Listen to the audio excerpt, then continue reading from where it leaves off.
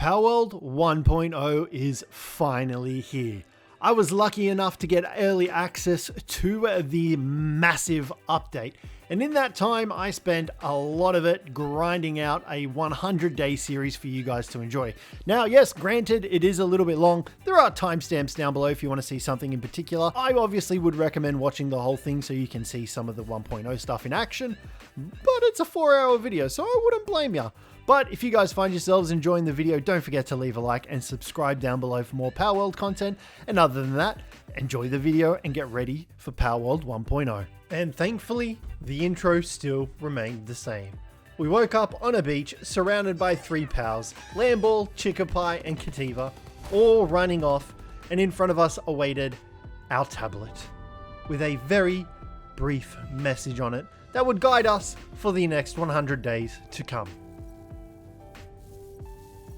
Except this time, we could actually get into the tree. So off we went, heading to our first eagle statue and unlocking fast travel. At this point, we were just following the main mission guidance that they had implemented, and we needed to interact with this first islander, and thankfully we handed her our device, and she provided us with the survival guide. Not that we needed it, because we knew how to survive in PALWORLD after many, many years of experience.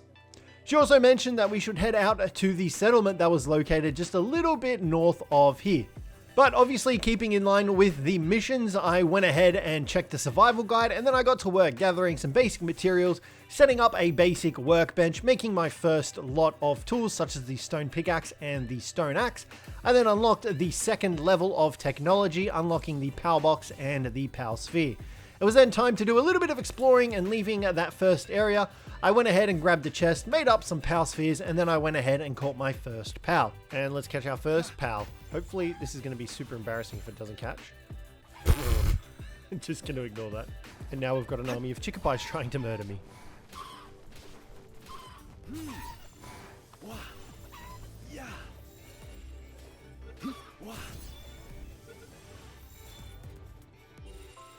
Well, we got our first pals. We'll take them. I then went ahead and caught some Lamballs and some Tphants as well, enslaving them to a life of servitude. And then it was time to build the power box. So I built that up, got Cjthecheesedj out, and he could mine some stone while we were doing other things. I then went ahead and caught 5 Lamballs, and that actually completed the capture bonus instead of the 10. And in return, we got a Mimog effigy, which is something new in 1.0 that we will get into later. I then went ahead and made myself up a shield as well as a bunch of other power spheres as well. At this point, I was just trying to complete the main missions, so I went back out as well and continued capturing a few more pals such as these Cjtheesejdj. I wanted to see what the Mimog effigies were all about, and then I stumbled across a brand new pal, a Pupperai. Okay, Cjthecheesedj 1 is done. Look at these guys, Pupperais. They look like little old grumpy woodland dogs. Okay, let's catch one before our killer Lamball decides to murder them all. Wellness Watcher Serenity. I feel like that's pretty good to have. Upon catching the Pupperais, I then returned back to the base to fill out my team a little bit better so it wasn't just chickens and sheep.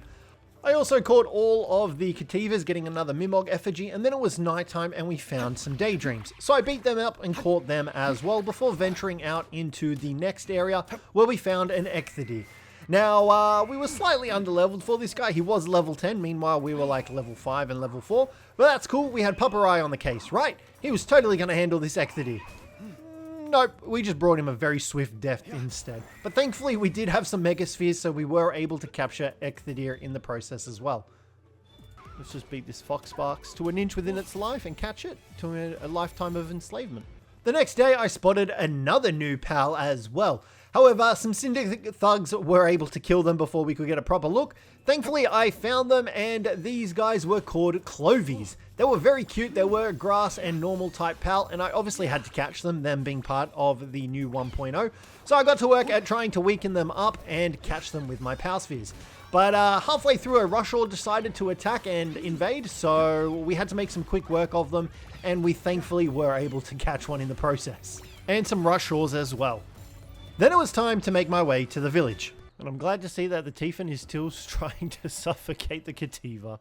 How wonderful. So I'm assuming he's just going to tell us about the towers, potentially. Okay, he's telling us to seek out the world tree. There we go. We should reach the world tree. You'll find the truth behind all there is to know about these islands. Okay. So let's head over there. Well, I don't think we're going to be able to, but the Rain Syndicate boss may be the person to ask. Okay, so he wants us to get Fox Sparks' power gear by the looks of it. So this was just a little bit of a story mission to bring people into line with the power gear so that you can use your powers. But we already knew all about that, so I went back to the base to test out the new daydreams that we had gotten. They sure do. That's pretty sick. And then we can essentially just have another pal out. That's so cool. Cool. All right, and it looks like as well some of the other partner skills have changed. You can see there increases lumbering efficiency by 220%, which is huge. So I went ahead and made the Power Gear workbench, made myself a Rush Roar saddle, and then I got to work at testing out his new power skill that dealt 500% bonus damage to rocks. And you can see just how much extra damage we were doing to this. So all of the powers had their power skills updated and even possibly changed. You can see right here we had 3 daydreams out without needing any of their gear, and they would help us attack, which was glorious. So that night I went out exploring, trying to find more powers. I did catch 5 out of 5 of the Fox Sparks, and then I found a Depresso, which I very hastily captured, and he was going to sit in the box to continue to be depressed. We then found a lucky Rusher. Oh shit, he's got a Dragon Breath attack. Okay, get him daydreams. Have I got a Megasphere? We do have a Megasphere. Okay, we got a 65% chance to catch him. That's pretty good. Okay, let's see how we go. 10% extra. 86%. Let's go. We take him. That's so annoying. It's got lucky, which gives it an extra 15% attack. But then it's got bloody Work Slave. Oh shit, while mounted increases efficiency of destroying stone by 750%, it's got level 2 Hardhead. So after taking a look at the Rusher, I built a Statue of Power and we could finally find out what the Mimog effigy was. And it turns out we could use it to increase the player's movement speed. So I thought that was a pretty cool, unique thing, and we would find out there were a lot of new effigies in 1.0 and we had to find a lot of them, but I was so excited. I got to work at expanding the base a little bit more as well, trying to upgrade it here and there so that we could hopefully get it up to have access to 2 base spots. And I had made Fox Sparks' harness, where I returned back to the Elder and told him about it. And he told me to go to the Rain Syndicate Tower, which we had to take our Rusher with. Look at this absolute unit. He was a beast. G'day fellas, you a bit scared of... Look at the size of us. So I very hastily took this camp out, freeing the Rabunny within and getting a Kinship Peach in return. It was then time to take the Syndicate Tower on. Let's go deal with Zoe and Grizzbolt. Now, funny thing is, if we look at the tower, it actually, well, it's a bit hard to see, but it says level 10. So I think they may have reduced the tower levels a little bit. All right, let's see if this has changed at all.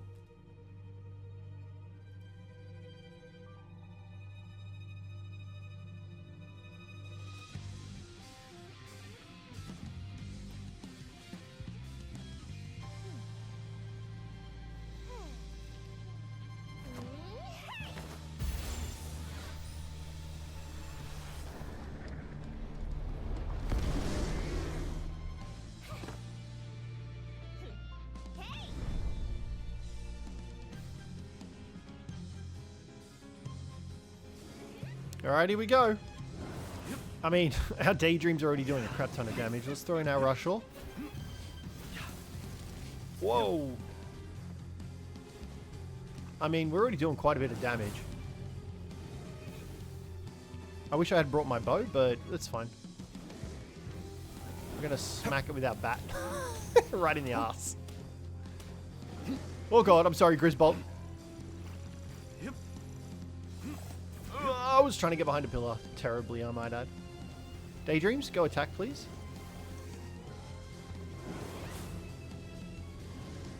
I mean, it's cool seeing them do damage, I'm not going to lie. Smack you in the bum again. Whoa, shit. I'm sorry. We're fine. Alright, we'll put him away. I don't want him to die because we need him out. I'm hoping Cjthecheesedj has some type of ground type move. Smack him in the butt again.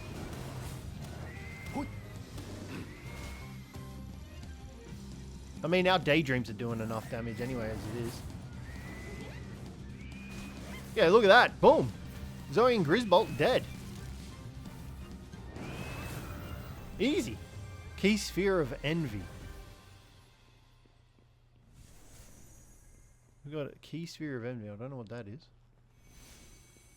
A relic of an ancient civilization that once flourished in this land.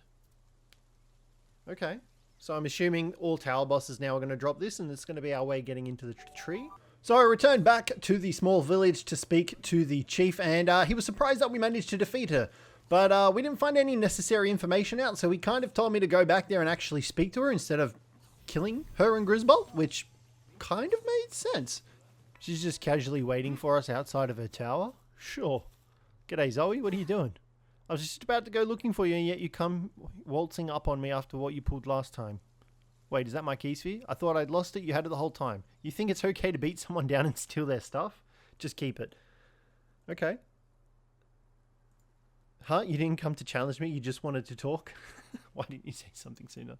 Oh, this is like typical PALWORLD humor. That's great.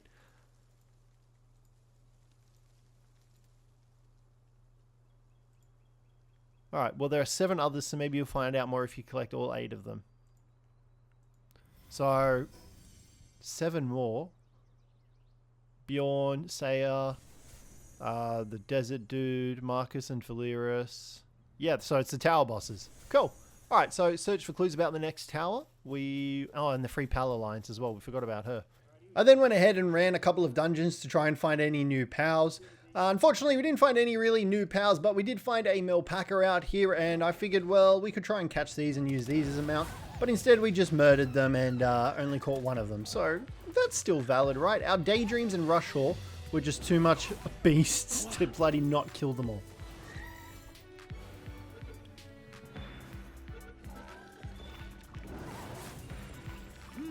Oh man, I really didn't want to kill it, but oh well. I then returned back to the base to make the high quality workbench and set out at night to try and find any new pals when we came across Wispaw. They look sick. Let's grab a bunch of these guys.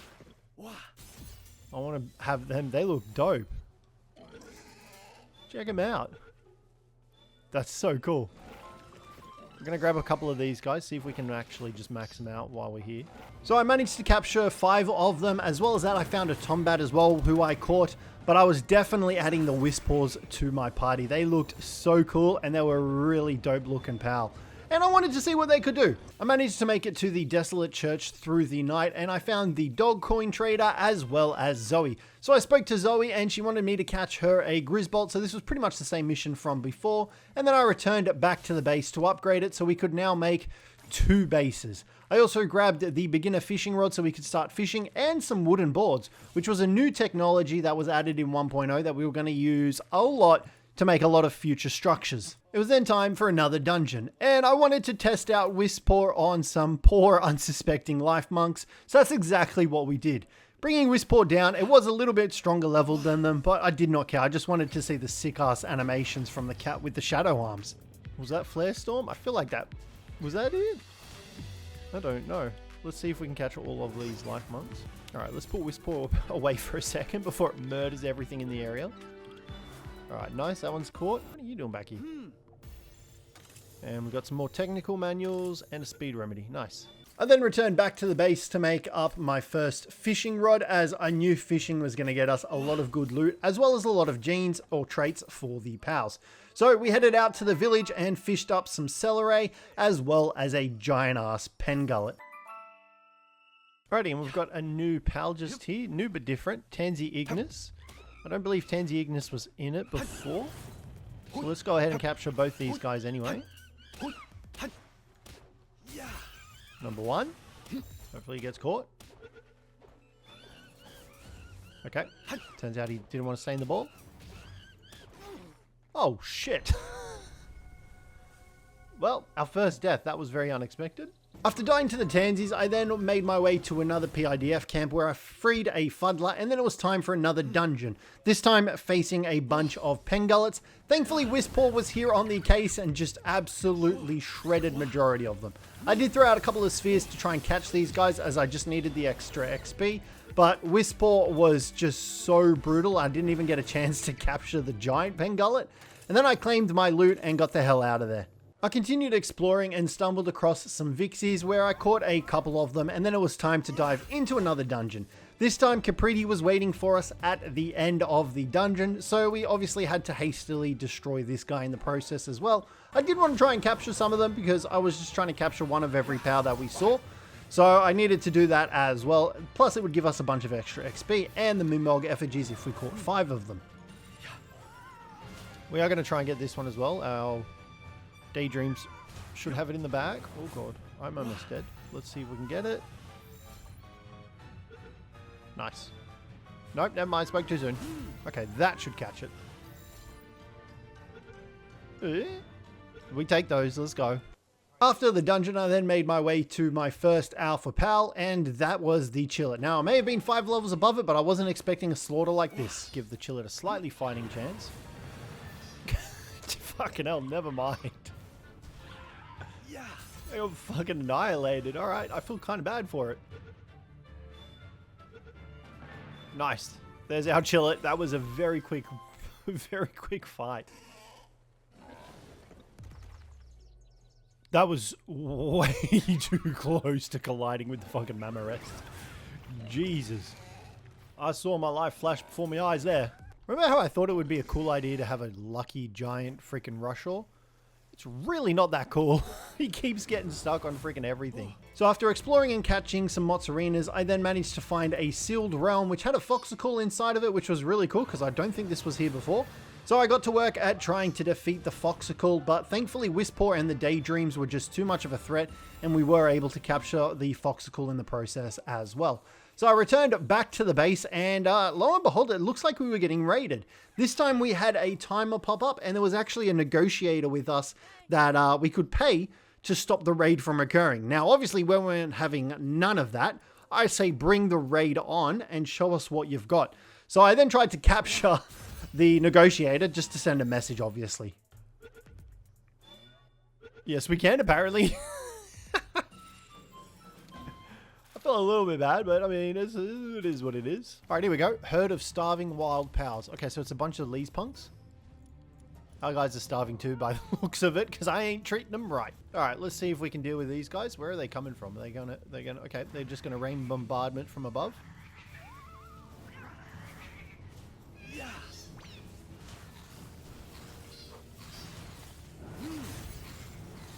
I mean, lavish hospitality. What is that? I mean, we only caught one of them. I didn't really want to waste any more. Raid defeated. We got some dog coins, some training manuals. Well done, everyone. Lavish hospitality. Your dropped items plus 100%. Does that mean when we kill something, we get extra items by 100%? That's crazy. If that's the case. So I wanted to test this, so I took the Lee's punk out and tried to kill a bunch of T-Fens and Lambors to see if that would get them, give us extra rewards. And looking back on it now, I think it means if you put it in like the ranch, or if you've got a power that makes other powers drop more items, potentially. I never really figured it out because I didn't spend the time testing it, but I'm very curious to find out what lavish hospitality would give us. It was then time to take on the first bounty and continue exploring the map. And thankfully, me and Rushaw were able to take down this hawk guy. He had a machine gun, I had a bat. It was obvious who was going to win. I don't know why he bothered for. I also went ahead and attempted to capture him. Thankfully, I was able to. My thought process behind this was because I was pretty sure we could butcher them for extra bounty vouchers. Plus, he had a machine gun. I'm sure we could find a use for him somewhere. I found another camp and freed the Doomud that was trapped within, and then I spotted this weird structure off in the distance, so I made my way to it. And lo and behold, it was a bit of a map revealer, which I was very excited for. I just needed to figure out how the hell to get up this thing. Suspicious, but we'll do it. Well, there's something down there too. What the hell are they? Now what? Oh no, have I just sabotaged myself? How do I even get up here? Oh, there's a fucking air current right here, you idiot. Duh. Alright, well there we go. So what is this? Unlock fast travel. But it's not Oh, does it give us like an overview of the area maybe? Is that what it's doing? It definitely looks like it. That's cool. Alrighty, so area map unlocked. Open map with M. Oh, sweet. So we get like the vicinity unlocked. That's cool. Even all the way out here to the environmental area. That's really cool. Alright, here we go. What are these new towers? Hacking. Send power from the source through all panels to the core to unlock the door.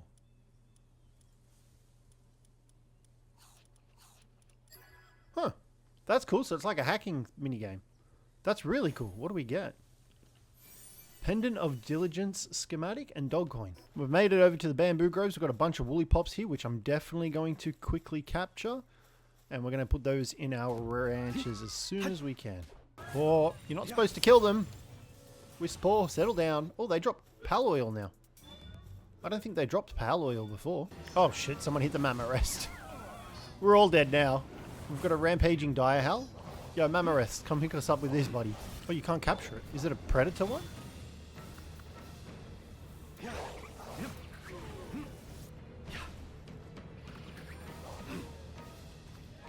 Was that a predator? Yeah, it was. It gave us predator calls. Nice. Alright, cool. We'll take those. This dude's this dude's pal's just been murdered in front of his eyes. His Cjthecheesedj over there. Yeah, sorry man about that. Okay, we need to give him some cake. Don't have any cake at the moment, but yeah, we're glad to see you're doing okay after losing your pal right in front of your eyes. I then managed to find a serpent out here as well, which I captured while clearing out my inventory. And a bunch of these other ones just died for some reason, which I wasn't sure of. And then I continued making my way down the beach to fight the Pen King located in this sealed realm as well. I was going to try and capture him, but that was if we had the chance to, with the absolute powerhouse that our Wispaw was. The setting's set to default, so like, this is just the one times XP thing going on here. I'm going to laugh if that catches him straight off the bat. Get out of here, it did too. Oh, we'll take that. We'll kill the Pengullets then and just... I'll take it. I'll get out of here. Alright, we got some new pals here. Muffly. Or Moofly? I don't know. It's a little bird in what looks like a freaking puffer jacket. It looks cute as heck. We're going to see if we can catch one. I feel a little bit bad. These guys are so cute. Cute, but oh so ferocious. They would say. Alright, hopefully we can catch it. I don't have any more spheres. Damn it. If we don't die. Oh god. I rolled straight into it. Kill the birds. Kill the tiny cute birds. Alrighty, and the location of the Free Pal Alliance tower has moved. So it's out here now. Which, I mean, is cool because it's a lot sooner and we don't have to go into the ice biome for it. But it was just surprising is all. Now it's saying the recommended level is level 20. We've got level 20-ish dudes. So I'm kind of tempted to give it a shot. Another hacking. Alright, cool. Let's do it. Easy peasy lemon squeezy. Let's see what kind of rewards we get. Yoinks. Dog coin and a crossbow 3 schematic. That's probably going to be really good for us. Alrighty, we're going to go ahead and take on this King Packer. Hopefully we can beat him. I do also want to try and catch these Melpackers. We'll see what happens. I don't think... give it a shot. I don't think we'll have much of a chance. We're also going to try and obviously catch the King Packer, but if we can get... I mean, we got those guys, so I'll take it. Got our 3-shot bow now. That's going to do so much damage. Man, I forgot how much of a beefy boy this guy is. Shoot your gun. I mean, that's honestly not doing bad damage. Got fucking taken out though.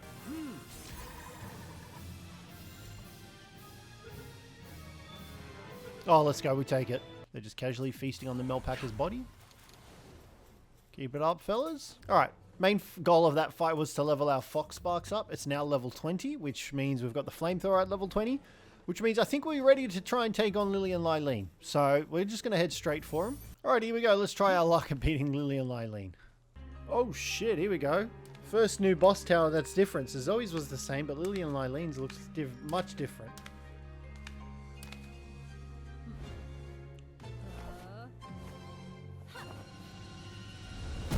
Oh god, that's terrifying.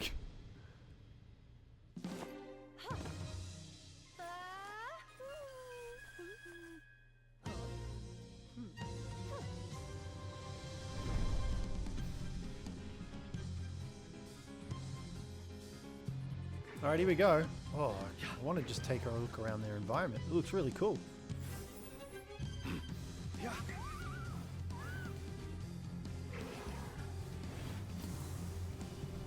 I mean, that's still quite a bit of damage.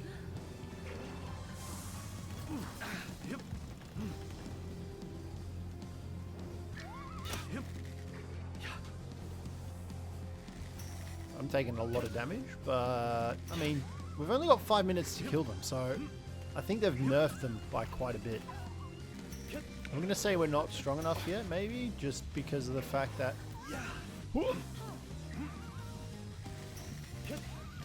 I mean, it's almost half health. We've almost got it at half health in 2.5 minutes, so I think we should be able to kill it if we don't lose any of our dudes. Terrible choice to put in, I know, but I needed bodies. I also may have slightly underestimated her because we didn't replace Hawk with someone who was alive. Considering we haven't condensed any powers and anything like that, which I mean is typical because I'm pretty sure once you get to the 3rd boss, that's when you start needing to like actually condense them and stuff. Oh, don't tell me she's healing. Piss off. I don't know if that was a heal or... Oh, she summoned the poison flowers.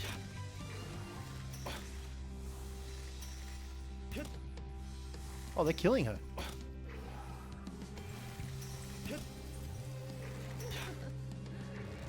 That's cool. That's like another little extra sort of element you got to deal with. Huggy fire, please.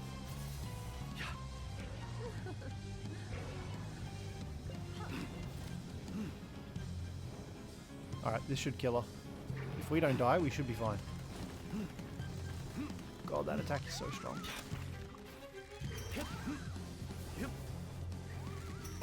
Come on, Fox Sparks. You can do it. Come on, shield. Regenerate, please.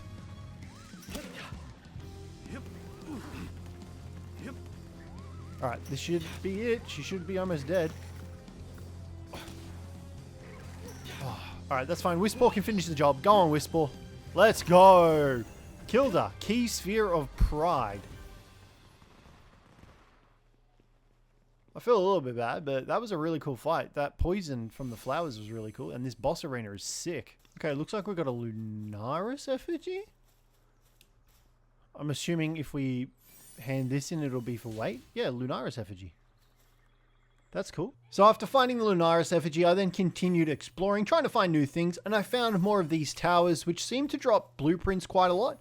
So I was very happily going through and clearing these out. I also did a light spot of fishing, getting an Eternal Engine Swift Kelpsie. And then I found a Depresso Maniac guy. And he pretty much told me that if I brought him some venom glands and some cloth, he would make me a Depresso suit, which I thought was pretty cool, right? Then I went ahead and found another sealed realm. This time it had R6 in it, so I obviously had to catch this guy. He's a badass looking pal. Plus, he had level 2 kindling, which we could use over our Fox Sparks to actually smelt some metal. So he was definitely something that we were going to aim to capture. Thankfully, I was able to capture him, and then I got swarmed by a herd of very angry, very hungry Relaxosauruses. What they were doing in this area at level 46, I had no idea. Alright, well, we're safely past the freaking murderous Relaxosauruses that are just casually chilling on that island. No, never mind. They're still lobbing artillery at us. God damn. Yeah. Chill out, dudes. Chill out. We're gone. We're leaving you alone. We've got another rampaging Direhowl here. These guys seem to be a very common spawn. We're going to try and kill it. Nice. Killed it. Yep. So I continued exploring, killing some of the alpha powers that were located on the map, such as this sweeper. And then I made my way to the volcano region. Main reason being because the main mission wanted me to search for clues about the next tower, which obviously was the fire tower, but it was taking me to the Dune Shelter town, so I guess it just skipped over the fact that I killed Lily and Lyleen. Not that I was complaining, but it did take me a little bit to figure out. So you could kind of just skip over them. I then also found a Pengullet effigy, as well as more of these towers that gifted more blueprints. I was then in the Dune Shelter where I spoke to the PIDF officer, and he pretty much told me to speak to a bunch of people in the area about the tower boss. So this was kind of the same shtick that the main missions were going for. It just gave you a little bit of extra background lore, but you didn't necessarily have to do them. You could just honestly straight beeline it to the tower bosses, which we did do a couple of times. I returned back to the base to take a look at the new effigies that we got, and the Pengalot one was swimming ability, whereas Lunaris one was sphere tracking. So I thought that was really cool. Honestly, there were so many effigies in this 100 days, and I loved every single one of them. Let's hang around. We were going to head out to the environmental island, but we will tell this negotiator to get lost. No. Go away. Alright, here we go. Herd of wild, starving pals. It's just a bunch of these punks again. We'll see if we can catch them. Or just annihilate them all pretty much instantaneously as well. That'll work too. We've made it to the wildlife sanctuary.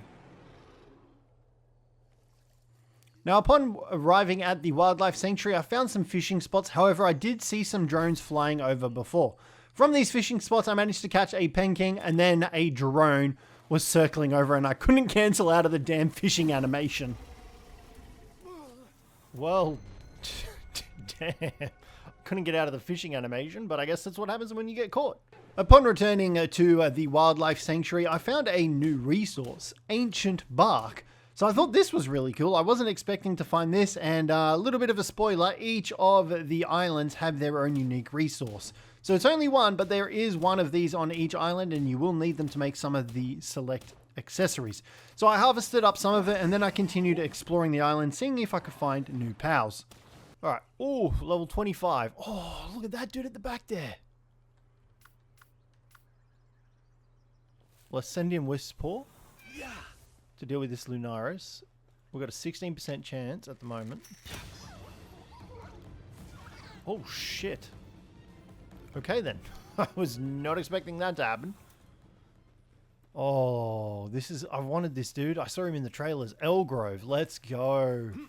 Let's see if we can catch this guy. I'm just trying to keep an eye out for the drone as well. Bloody hell, why are they take so much damage? Oh my god, this dude is sick.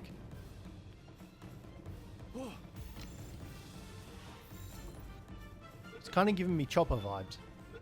Nice, we caught him, let's go. Excuse me? Where did that move come from? What the hell is this Wispor? Why are you so strong? We've got an Elfidrian here now. I need to get my stuff back before I can try and capture anything. We're going to go ahead and catch more of these Elgrove guys because they are badass. And I definitely want him part of the team. Fucking. Wispor needs to chill out. Where did you get Blizzard Spike from? Sheesh.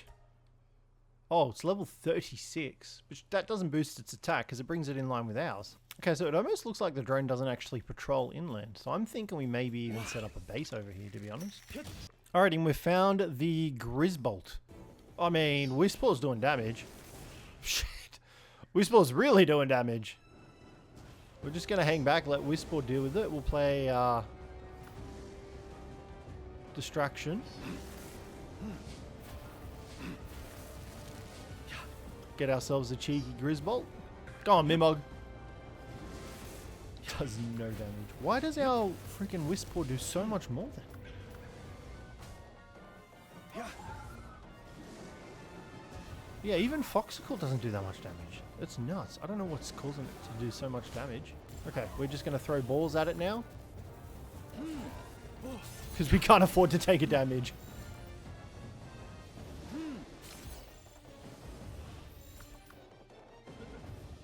Come on. Let's go. We got him. Boom. Oh, he's got Glutton. That's not very good. We've got Precious Claws as well. So after capturing the Grizzbolt, I then made my way back out to the main island, capturing an Elfidrian, and then we found Valet out here as well, who I very hastily captured as well. And I'm pretty sure that was majority of the pals in the first wildlife sanctuary, as I did catch the Lunaris as well. Now I did try to set up a base here on the wildlife sanctuary, but it would not let me, which was a shame because it was such a nice bloody spot that I had found. So I was a little bit upset about that, but nonetheless, I still just needed to find a better base spot. The next day, I did some more exploring on the mainland, managing to find a vampiric turticle. I also managed to find a Lamball effigy, which once again, I didn't know how many effigies we were going to find. I then eventually stumbled across the base spot where I wanted to set up, and set everything up for the future. It had a pretty good view spot. We had the World Tree in one distance, the Snowy Mountains in the other, as well as the volcano in the other area. So I figured this was going to be really nice to set up in. It was a nice flat spot. I hadn't built here before, so I figured we could try and design something different. And I wanted to have everything nice and centralized in the main map. So we had to get to work at harvesting up a bunch of minerals and getting to work at building the base. Alrighty, so we're going to go ahead now and start building our base. We're going to straight up just go for a giant one because I don't really want to move. We will probably build smaller bases for food production, stuff like that. Alrighty guys, and we have created the shell of our base. So this is what it looks like at the moment. Now there's no real way for us to get in or out. But you can see we've kind of got some startup going. We've got the farming over here. We've got the minerals and tools and all that sort of stuff going over there. So the beginnings of our base were looking great. However, I needed to go back and destroy everything from the old base as well, as I was definitely not going to be using this location for anything, and I had to ferry all the resources over to our new base spot. Alrighty, so we've got the basic sort of structures down. We've got some crops growing. We've got beds for everyone, I believe. Yeah, 10 out of 8. We've got hot springs over there. It looks very empty at the moment, but it's going to fill up, I promise. So I needed more metal, so I grabbed my Tentacle, which actually had a cool new skill where he reduced the weight of ores by 80%. So that was great. Now, another thing I noticed in 1.0 was that your pals actually helped you mine resources when you weren't inside your base vicinity. So for example, we were just outside of our base, outside of the circumference, and I don't remember them helping you harvest. So Earlgrove was helping us along. It was then time to head out and fight some more alpha pals located around the map and do some more exploring. I did manage to unlock another tower, grabbing some extra accessories, and then I found a Digtoise. I wanted a Digtoise because obviously he was going to help me do a butt ton of mining, and we needed as many ingots as we could. So I threw Earlgrove out and we got to work at trying to defeat the Digtoise. At least get him low enough so that we could capture him, and just watching Earlgrove run around with his bull charge was super satisfying. So I had to put him away before he killed the Digtoise, as there were a couple of them around here, and we really didn't want the Digtoise dying. We really wanted to take this guy back to base and have him help us with the mining. Come on, come on, come on. Let's go, Digtoise. Needed him for his dig, for his mining ability, so hopefully... I don't know if it's changed yet, but we did get high quality pal oil from him too. Alright, let's see if this Digtoise is any good at destroying all this ore. Oh yeah. Oh, he's very good. So it was safe to say that Digtoise was very good at mining. So we obviously were going to just bring him around with us everywhere, hitting up every node that we could find. And we didn't have to do anything for it. Digtoise did it all for us. It was then time to continue exploring, doing dungeons, as well as defeating any alpha pals that we came across. Found a Fanglope as well, and they had actually changed the design of Fanglope, and obviously I wanted to capture it, as I really did enjoy riding around on Fanglopes. They were really good for riding around. They had good speed, they had the double jump. So obviously I needed to capture this guy, and they just looked sick. Bro, can you stop squirming? Just, yeah, there we go. Stay in the sphere. Nice, we take it. All right, let's go ahead, dig up all these nodes, and we're gonna head back to base. So with Digtoise and Tentacle in hand, I continued mining up all the nodes that I could find. I did hit up the Desolate Church, as I knew there were like 7 nodes out here, and we got Digtoise to dig up all of them. All right, we're also going to go ahead and show Zoe our Grizzbolt. Boom. Or she wants us to do something else, I think. Okay, capture or defeat 5 free PAL Alliance members. Cool, we can do that as we roam around. I continued exploring, hitting up dungeons, getting supply drops as well. I really wanted to just kind of get to more so the end game sort of stuff, as that's where majority of the 1.0 new stuff was. At least in my experience that I had found so far.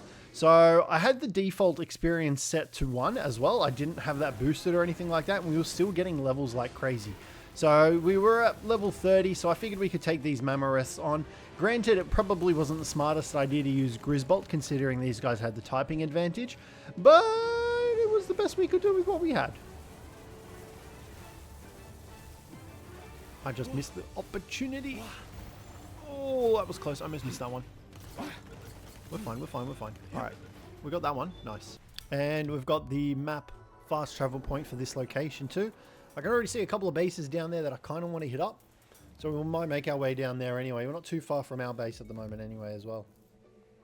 Look at that tree over there looking glorious as heck in the distance. All right, we've got a level 25 Bushi here. We're going to go ahead and take him on. We've got Tentacle that we can use.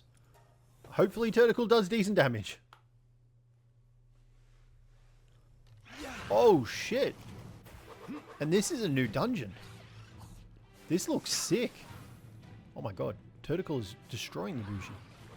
This is like a different boss. Well, yeah, I guess boss area. This looks badass. Yep. That was a pretty cool move. I don't want it to kill him. I want to try and catch him. This is a cool little dungeon. I like it.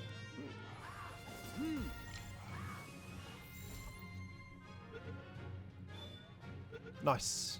Alright, we are just going to throw Digtoise out. Or someone out. We're just going to run in here. Get the goods and get out. Excuse me, fellas. I don't remember if these guys were able to unlock doors. I don't think they could. Grizzbolt is very hastily dealing with them anyway. Alright, now we're going to deal with this dude. Human shield. Or power shield, I should say. Alright, we got the chest. We can get out of here. Take it. Let's go. I found another fast travel point and another location where Elgrove spawned, so I obviously had to try and capture this guy because these guys were just so great. I loved seeing them out and about. I then returned back to base to receive an expedition, grabbed some of that loot, sent another expedition out, and then I spent some time learning some new technology. Like I mentioned, we were leveling up very quickly, and I hadn't even started to gather any coal so that we could start making the refined metal ingots. I was lacking. You can see there we already had access to the refined metal tools and the improved furnace, and I was just trying to keep on top of everything because these levels came at you very fast. But there was a lot of new technology as well. You can see here we had some cryogenic coolant, which was a combination of the power fluids as well as the ice organs, and you were going to need a lot of that going forward as well. I then went into some more dungeons, completing those as well to get some extra loot as well as levels. Not that I needed the levels, but I thought it was a good way to find some extra new pals. Unfortunately, there weren't any of the new ones that they were introduced into 1.0. So we just kind of kept exploring, unlocking fast travel points and touring more of the map. And just watching Elgrove absolutely annihilate anything he came across. There's a full-on war going out here. Well, at least it means everyone's distracted, so I can just waltz on in. And we also got another R6 in here as well, which I'll happily take. After freeing the R6, I then made my way deeper into the bamboo thicket, where I stumbled upon more rampaging Direhouse. Obviously, these guys were extremely weak compared to us, so I was able to dispatch them very easily. But along the thicket, I did eventually stumble across a hidden village. Well, it was kind of a little township, I guess you could call it, where pals were murdering the common folk that were located here. That poor dude just fucking died. Oh shit, Direhouse are ruthless out here. Yeah, this is a whole new village. Alright, here we go. We've got another dungeon area, Sealed Realm of the Myriad Flames. So it's a blaze hound located in here. We're going to obviously try and catch it. I love these dungeons, man. They look so good. Can get him, Tentacle. Love that damage. Let's see how we go. 40% chance. If we get a couple more headshots up, should raise it. But that should be enough to catch him. Perfect. We take those. Alright, and we've got some univolts here, so let's pop that on them. And we'll see if we can get some of these guys at the very least. We do have a couple of gigaspheres. I forgot that they are lightning and we are not. But I think Elgrove will probably just straight up one-shot them. Oh, mate, we need to talk about your situation. We're not supposed to... Oh. I made a note of this base location as I figured it was going to be great. It had sulfur and metal nodes, so we could send out a couple of dudes here. I then found some Mamoreths, and we got Elgrove to go to work at defeating them. These guys dropped a lot of good stuff, and I did want to capture them as well. Let's see how we go. Is he going to murder them? Okay, we got one. I don't know how many we were missing to keep the mastery. One more. I then stumbled upon an Alpha Tyrantris. Now, she had a bunch of followers with her, but I was just a bit thrown off because normally these guys are chilling on Faybreak Island, and now we've got some over on the mainland. So obviously I had to send out my beast of a pal, Elgrove, to deal with these guys, but I obviously wanted to capture the Tyrantris as well. Like I said, I was trying to capture every pal that we came across, so the more the better. Now, Elgrove did take some damage and he ended up getting defeated. So we obviously had to throw Grizzbolt in, but this was a pretty tough fight. Durantris put up a hell of a fight. I mean, Grizzbolt's taken a bloody beating too. Alright, we killed one of them. I mean, I'd like to capture all of them, but I don't think that's going to happen, so I'd happily settle for... Never mind, Grizzbolt's dead too. Alright, let's send in Dig Toys. Get him, big guy. Spin around until they die. No, we don't want you to help with mining. We want you to fight, please. Alright, here we go. I don't think there's any hope we catch it with the Power Sphere. No. Oh, I mean, a 4% chance. Get out of town. I'll take it. I'm not going to complain. Alrighty, here we go. We've made our way over to Grill, the intimidating interviewer. And obviously, we are going to try and capture this guy. We've got a couple of Megaspheres. Him and Tentacle are going to duke it out here a little bit. Nice moves, big man. Oh, I pulled it too late. Well, Grill's dead. So after defeating Grill, I then found a Fox Sparks Crest as well. So we headed into that little sheltered dungeon, and we may have been double its level, yes, sure, but we still thankfully weren't able to one-shot it, which meant I could capture it. It was amazing. All right, here we go. We've made it to number 2 Wildlife Sanctuary. We've got level 35s.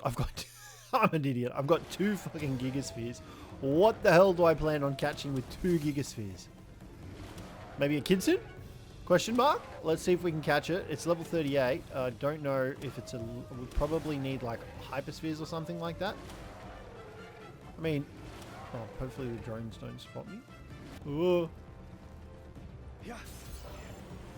I got a dip. That drone's coming to get me. Oh shit. But we still caught it. We'll take it. So after capturing the Kitsune, I then returned back to the base to receive another expedition, grabbed those for the ancient PAL manuscripts, sent a bunch of dudes back out, and then I went ahead and did some more mining. Now this time, however, I went back to that base spot and set up a quick little base with the sulfur and ore, and then I made my way over to the start of the ice area. Now, I figured we were definitely in the ballpark for this area where we found, once again, another new pal. And this guy I wanted on the team ASAP. We've got a 3% chance to capture him. What level is he? Hopefully he's not... Oh, shit. He's a level 46. We are going to run. Ouch. Okay, I did not realize he was so high level. That is not something we want to face. We're just trying to get a fast travel point, which I think I've landed at the wrong spot. I don't know. I did not expect you to be that strong, big guy. I'm going to leave you now. Well, at least we got the fast travel point. Now, I did want to try and get out of this area. However, I got slightly intercepted by some rampaging Rayhounds. There were 2 of these suckers out here in this area. Now, obviously, I had to deal with them before I could head on out. A, because they dropped Predator Spheres, and B, because they dropped Giant Souls. But I also just couldn't fast travel, and they were a good source of XP. So thankfully, alongside Digtoys and Elgrove, we were able to eliminate both of the Rayhounds with very minimal casualties, which is always a bonus. Doesn't matter, he's dead.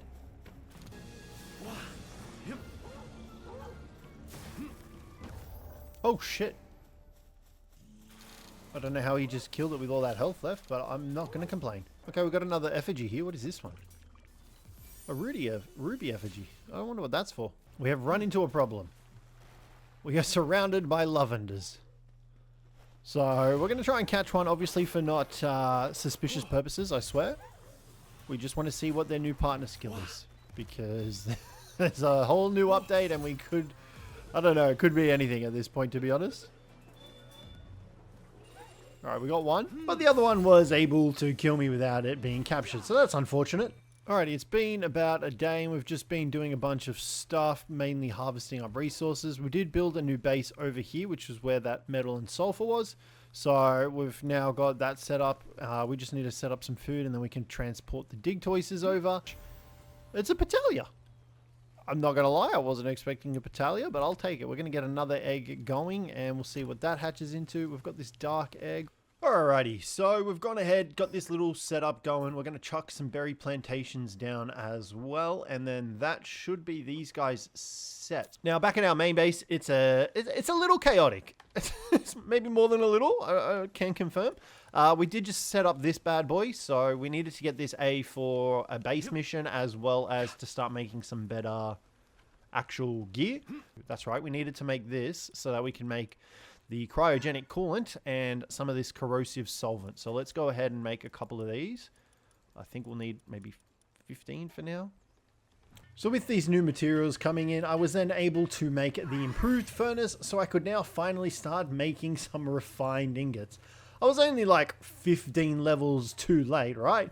And I could only make 4 of them, so I needed to go out and get some coal. Thankfully, Digtoise was able to harvest up the coal, and it did count as the ore. As well as that, I was making a Mammorest saddle, and then I went ahead and hatched a Relaxosaurus as well. Now, I did do a light spot of fishing as well while I was out at the dune shelter, and then I went back out into the desert to try and face some of the guys that were located out here, such as these menacings. And my god, Elgrove made very quick work of these guys. I was not worried whatsoever. But then I stumbled across some new pals. These are new guys. Needle. Oh my god, they're so cute. I'm hoping we can take them. I want to at least catch one of them.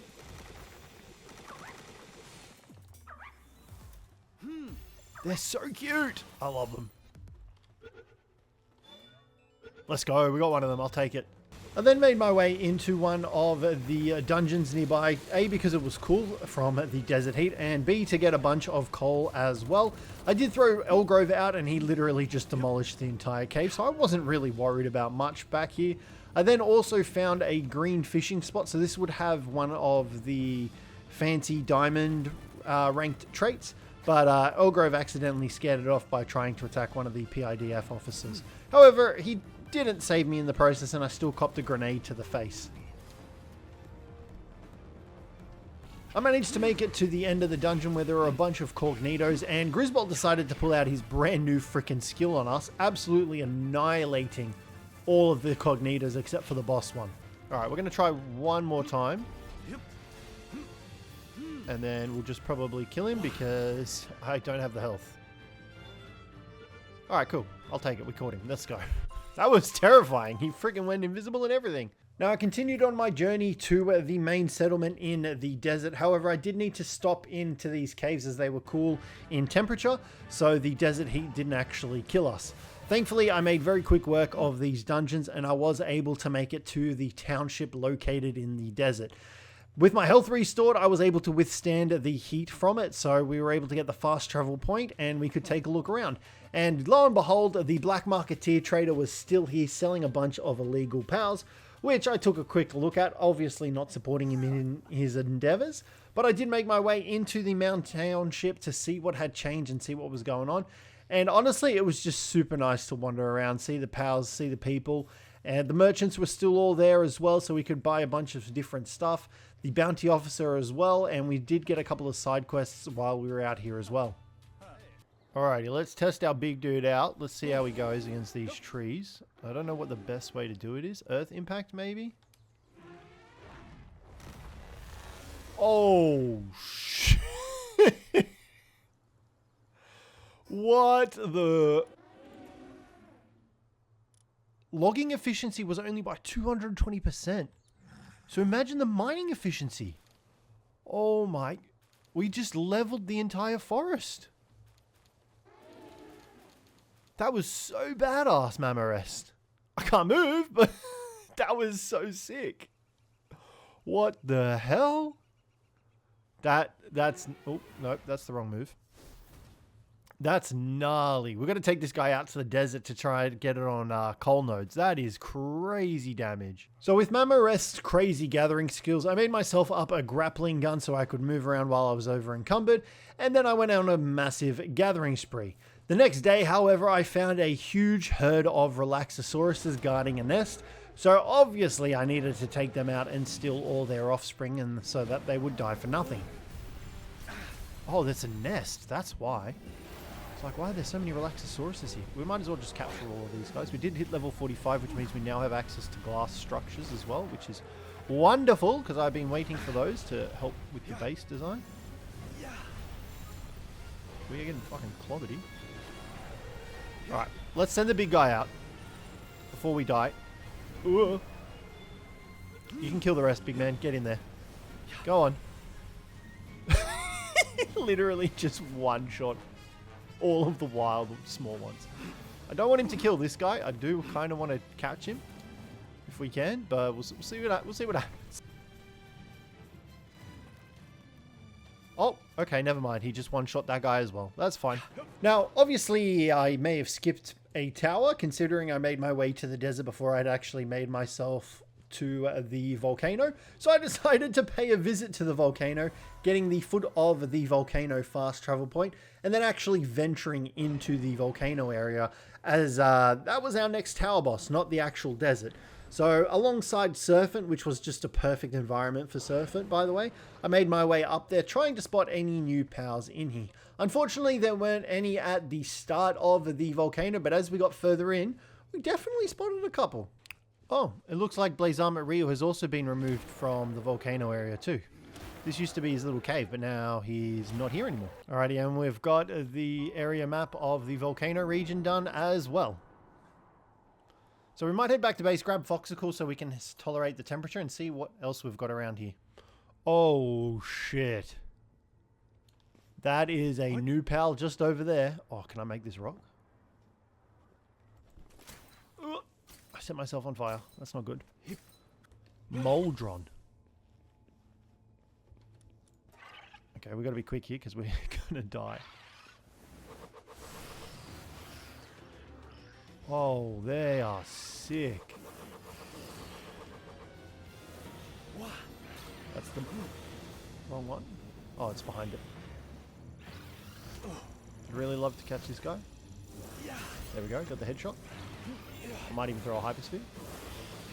They are so badass. Alright, looks like we caught one. Sweet, we'll take it. But I died in the process. Oh, I kind of hoped we would kill the rampaging one, but that's fine. Damn. This guy looks sick. Can be ridden as a mount. This pal attack increases by 4% for each other fire or ground pal in your party. Volcanic Rain, Rock Burst, and Flame Wall. So upon finding the Moldron, I then headed back out into the volcano area to capture a Ragnarhawk as well as a bunch of other Moldrons and any other pals that I found out here. We did find some Pyrans, but Turticle was just too powerful and absolutely annihilated them. However, I was going to eventually catch them, which I managed to, and we did find some more Moldrons as well. There was also some Reptaros up here, however, I did stumble across a pal trainer as well, and they wanted to tussle with me. I'm stuck. I can't get out. She's got a shotgun.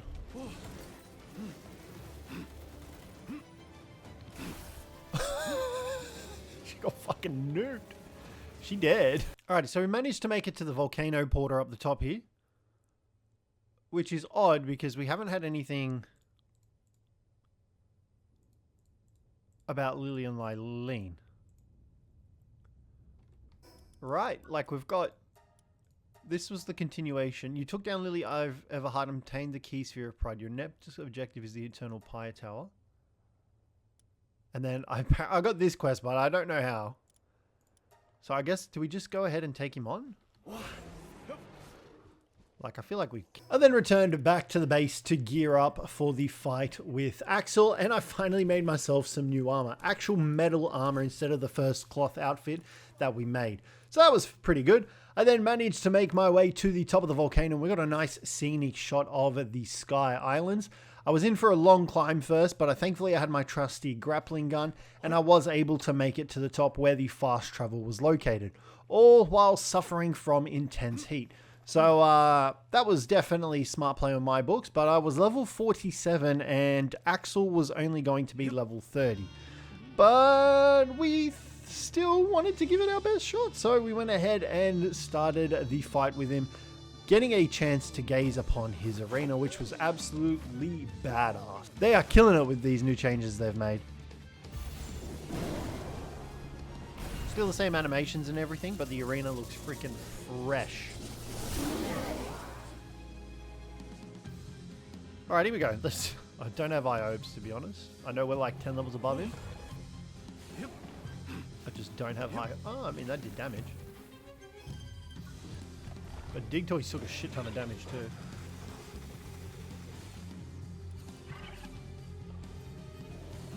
And I have not been looking after my pals very well. They're currently just chewing on raw Chickapai poultry.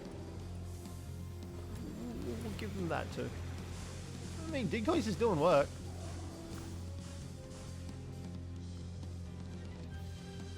You right there, buddy? He's just kind of frozen.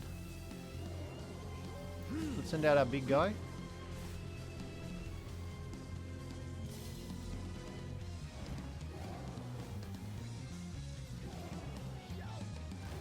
Oh shit. Whoa! Those are new? That's cool. Yep.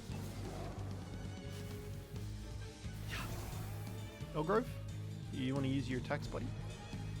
Nice. Oh my god, he copped all of those boulders. That's him dead. He's dead. He's dead. Oh, Elgrove died. Dig Toys gets to finish it. He gets to be the final blower. Dead. Look at that. Key Sphere of Sloth collected, and we got a bunch of XP. And some technology points. We'll take it. I don't know. I don't think our Serpent is up to defeating the next guy. Maybe Tentacle? I feel like Tentacle could probably handle the... is it Faleris? Yeah, I feel like Tentacle could handle Faleris. But I think he's level 40. Well, another tower boss dead. So upon killing him, I then returned to the guy that gave us the quest, getting that reward, which was a bunch of XP. And then I needed to go over to the desert to try and deal with this dude over here, which was Marcus and Faleris. Now, I also went ahead and condensed down our Moldron so he could have some better refining speed. So we could use him as our Kindler instead of the Blaze Howl. And he was much quicker, which made me much happier. I completely forgot about the condensation part of the game, and I was able to finally build a guild chest as well. Like I mentioned, the levels just kept flowing in, so I was constantly feeling like I was behind. Like, I'm level 48 here, and I still hadn't even gotten into the PAL metal ingots yet. Alrighty guys, and we're out in the desert, and we have just spotted a new PAL. Gildra. We're going to see if we can catch it. It's kind of, Jesus, kind of terrifying. Hoping it, yeah, goes after Surfing here, not us. Yeah. Okay. That should be a capture. Let's go. Another new PAL. So after capturing Gildra, I then went ahead and caught a Dazemoo as well. I really wanted to ride around on one of these guys, as we only really had our Serpent that we were using, and he's not the greatest on the sand. I also wanted to capture some of these Menestings as well, because they're fucking Menestings. Giant ass scorpions that are badass. Like, how could you not want to capture them? Plus, they had really good mining, so we could use them in another base as well. Thankfully, I was able to capture them while getting bloody beaten the hell up by these Dazemoos. Then there was a rampaging Dazemoo that spawned, and I obviously tried to deal with that, but its kicks were something else. Oh god, flying death kicks. Okay, Tentacle just got absolutely annihilated. Grizzbolt, you're up. I know you're not the greatest, but that's all we got. He's probably going to die too. Alright, here he is, Gildra, Darkened Ground. He looks so cool. He looks like a bug and a mummy at the same time. He's not the greatest. Well, fighting together, when Gildra is incapacitated, it revives with its hunger reduced to 0. So it essentially just reses itself. That's cool. I don't know if it's got any sort of cap on that, but that sounds pretty badass. I think that's it. Really want to get this guy. Oh, where the hell did we see this dude? I feel like we definitely would have spotted that guy. Tetrois, he looks sick too. So the current main mission for Marcus and Faleris had me heading towards this tunnel, which the Black Marketeer obviously lived in. So we went ahead and spoke to him thinking he was the contact, but no, and lo and behold, he also had some new pals in his inventory. Gildra, Menacing, as well as the new Sekhmet. Now, she was 40 grand, but obviously, how can you turn down a new pal for 40 grand when we already had heaps of money? So I obviously had to buy her. Cool. While at base boosts Anubis work speed by 20%, increases efficiency by 30% if Sekhmet is also working at a workbench, workshop, or other related facilities. That's kind of crazy. We need to get ourselves some Anubises then, if that's the case. So I met the contact in the tunnel, and he told me to head to the PIDF station. Now, I thought this was going to be an aggressive base. I was in for a shocker. You can go aggressive. Oh, wait, no. PIDF bounty officer? No, this is actually their base. That's sick. They've got their own little base now. How the hell do I get back there? There's a door over here. Let's head in through here. Midstream PIDF officer.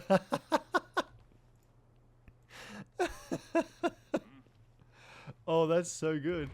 Sorry, mate. You go back. Oh, this is sick. They've got their own like little prison and shit. Oh, this is cool. This is definitely new.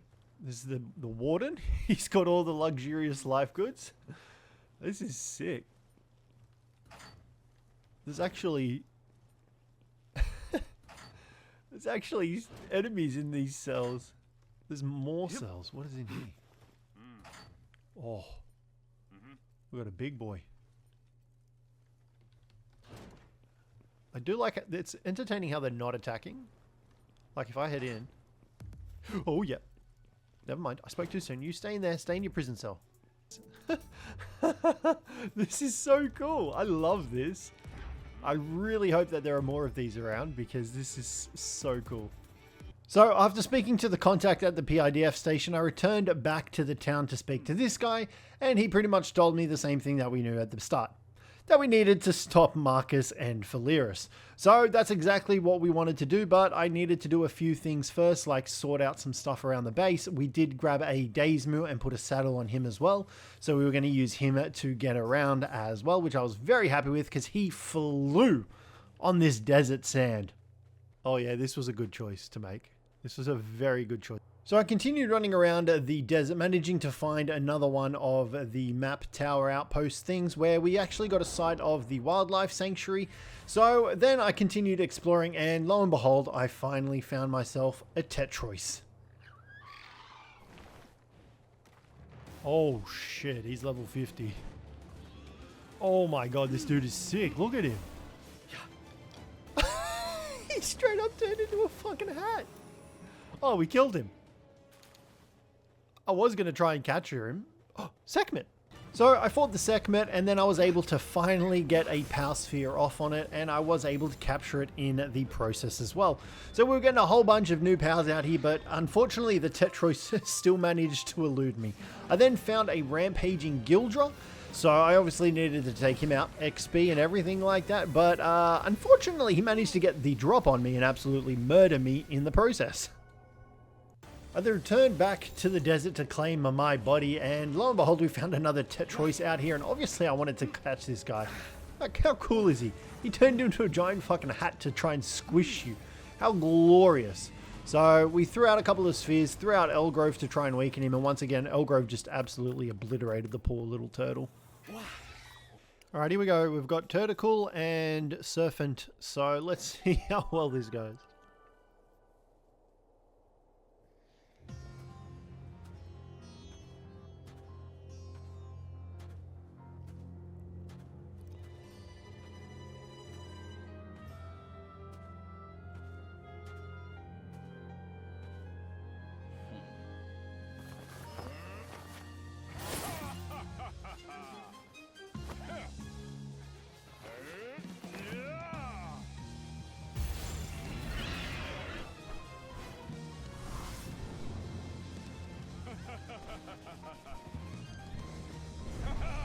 I do like how his is a desert. Obviously it matches his theme very well, but these boss arenas are really cool.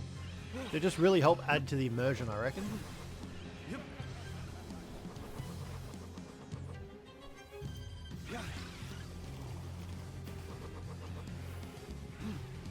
We are slightly over leveled once again. Tentacle's level 47 to Marcus is 40.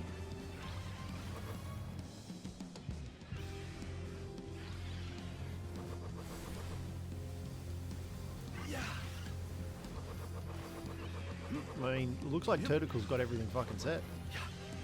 Oh shit, that's a cool move. I don't think Surfin's going to really do much, to be honest. I don't think it has the greatest moves. Nah. I'm taking damage.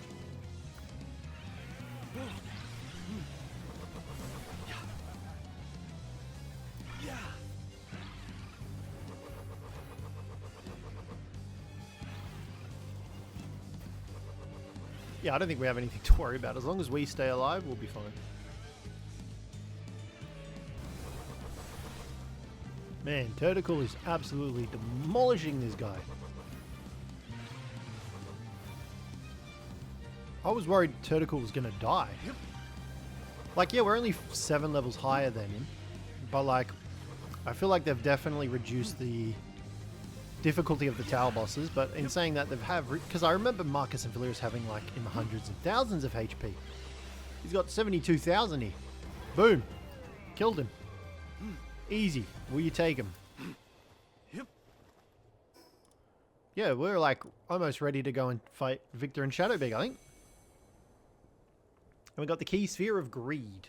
So after defeating Marcus and Faleris, I then made my way out to the number 3 wildlife sanctuary. These places were just so cool. I did want to do some light fishing. However, these were expert fishing spots and I only had the beginner rod still. So I figured it's probably not going to be the greatest idea. Instead, I decided to take a look around to see what kind of pals we could find. However, on this island, it was slightly different as the drones decided to also survey inland. Thankfully, we had Daysmoo, who was pretty fast and could outmaneuver the drones most of the time. Case in point just there, it flashed over me and I was quick enough to avoid it. Now, there were a couple of new pals out here on this island, but surprisingly enough, it was the boss pal that was located out here that kind of got me thrown.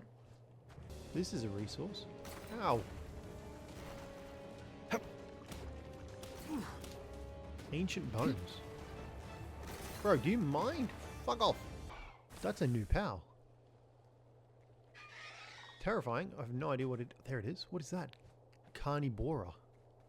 I thought its name for a second said Carbonara. I thought that was funny. Alright, please don't run away from me. I kind of want to be your friend, but at the same time, you're kind of scary. Why does this look like... Yep, okay, this is a boss arena. Who have we... Oh, shit! Okay, wasn't expecting a Frostallion knocked up here. Can we get it so that it appears on the map, please? Oh shit, Shadowbeak's over there too. Ouch. Daysmoo just got fucking wrecked.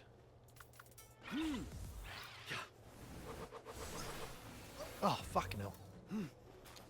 So as you can see, I wasn't having the greatest time at this wildlife sanctuary, and to top it all off, I got spotted by some patrol drones and I got annihilated.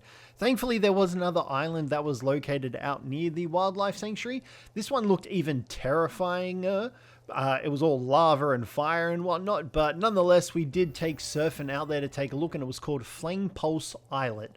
So obviously, we were going to find fire-type pals out here. I mean, at least I would hope so, right? I don't know what that is, but it looks suspicious. Piedon. Piedon? Coal, ore, and sulfur. Huh. They were like, what, 46? So we could potentially... Oh! Scutless Ignis. So I went ahead and tried to capture the Scutless Ignis. However, he kept spooking me, and I kept thinking he was going to fire out a giant freaking hydro beam. Thankfully, I was able to capture this samurai swordfish. Yeah, that's probably the best way to describe him, right? And I continued exploring the island, trying to catch myself one of these Piedons.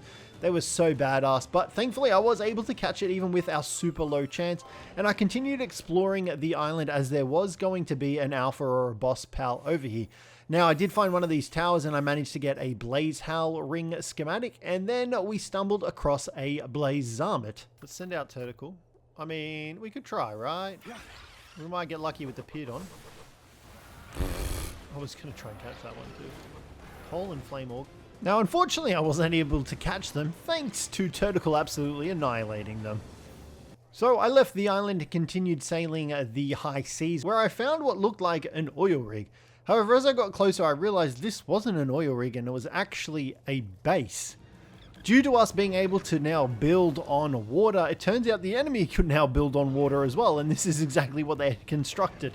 A stronghold out on the ocean. So I wanted to infiltrate it, obviously, and see what the hell was going on in here. if they're swimming? I don't know. Yes, they can. Alright, let's just go in here and get some chests.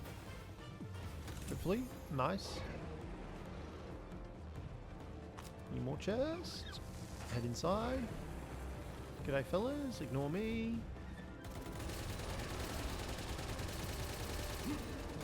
Alright, let's get out of here. Sorry, Celeray Lux, you're going to have to hang tight. I probably won't come back, but it was nice seeing you. I think it's safe to get out of here. Let's go. That's sick that they've got bases now that spawn on the water. So after finishing up on the ocean, I then went ahead and did quite a bit of a resource run as I was starting to make better and better stuff. And I also went ahead and caught this Suzaku as well. Now, Digtoise was currently waiting for his cooldown, so I did want to show some of the resource gathering and stuff like that, but I have noticed that the video is getting a little bit longer and we still haven't reached the sort of end game stuff. So I wanted to try and get to that stuff.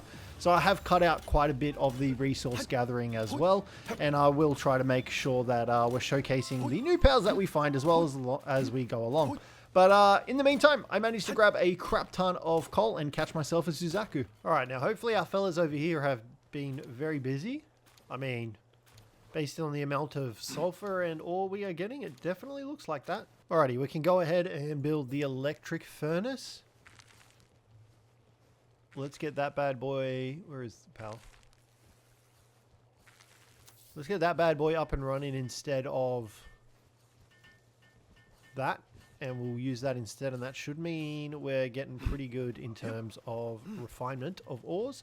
Let's go ahead and make some salads here as well for our pals. Alrighty, electric furnace is up and running. Let's get this bad boy going, and hopefully we see an increase in refinement. Oh, we can already make plasteel. Pal metal ingots. Oh, we need quartz now. Oh shit, okay, I didn't see that coming. We're going to need to go get some quartz. Let's make some more of those then. And then went ahead and caught a Xenoguard that landed down on a meteor, so that added him to our crew as well. As I was now making my way over into the snow biome to deal with Viktor and Shadowbeak, I headed into a couple of the caves, and lo and behold, we found a Walaska. I obviously needed this guy in my life. He is one of the best pals in the entire game. So I went ahead and caught Walaska before making my way to the final boss, where I very hastily defeated it and the dungeon. Nice. Got ourselves a Walaska. We'll take it. Alrighty, and we've just come to the trader to sell a bunch of our items that we've gotten. Boom. 180,000. We're currently at 500,000 cash, which is... That's pretty good if I say so myself. Oh, we've got a muffly nest. Oh my god, look at them all. Alright, I'm sorry, but you guys made me do this. Elgrove, finish them off, please, buddy. After defeating the mufflies, I then dug up the treasure map that we had, managing to get a plasteel armor schematic, which was really good, as well as some applied ranching handbooks, which also was really good. I then hit up a couple of these towers, breaking into them, grabbing some blueprint schematics, as well as dog coin. And then I killed one of the bounties that was located out here, and I also triggered the map tower as well, getting that for the area too. Okay, we've got a cruel pal tamer here. I'm guessing they'll probably want to fight.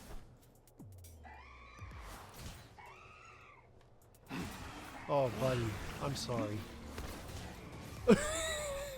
He just fucking... Oh, we've got a lucky Massander here. Let's do it. We'll use the Ultra Sphere. I should have probably weakened him first because we have the means to. Let's go. We'll take him. Oh, shit. Hello, Leafan. This is one of the new pals. Let's see if we can catch it. Oh, god damn. That's cool, but we did not hit it once. I just killed it and ran off the edge. Oh, shit. We get XP gain. Who is that one from? Is that Relaxosaurus?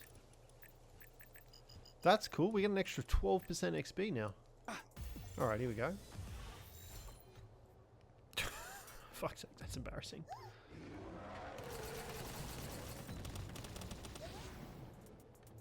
So I returned back out to where we spotted the Leafan, and I was able to finally capture it.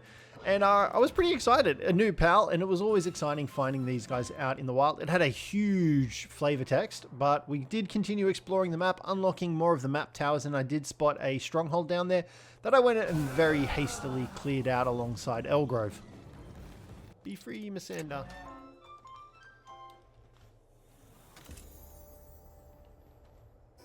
Oh, we got Free Pal Alliance banner schematic. Nice.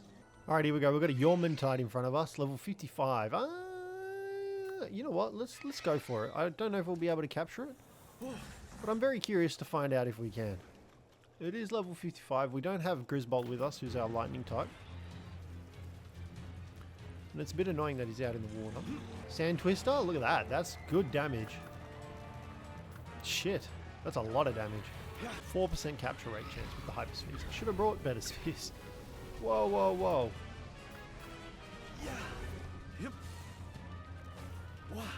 Yeah, he just swatted that shit away. Don't insult me like that. Alright, Sand Twister will finish it. Nice. Alright, we're going to make all of these Pal Metal Ingots. We really need to work on our storage as well. That's another thing that we desperately need to fix up. I then headed out to try and capture some bee guards, as I was going to need them for some honey production in our ranch, and I also caught a Tarantrus out here. Now, alongside of the bee guards, there was one of the alpha Eliza bees, so I also swiftly dealt with her in the process as well, getting myself the bee guards and a dead Eliza bee queen. At least we managed to hit 2 of them before we got blown up. Nice, and we caught both of them. So, oh, and that's got a farmhand one. That's really good.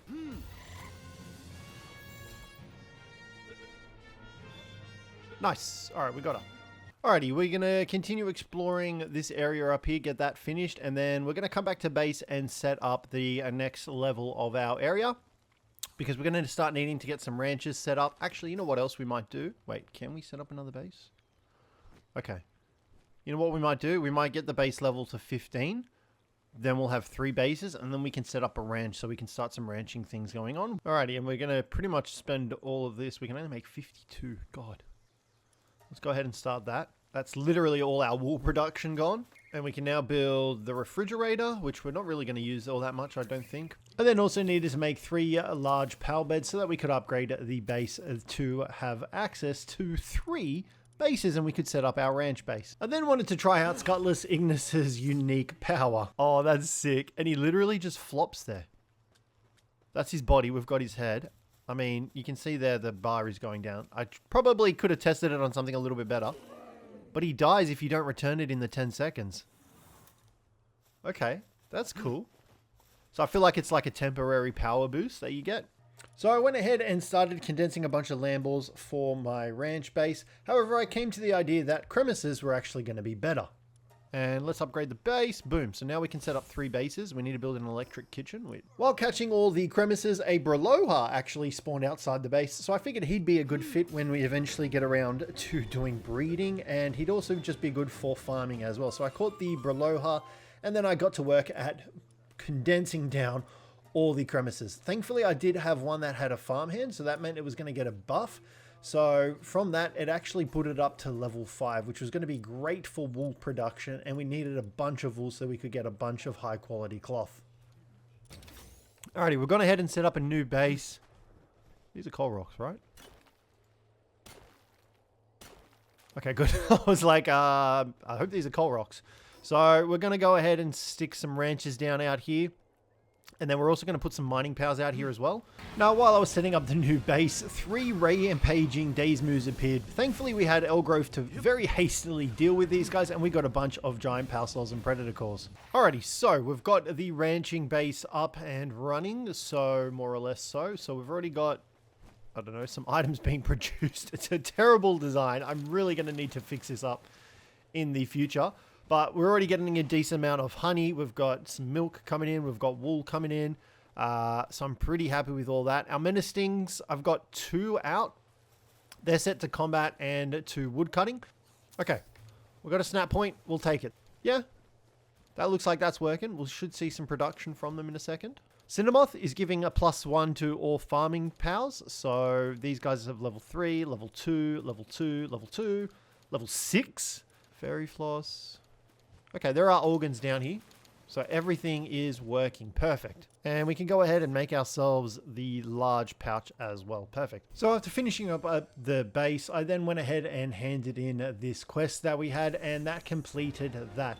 So I then went ahead and tried to finish the desert section by finishing off that bounty target, and then going ahead and fighting this Tetrois that was out here in the desert. He was a boss Tetrois, and unfortunately I attacked the wrong one, so that guy just kind of died for nothing. But I did go ahead and fight the boss Alpha Tetrois, and well, we killed him very quickly thanks to Elgrove. I love that they just float up in the fucking air like that. Shit, he did damage to Elgrove. Damn it. Alright, well, you can kill him. And I've just found some Palumbas out here in the desert. Where did they go? We've got Brelohas too. Where the hell did the Palumbas go? Now I look like I'm crazy. Palumbas. I knew I wasn't crazy. Oh shit. Duma just got fucking annihilated. Oh my god, there's a whole horde of them. Where did they all fucking come from? I don't want to kill all of them. Okay, we got some. Whew. What is this place? Oh shit. Palladius. He's got his own little arena now. That's cool. We're gonna just ignore him for the time being because we don't have a fast travel point. Although I reckon we could probably take him. Alrighty, so we've just gone through. We're level 58. We're just blitzing through the levels. I've just gone through and learned a bunch of technology, and like we're already up to like Hexalite. So that's Faebreak Island. We haven't even killed Viktor and Shadowbeak yet. We haven't even gone through Sakurajima, and we're already up to the level for Faebreak Island. So now I had stocked up quite a bit of dog coin from completing those various towers and stuff like that, so I decided to head out to the trader and exchange them for the accessory boxes, so we can now equip 4 accessories. I also paid a visit to the bounty offices, so I could trade in some of my bounty notices. So I went ahead and traded them in for some of the artesian one, because I was obviously going to need that later down the line. Alrighty, and to wrap up the day, we're going to come down here and take on Anubis. So I reckon we can handle him. Alright, here we go.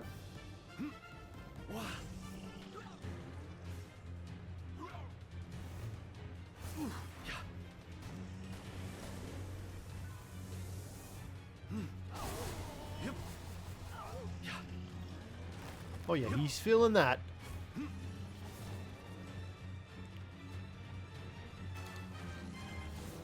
He's currently just vined up. Sir? Hello? Anubis? Oh, I don't think the vines agreed with him. Okay, whoa, whoa, whoa. Settle down, big guy.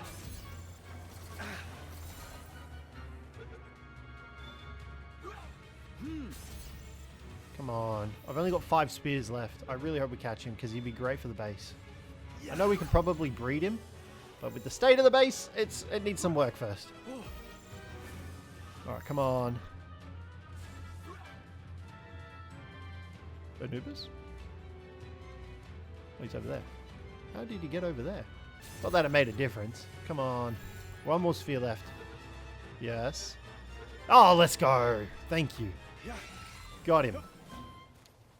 Nice. We'll take that.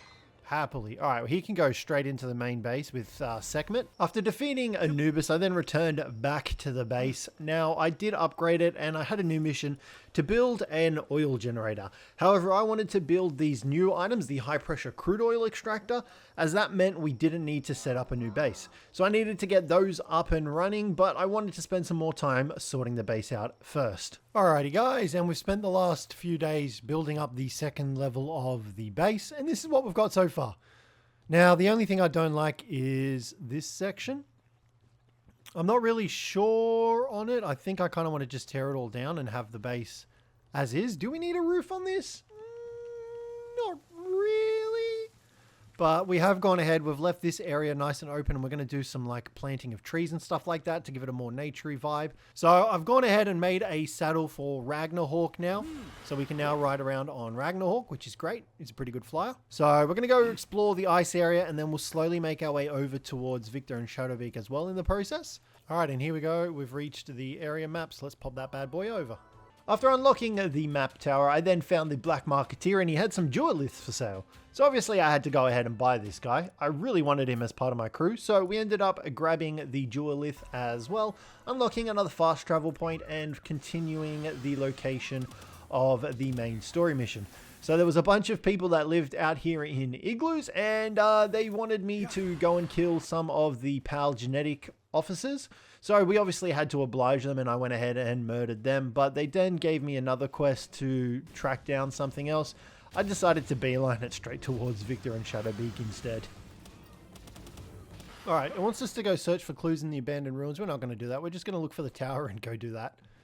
Instead, I don't know if it's still in the same spot, which was like at the top of the mountain face. Yeah, there it is up there. Let's just make our way over there instead. But let's go ahead. Why not? We're up here. Let's give it a shot. Okay, his arena is pretty much the same by the looks of it. Oh, shit. Alright, we already set him on fire. Elgrove, you're not supposed to run straight into the poison, buddy. Okay, that cancelled like his biggest move. That's annoying. And took him down to half health. And he hasn't used any of his other moves. Big guy, what are you doing? Just throwing your blades of grass out? You want to do something else for me?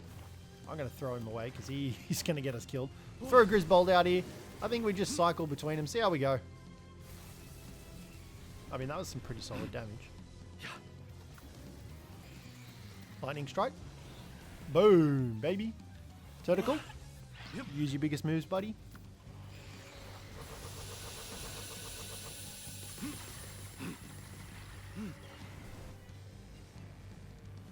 Alright, hopefully Elgrove does something now. Oh, he's going to get hit by the fucking beam attack. No, never mind. Alright, big slices coming in. Now do your big tornado for me, but I don't know. I'm pretty sure the moves count when they're in stasis, like we're in their thingy. I don't know, actually. Hopefully Gazmoo uses Sand Twister. Yeah, there we go. Doing some damage. It was kind of nothing. Yeah.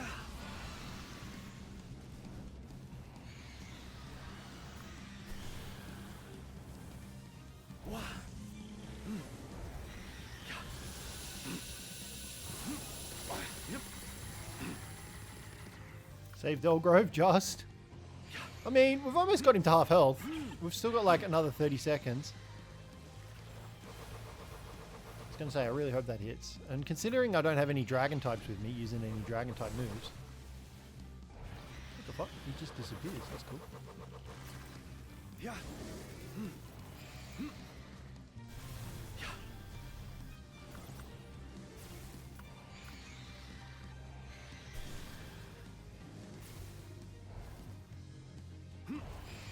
That's such a cool attack. Yep. Grizzbolt, buddy, you want to do something for me, mate?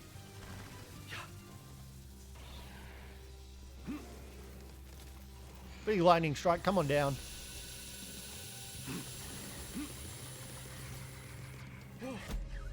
Sand tornado for me, big guy? Yeah. Oh, he's flying up though. No, there we go.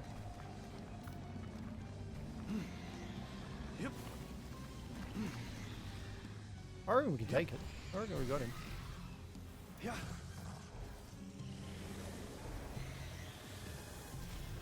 Oh, for fuck's sake, that attack is such a long wind up. Ah, oh, it's such a shame it's his most powerful one. Yep. Honestly, Ragnarhawk is looking like he's probably our best bet at the moment, just with the burn. In saying that, I'm going to throw a Tentacle out and actually try to put out the fire.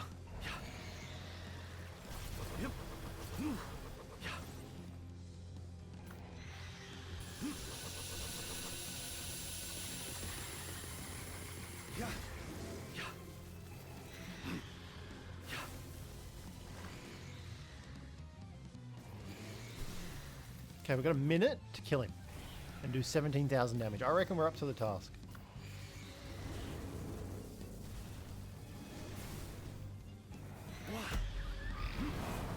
Yep.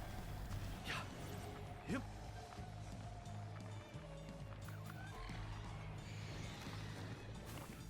Yeah. All right, 57 seconds. Oh, he's on 600 health. That dude is dead. Killed him. Viktor and Shadowbeak Dunskies. We are slightly above the curve, but it's fine. It's fine. We'll take what we get. We're at 5 out of 8 spheres, which is pretty good, I reckon. Boom. Key sphere of gluttony. Let's get out of here. Viktor and Shadowbeak defeated. Okay, we've got this weird glowing thing here. Oh, Tidewind Echo Bone. I'm assuming this has something to do with the end game. Oh, wait, this is for the whale. Okay, I'm not going to spoil it because I know what this is. So I continued exploring the ice area, hoping to finish exploring all of it and seeing all the sights. And I stumbled across some Wampos and they rolled fucking snowballs at you. How great is that? I then went ahead and found the area map, which I unlocked. And then I found some of the PAL genetic research labs, which I wanted to clear out for some juicy, juicy loot. He's already targeting dudes in there. He's already killed 3.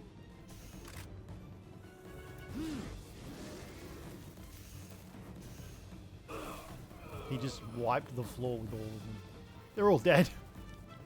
I'm not complaining. Go on, Grizzbolt. Alright, we got Blazarmit Ryu, Ancient Technical Manual. We need to make some room for that stuff, I reckon. I then wanted to venture out to see if Frostallion was still in the same place as it was before, and lo and behold, it was. However, it was only level 60, and I was very tempted to try and take it on. We were level 54, we did have Ragnarhawk with us, plus our other pals, so I figured we could do a little bit of damage. I did send a spicy little fireball its way to test it out, and I figured we could take it, but I decided against it and headed back to the base to deal with everything that was going on there. Now, thankfully, I was able to make up some plasteel in the base due to the fact that I had gathered some from all the supply drops. So we got Moldron on that, and we finally had plasteel production coming online. I then went back out into the snowbiome to finish unlocking the fast travel points and just seeing any other sites of interest. I really wanted to try and find a Sybilex so that we could get some high quality cloth production going on at the farm, and thankfully I was able to stumble across one, so I obviously had to catch that. Ow, ow, ow. Perfect. Alright, Sybilex can go in the ranching farm. That's going to be high quality cloth coming our way, which is very exciting. Alright, we've got another genetic base here. We're going to quickly hit this up. We've got a Xenoguard. Do I want to try and capture him? Oh shit. Grizzbolt. Buddy, do your big move. Okay, we got Dualith. Let's see what he does. He's already like, oh my god. It's the same move that Elgrove had, but far out. Man, he's so sick. I was able to make it to the internal of their structure, grabbing their chest and their loot, getting a laboratory desk blueprint, which I thought was really cool. I then continued exploring the snow biome, stumbling across some Mammoths, which I very quickly killed for all of their pal oil and their meat. These guys dropped heaps of it, so I gathered all of that up. And we got a King Packer Christ. Oh, here's the question mark. Alright. Damn it, I was really hoping he was going to survive that.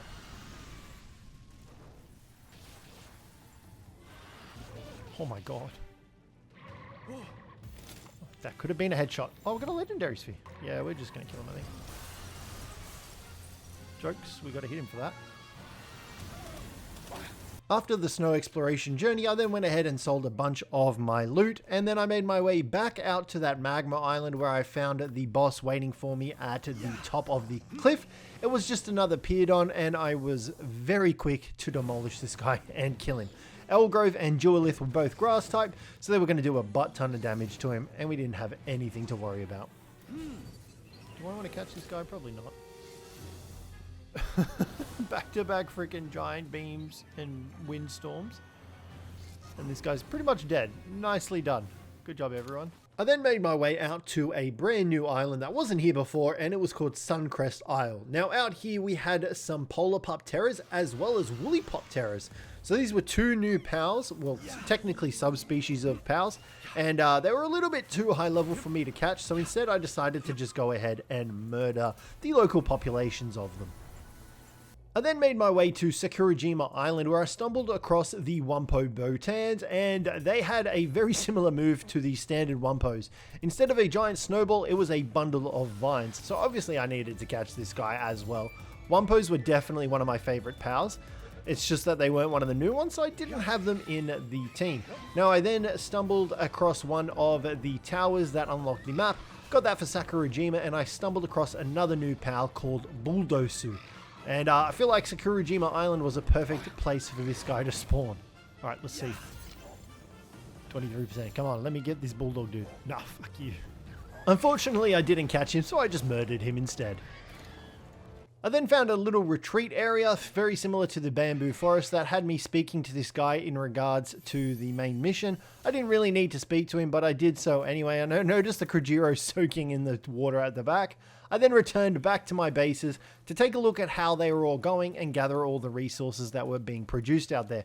So I stopped by the ore base first, grabbing a bunch of ore and sulfur, and then I headed over to the ranch base as well to take a look at that, and we were swimming in resources from our dudes. It was glorious. It was so good. I had also put Sibilex in, so we were getting a shit ton of high quality cloth coming in as well.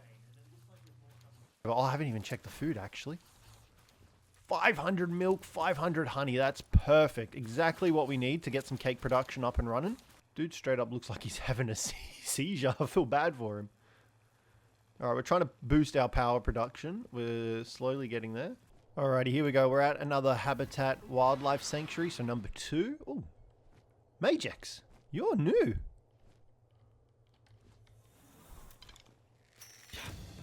You look sick. Alright, let's see if we can catch you. Hypersphere maybe? Yeah, that should be enough. We've got Ultra Spheres and Legendary Spheres though, so worst case we can use those. Oh, shit. What? Okay, I think we're dead. I need to get out of here. Well, we got one new pal. I'll take it.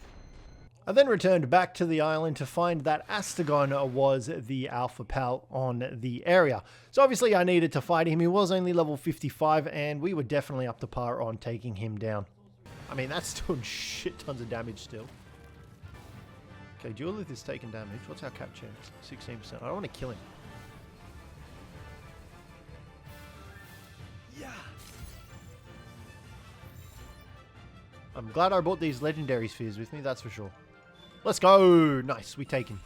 Can be ridden as a flying mount, increases the damage dealt to ore by 1,100, and you can obtain 150% more ore while mounted. That is nuts. We need to use him for mining. I also found a Sootsier out here, and I love Sootsier, so obviously I had to capture him too. Nice. Woo! The drone's close. I then also wanted to finish exploring the rest of the volcano region, so I headed out there and I actually found a Blazarmit boss as well. So he was once again another alpha pal, which we obviously had to kill, but I did want to try and capture him before murdering him. Thankfully, Elgrove did miss some of his attacks, so that gave us the opportunity to put him away and use Duelith instead to do a butt ton of damage and try and capture him. Alright, we're going to put him away because that's a bit scary. That was an Ultra Sphere, not our legendary one. Let's try this again. There we go. Ooh. Floor is lava, literally. Nice, we got him. Let's go. I then headed back to Sakurajima, and thankfully Lyleen and Lyleen Noct were actually two of the alpha pals out here as well. So I got to work at trying to take them down, and obviously once again I wanted to try and capture them. And Lyleen got absolutely shredded, and I threw a sphere, and I was able to capture her on the first try, which I was very happy about, because she did try to heal herself just before I threw the sphere. Lyleen Noct, however, wasn't as cooperative, and she refused the sphere, and I ran out. So obviously I had to go ahead and kill her, but it was fine. I would come back and try and capture her again at a later date. Oh, we killed her. Oh, it's fine. We'll come back. Laser rifle 4 schematic. Okay, we need that in our life. Let's drop that. Laser rifle schematic. Nice. All right, cool. So that's the bosses taken care of pretty much here. I then went ahead and dealt with the menacing terror that was asleep on the bench. Once again, I just wanted to have Sakurajima Island complete and all the bosses defeated / captured and whatnot. Elgrove made very quick work of the menacing and he was dead just like that. I then found one of the Moonflower bases, and thankfully with Duelith's help I was able to kill most of the guys out there, and then I made my way into the inner sanctum, freeing the Shroomer that was trapped within, as well as opening the chest that had all the goodies in it. Oh, nice. We got the lanterns. And we got Hartalis slab fragment as well. I like these lanterns. Alright, cool. Alrighty, we are going to go ahead and fight Seiya and Seylene. This is our team. I honestly think we'll be Okay, we're level 64. Does it tell us what level? Level 55. We're 10 levels above her. I'm honestly considering turning the XP gain down because we're just flying through the levels. I don't even have time to update like the stuff at the base or anything. All right, she's got her own new area as well. Looks very nice, very cherry blossomy and Japanese inspired, which is exciting.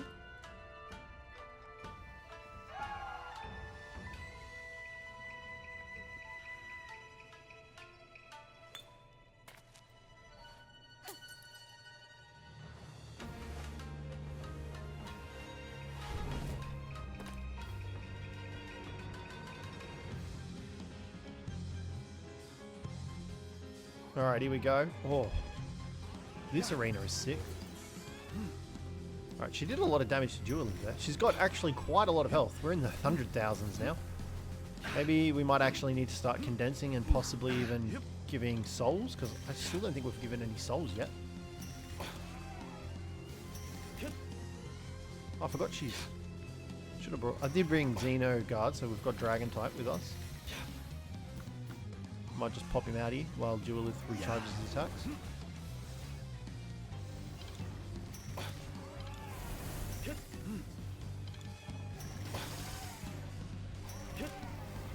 I mean, that did damage. Let's bring Daze Move. We're just going to cycle through them all.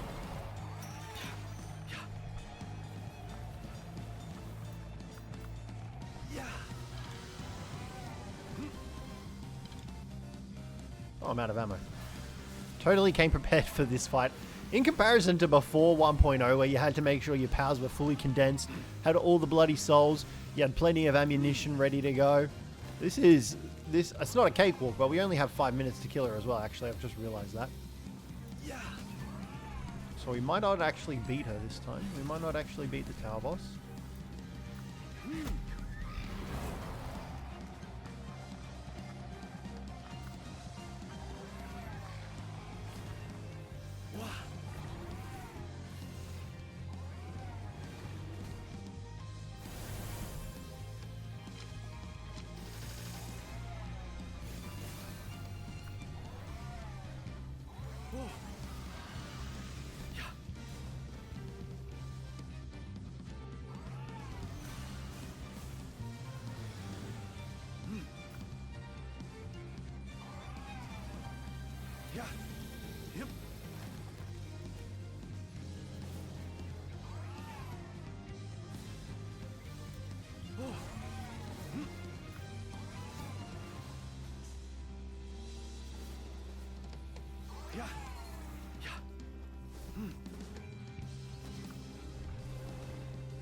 Okay, we're doing okay-ish.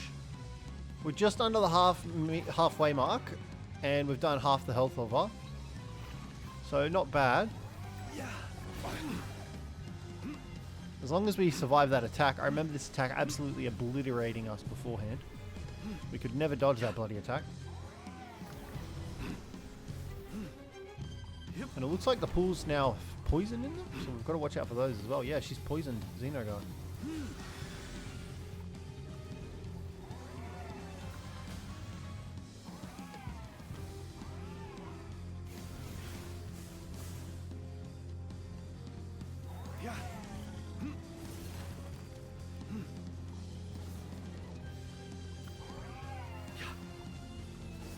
Not sure why Elgrove isn't using his bigger moves. Kind of sucks.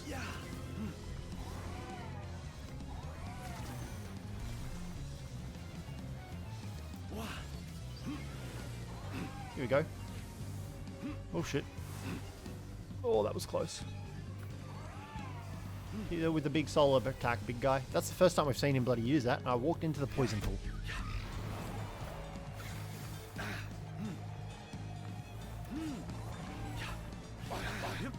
Oh god, that's close. Get some big damage in, big guy. Come on, we're running out of time here, folks.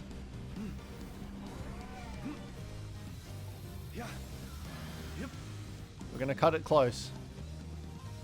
Not that I'm mad about it, to be completely honest. Oh shit, Ragnarhog died. Elgrove just died. 50 seconds to do 26k. That should do quite a decent amount of damage. Oh, if he cast it. Come on, come on, come on.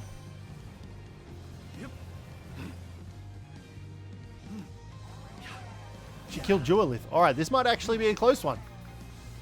We've got Dazemoo and Xenogard, not the greatest two. Xenogard can get his Draco Meteor off. Dazemoo might be able to finish it. 18 seconds, here we go. Come on, Dazemoo. Oh, fuck. I've got no ammo left for my bow. Oh, she's dying. We killed her! Woo! That was close. That was the first sort of challenging boss fight. And we were also 10 levels up from her, which is crazy. We still managed to defeat her. Key Sphere of Lust attained. So after defeating Seiya and Seylene, I went back to the base and I had found another Relaxosaurus effigy somewhere and a bunch of other effigies. So I went ahead and put them all into our skills, and then I spent some time working on the base. It still wasn't where I wanted it to, and I needed to fix that, especially as we got into the later stuff. Alrighty guys, we are back and we've been working on the base, and as you can see, we've got some accumulators set up. We've got a large power generator, some of our production tables. This is still all a mess. Just ignore this for now. This is still a work in progress.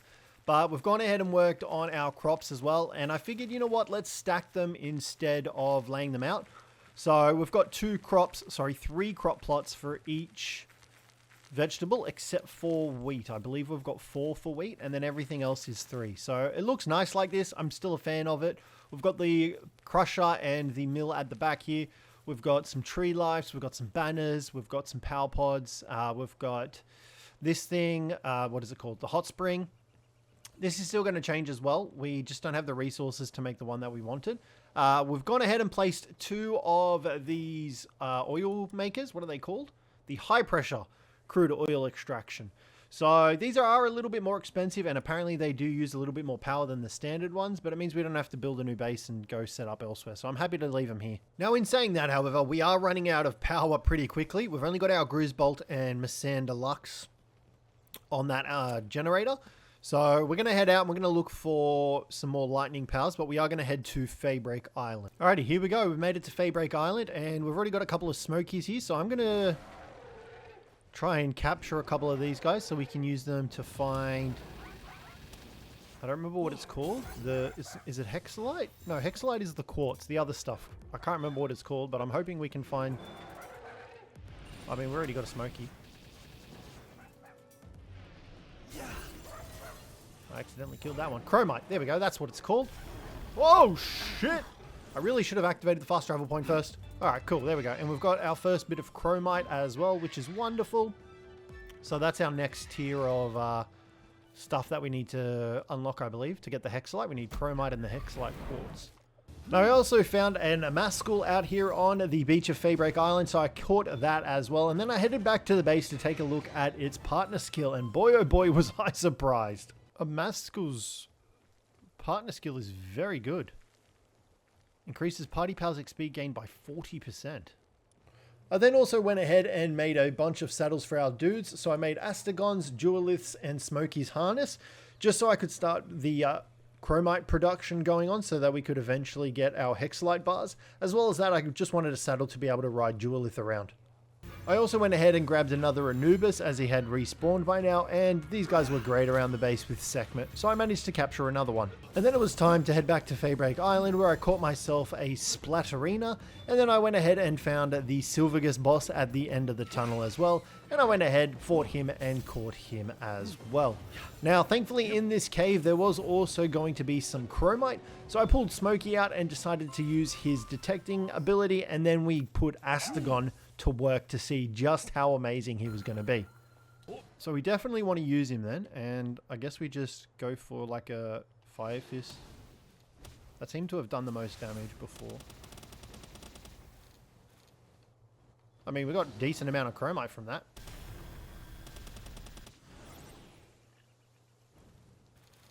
Yeah, pretty solid amount. I also went ahead and took out an Alpha Dazzy Knock that was just sitting here on the beach. It was very easy to take it out with Dazemoo. It barely put up a fight thanks to Sand Twister, and it wasn't much of a fight whatsoever. But hey, it meant free Dazzy Clouds, which we could use as Homeward Thunder Clouds, which I was using to farm whenever we went out to get resources. I would fill myself up, get absolutely chock-a-block, and then I'd use the Thunder Cloud to get back to the base. I did also catch this Alpha one because I thought it might be a decent lightning power. Turns out it wasn't. I then went ahead and found one of the crazy people's sites, and I wanted to test out Duelist's ability, which was the Forest Laser. So I fired this bad boy up and I swept it from one side of the base to the other, and it was so sick. That was so badass. Alright, Duelist, please deal with these guys. We're going to turn this off. And then we'll free whatever power they have. What have we got? Oh, Warsec Terror. Take that. I also caught myself a Celeste Deer as well out here on the beach. Okay, this is new. There's like a cliffside village base. This is pretty sick. Whoa. Alright, this is cool. So at the cliffside base, I found the dude that I was supposed to talk to continue the main mission. Now, once again, these were all just kind of seek out missions, maybe kill a couple of the enemies of the island, and then keep on going on your merry way to defeat the tower boss. So I spoke to this guy and he pretty much told me to go investigate this area. I wasn't going to do that. I just wanted to fight Bjorn and Bastigor. Alrighty. We've got the layout of the land up here, which is wonderful. Alrighty, so we've got a whole bunch of new cakes with version 1.0. So we've got vegetable cake, we've got extravagant vegetable cake, which is what we're going to make now. This one lays 2 eggs at once, but this one gives us mutations are more likely to occur and talents will grow more easily. So we're going to queue up a bunch of these. Oh my god, they cost a lot of workload. Alrighty, we've gone ahead and built our other large power generator. So we've got 3 Missanders plus a Grizzbolt powering our base. It still doesn't look like they're keeping up with it. I just need to produce enough computers so that we can build gigantic furnace. Yeah, we needed 2 more computers and then some polymer, and we can build the gigantic furnace so we can make hexalite bars. But we're already like, look, we're already level 67. We're at Sorrelite ingots, which is the floating island. All right, we've got a dungeon just here. We're going to head in and take this on. Hopefully we can get some chromite from within. It's level 58, so we should get a good boss at the end. Oh shit. Alright, I wasn't expecting him to do that much damage. God damn, daze me. Nice, got it. After the dungeon, I went ahead and killed the Alpha Celeste Deer as well. I'll take it. I will take it. Alrighty, and we've made it to the Oculus Gate. Now, I'm slightly curious as to what this PAL will be in the center here, because we know Frostallion Noct is on that other island, so I'm very curious to see what's in here. And we can see the tower at the end of this. I'm kind of tempted to just blitz down to it. Now, I wanted to see what had taken Frostallion Noct's place at this Alpha challenge. So, it was a Tetrois Primo. So, this was a different variant of the Tetrois. It was just a normal one instead of the Earth one. So, we very quickly killed this Tetrois Primo with our Duelist. It wasn't much of a fight at all. More of a slaughter, to be honest. Alright, let's see how we go. Nice, first go. I'll take it. I'm really tempted to just beeline it to the tower. Now, thankfully for me, Daze moves extremely fast on these sand trails, so we can get over there very quickly. Alrighty, and we've managed to make it to Faybreak Tower. Boom, there's the fast travel point. Now, I want to check if we still need to kill the various dudes. No, it doesn't look like it. So we could head in and fight Bjorn and Bastigor whenever we wanted. So I decided to head back to the base to do some preparations for things before going back out there and facing him again. So I also went ahead and built myself the Hexalite Quartz Mine so we could get our powers on that. And then I went ahead and finally built the gigantic furnace, which meant we could now make Hexalite bars. See how we go. Let's just get this built up. This should make us now be able to make Hexalite. Perfect. We're going to make all of that. 414 of it. That is going to take ages to cook, but at least we've got our 3 dudes on it now. It was then finally time to work on some breeding. So I went ahead and slotted in a bunch of work speed traits into Anubis, and I was going to breed these 2 Anubises together so that we could get an army of Anubises, condense them down and have super powered Anubis workhorses. So I just had to leave them with some cakes. Eventually I got some Anubis eggs and I finally incubated them to completion, getting a new one, and we now had 3 Anubises, which was wonderful. I also went ahead and started making some of these new accessories that we had gotten from those hacked towers. Now these accessories were so good. So this Vanguard charm, for example, gave us the same stats as our Muscle Climate undershirt, but it also gave us a level 4 health boost, which was absolutely crazy. So this gives us health up and defense up. So we could technically go ahead and swap this bad boy for that, which is what we're going to do. So we're going to go ahead and make up Orserk Terra's belt. Cool. So health up and defense up. So if we take that off, we get an extra 300 health. Cool. So we're going to go ahead and make this bad boy, the Plasma Multi-Cutter. So I believe we're going to need this to get to the next tier of ore that's in the Sky Island. Now I also went ahead and slotted in some more work speed skills to our fire dudes so that they could refine the ores a bit faster. We just needed so much plasteel for some of the weapons and ammo and stuff like that. And our guys just weren't producing enough of it. Thankfully, after doing that with the work speed, I did see a vast improvement, which was wonderful. I then went ahead and made myself up some alluring bait as well as some powerful fishing magnets so that we could go out and start fishing up some of the corallum ore, which you would get by salvaging in the deep oceans. So we did need some of that as well, and I was going to freaking have to fish it up. Alrighty, and we can make the laser rifle. It's going to take a little bit to make though. Let's get that going. Oh my god, this mining tool is huge. Look at the size of this thing. Oh my god, what the fuck? It just annihilated the trees. Holy smokes. It doesn't look like it uses any ammo whatsoever either. Yo, what the hell? Look at that. That just demolished the sulfur node. So I then also spent some time on Sakurajima Island catching the pals that we didn't catch the first time around, such as Yakumo, Dogen, Bulldosu, as well as even Elfidrian Aqua, who was actually going to be my new water mount. Thankfully, upon returning back to base, the laser rifle was ready, so I queued up a bunch of its ammunition, and then I went ahead and made myself up some new armor. Now, I had collected quite a few schematics over the time, so I had a very good Hexalite one, so I made that up for myself as well. It was then time to head back out to Faybreak to fight Bjorn and Bastigor. But before we did that, I wanted to test out my new laser rifle, as well as test out whether or not Elfidrian Aqua could actually swim in the water.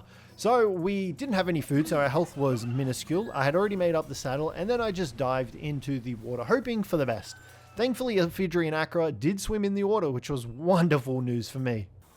Alright, here we go. Let's test out our new gun here on this Faleris Aqua.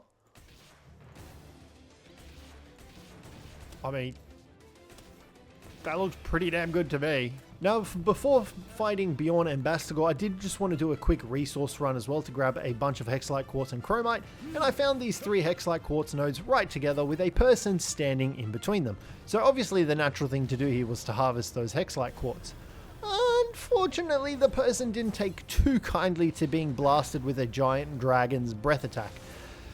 And unfortunately for me, that meant that my wanted level went up. So the PIDF came in with their Ray Hounds trying to capture me and kill me in the process.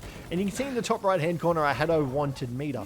So this would scale in difficulty all the way up to 5 stars, and each time they would get harder and harder. Thankfully, these guys weren't too much of a challenge for me, so I just went about going about harvesting my Hexalite Quartz right in front of them. I didn't have a problem with it. Dualith was dealing with all these guys in the process. I then made my way into a dungeon where I went ahead and harvested a bunch of Chromite with Smokey out, and I realized that we should have probably been using Smokey to harvest up the Chromite, as he gave us an extra 100% Chromite, which was crazy. You can see there, just from one node, we got 500 of it, which is crazy. Now, I did try to get out of the dungeon using my Thundercloud, but turns out you can't actually use those in dungeons, so I had to drop a bunch of it, but unfortunately I got glitched in the wall and I had to use an emergency respawn, which sent me to the nearest fast travel point. Oh, you suffered death without suffering death penalties.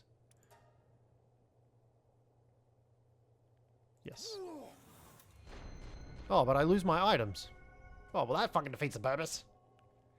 That's annoying. I just freaking lost it all. Alright, and we're just increasing our Dualith a little bit because we have tons of souls. We just gave him Ferocious and Musclehead, so he's now got 1200 attack, which is very nice. And we're just going to raise some of his other stats because we've got a heap of souls. And I'm really a fan of Duelith. Alright, let's send it. Let's see how we go. Yeah, we don't even need to kill all the pals on the island anymore. That's awesome. Oh, shit. That's a cool arena.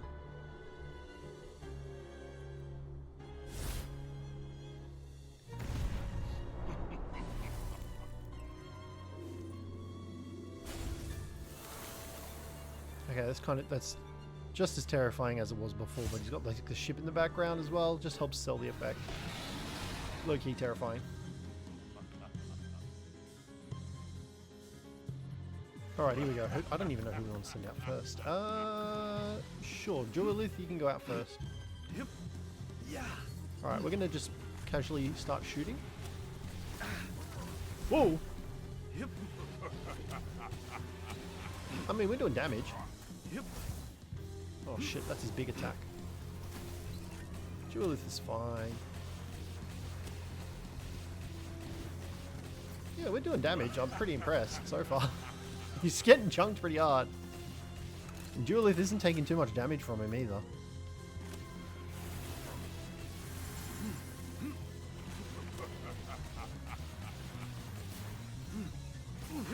I hate that move.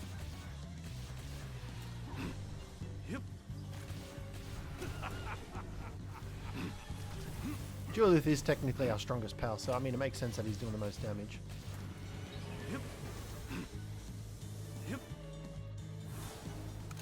I think we can kill him. We are 10 levels above him as well, I should probably add. I think he's level 60 and we're almost level 70.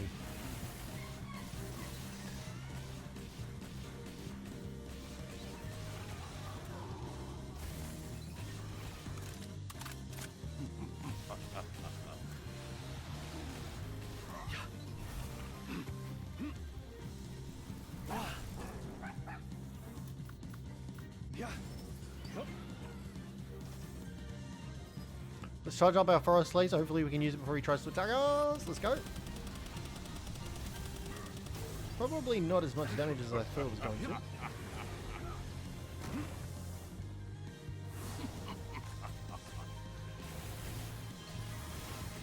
Duelith is putting up a fight. I don't think we have any potions to heal him. No. I mean, we're at 3 minutes and he's below half health, so I'll take it.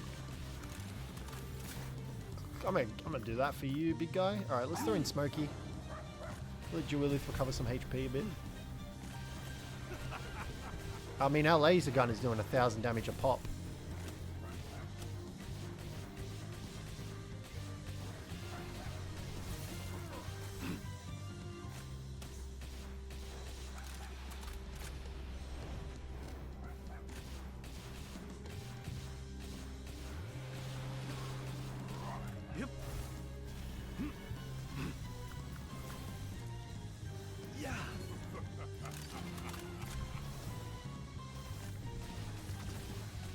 Oof, that did 10,000 damage.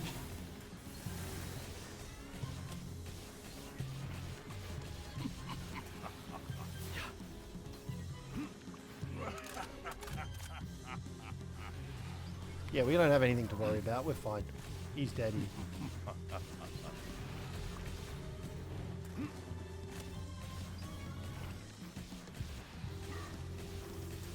Oh shit, we're frozen. Duelith, save me!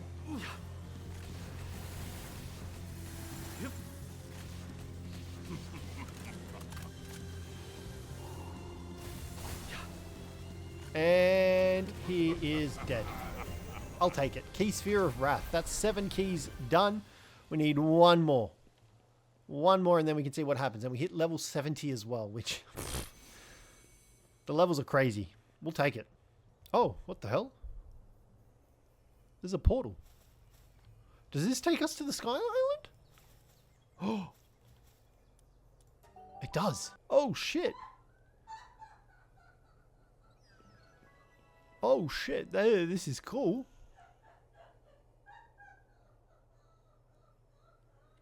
Hello, lady. Oh.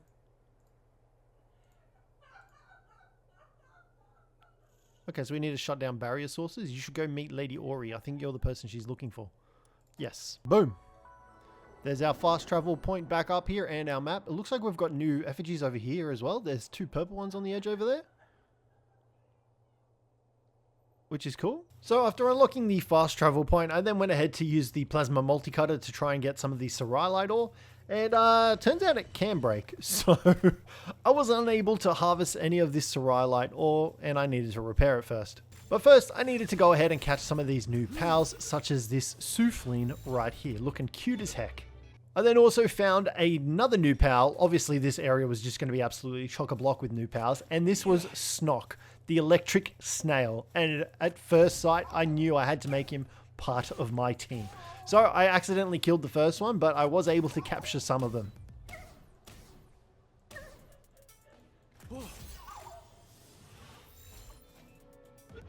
Come on, come on, come on. Yes, we got one. Then shortly after, I found the giant alpha Snock, which was very quickly killed. As I continued exploring, I found more and more of the new pals, such as the Laperon? I don't know how you say it. I guess that's as close as you can get. I also found a Hoodle, and then also we managed to find one of the Bikinis as well. So we obviously needed to catch all these new dudes to see what they were all about. Just unfortunately, I was getting my ass absolutely handled to me by these Laperons. Now, while out capturing these guys, I did stumble across the first of the systems that we had to shut down to get that tornado out. As well as that, there was also a Mimog down here, so we actually killed the Mimog too, getting a bunch of dog coin in the process as well, and capturing the Bikini. Okay, we've got a Hoodle here. Let's see if we can catch it.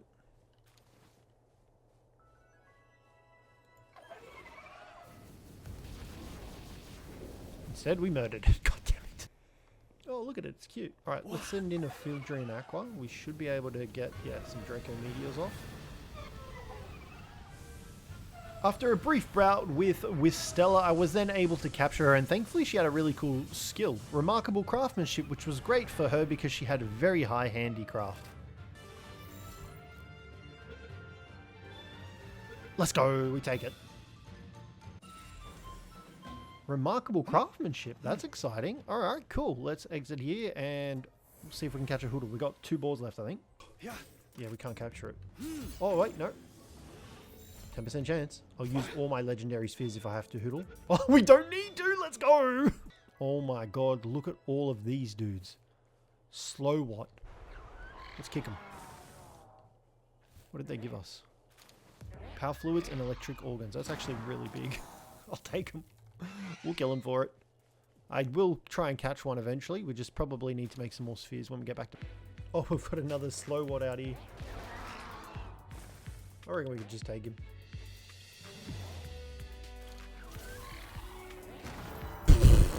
He got annihilated. Now, I spent some time looking at the future technology tree, and I realized that we were going to need a butt ton of ancient civilization cores. So in order to get some, I wanted to send out pals on expeditions, but in order to do that, I needed to make some more pals stronger.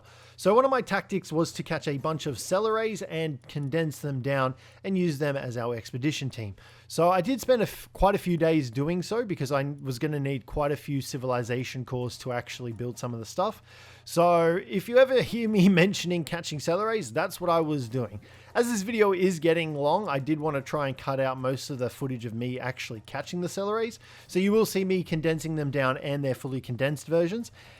Just so you know what's going on. We spent quite a bit of time trying to catch Faleris. Now, as well as that, I was going to need a bunch of Corallum ore to make the Corallum ingots, so I went ahead and started salvaging with my powerful magnets, managing to get quite a lot of the Corallum ore, as well as a bunch of other loot and souls, which was really good because we were going to use all of it essentially for everything, whatever we needed it to. I then also found a Flericle in an egg that we had gathered from the Sky Islands, so I went to take a look at this guy, and the kindling on it was bloody amazing. It had 7 kindling, which was better than anything we had before. So I had a new game plan in mind. That was to try and find another Flericle and get that instead of our Suzakus. Corallum that we can make 112. That's nice to see. We got 2. That's not bad. And so I went ahead and launched a new expedition, with a bunch of the Faleris that I had condensed down, and it was a 74% chance, which was better than the 50 we were getting beforehand. Alright, and we have changed the party around a little bit. We've got Duelith, Dazemoon, Majax, and Hoodle. These are temporary. I just figured we'd give them a shot. We've got these guys right here. Amioni? Amioni? Is that how you say it? I don't know. Let's just... If I shoot them... I mean, that does more than enough damage. Yeah. We just need to be able to capture them. We need to make the upgraded spheres that are up here. I think they're called Soul Spheres. We got one of them. Oh, shit. Oh, there's a whole armada of them. I then managed to find the next defense system, which I was then able to shut down. Leafen's running on water. What the hell? That's crazy. That's so cool. I then found an alpha Flerical, and I knew I had to catch it so that I could breed it with the other one that we had back at the base and make an absolute army of level 7 kindling cats. Oh god, run Ephedrine, you're so slow.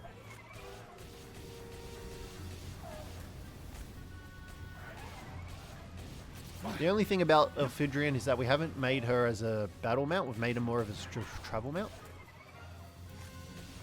I'll do this myself, finish it. Okay, let's see how we go. Oh, let's go, the first sphere, it's wonderful. I also found another alpha pal, the Dynamos, and I wanted to take these guys out as well. And I also wanted to try and capture them because they were thunder type, and we still needed something better than our Missandei Luxes to power our base. Oh, they just straight up murdered it. Oh, let's go, we'll take it. I continued exploring the islands, finding various new pals as well on my way to the defense systems, capturing them where I could. Now, I was still quite powerful and there were some supply drops that were coming down, so these supply drops were a lifeline as they had some of the highest tier spheres that we could get in the game, so that was going to make capturing new pals a lot easier for me. I also found some gloopy primos which I tried to catch, but unfortunately at this stage I didn't get them, but I did get one later on. Alright, here we go. Our first human structure. We're not even going to mess around. We're just sending out our big boy. And what do we want to use? Let's just go up here and use a wind burst. Oh, shit. Come on, get it off before the dynamo. Nice. Okay. That was good news. That was a little scary, I'm not going to lie. I'm going to charge this bad boy up and just let it rip. Oh. Oh, that's so satisfying. Alright, big guy. Well done. Oh shit. Duelith, get in here. Do something. So I made my way to the top of the tower and very hastily threw Duelith out to kill the rest of these guys up here, and then I could finally disable the defense system. So that was 3 down and 3 to go. On the next island, I found a very badass pal that I wanted to add to my party ASAP, if I could catch him. Oh, what is this dude? Let's not kill him. Elderon. Wings of Freedom. I think we've found our dragon type. Whoa, run away.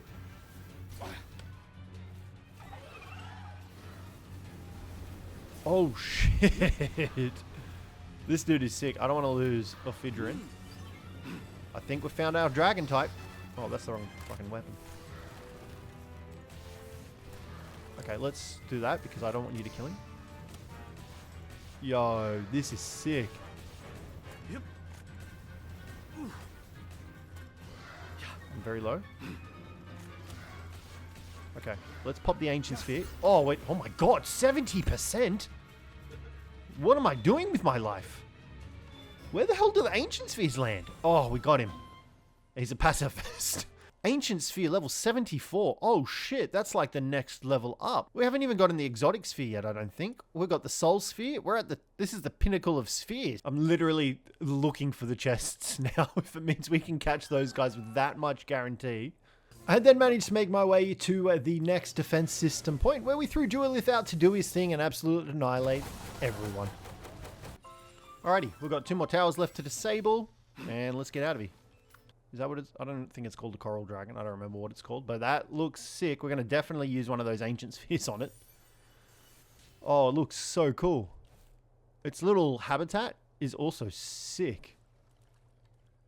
What is it called? Ophidia. Oh, grass and water. Oh, this might have to go in the party too. Let's see if we can capture it first. Where the fuck did it go? Oh, shit. Oh, damn. Elfidrian got taken out. Oh, I'm going to get taken out.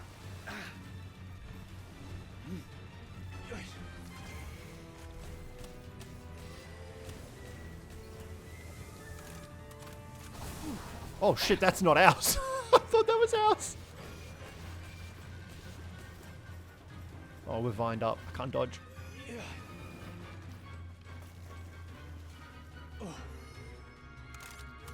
Big guy?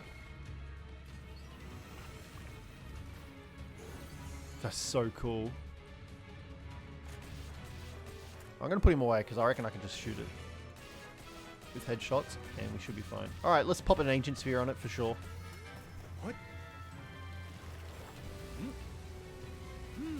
Alright. 80% chance. Come on, don't make me waste more than one of them. You fucking bastard. You are. You're going to make me do it, aren't you? Maybe I'll use the Soul Sphere. How many have I got left? One. Alright, cool. We got it. Let's go. Ophidia. That's such a sick pow. Oh, shit. The dragon. I was not expecting to find him here. Cool. We've got one more barrier left, and then we're good to go.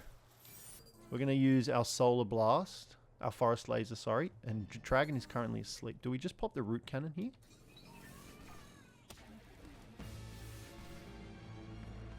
I don't know why the Forest Laser didn't go off. Oh, I'm scared. Please fire. Oh, that's going to hurt us. Okay. Duelith, you take a second. Dazemoot, get in there. I mean, we've already done pretty decent damage to him. Drop the boulder on his head. Nice. Because he's so big, he's taking more damage from those Sand Twisters.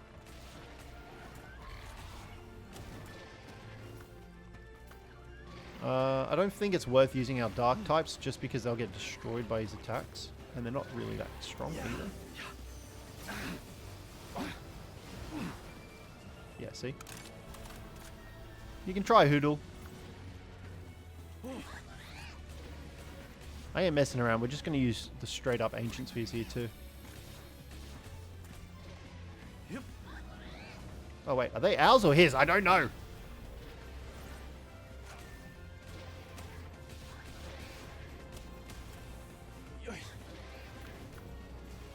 Alright, Dazemoot, you can sub in.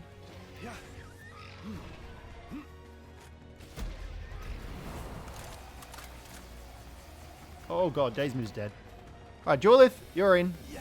I threw you out at the worst possible time, buddy. I'm sorry.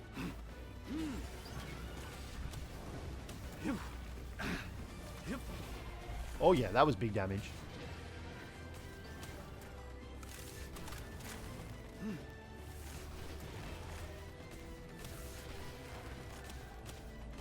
Okay, let's put him away. I don't want to risk killing it.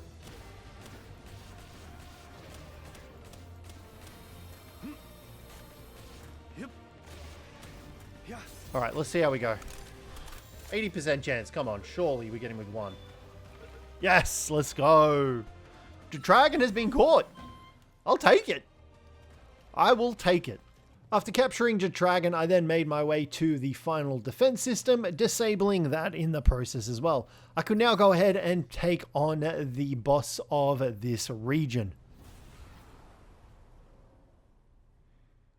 Cool, that's the tower unlocked. But first, there was another island that I needed to explore, and thankfully I did because I found a bunch of new pals. Tropicore being one of them, and this goofy guy has to be up there, one of my new favorites as well. He was so badass and just hilarious to watch. As well as that, we also found a Piedon Christ, which we captured as well. I also caught Solimara, a walking fish, which he was quite a unique looking character.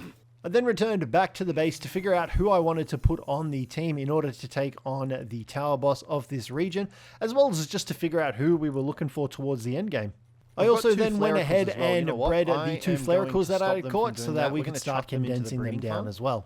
I also then went ahead and built the Solarite quarry that we had unlocked, and this was going to allow us to mine a bunch of Solarite. And one of the expeditions had returned and unfortunately only got one Civ core. It was what it is, but I went ahead and sent out another group once again. We're real quick going to make this dog emblem as well. You can see their attack up and pal attack up 4. We've already got that, but if we can combine it into one, I'm not going to be complaining. So I think we've got a pretty decent group. I did need an electric type, and I'm honestly in love with Snock. His attacks inflict electrify too, but I do want to try and get that boss one that we found just because he's bigger. All right, here we go. Let's defeat Auri at the Covenant Tower. Oh, here we go. So I think we've briefly seen her in the 1.0 trailer. I don't know if we've seen what her pal is, though. I'm a little nervous, I'm not going to lie.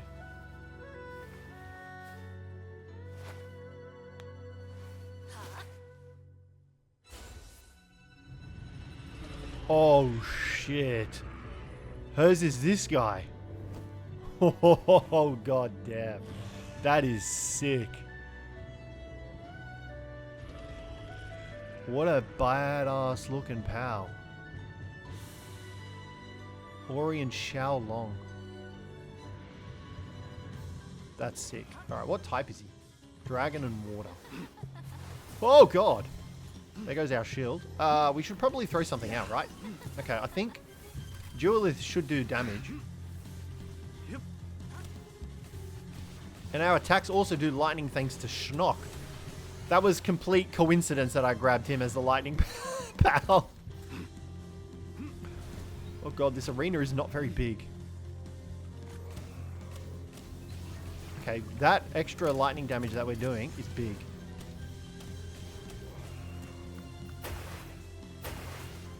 Snock, mate, you're a godsend. You might actually be the reason we win this fight. Come on, Jewel, let's do something, buddy.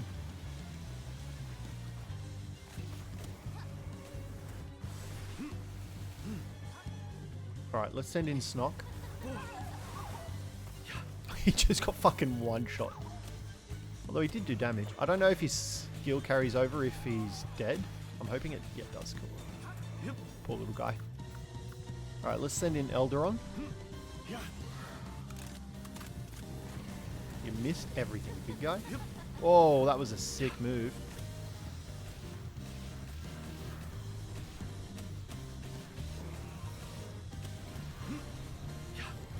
I don't know if we're going to beat him. We might need to upgrade our pals a little bit. Snock's doing big damage, though.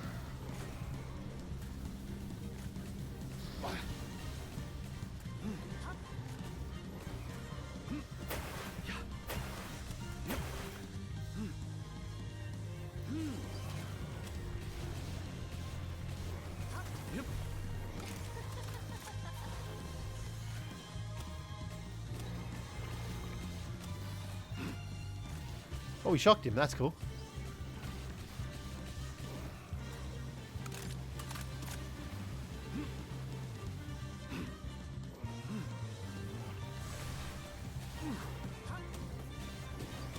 Yeah, I don't think we're going to kill her. We're at the 2.5 mark and she's not halfway in health. I think I might just save my ammunition.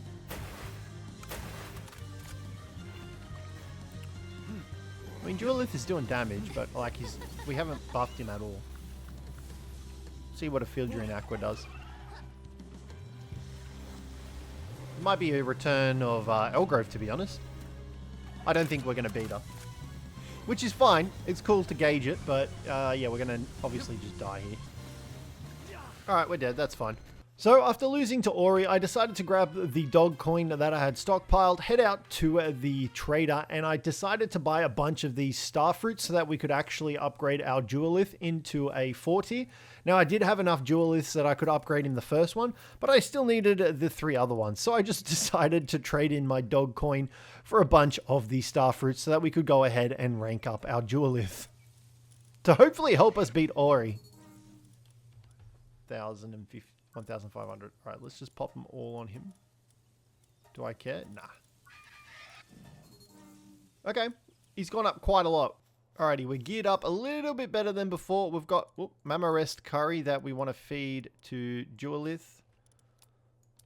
Let's get that. We've got a grass accessory. I reckon we can probably handle it now. Level 68. Okay, at least we know a level.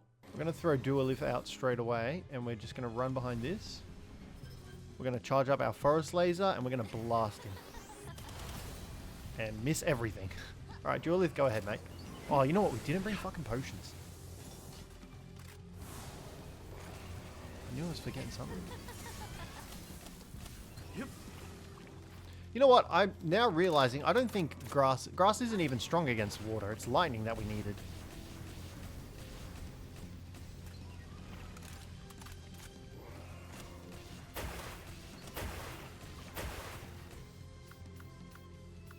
We'll send out Elderon. We did put some ice moves on our guys as well. Oh god, he just got fucking annihilated. I don't know if ice is going to have any effect. I mean, we're definitely doing more damage than before. Yeah, ice is doing damage. It also doesn't help that he's a flying type pal. So like, flying type pals are significantly harder to hit with skills than standard type pals. Oh my god. See what I mean?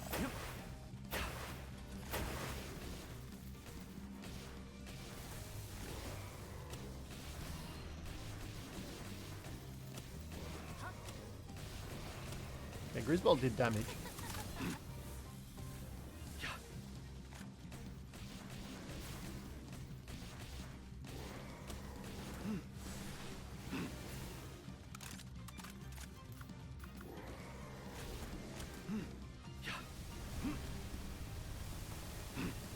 That's so funny to watch. Yep.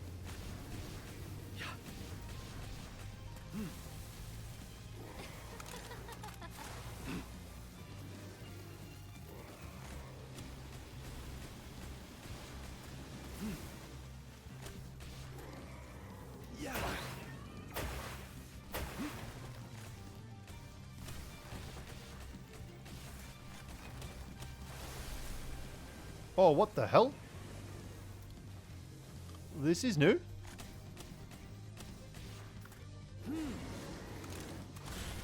What?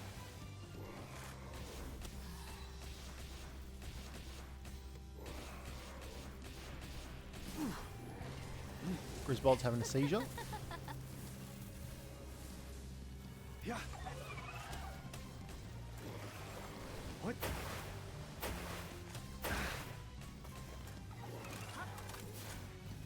Yeah, see what I mean about... I feel like that didn't even hit.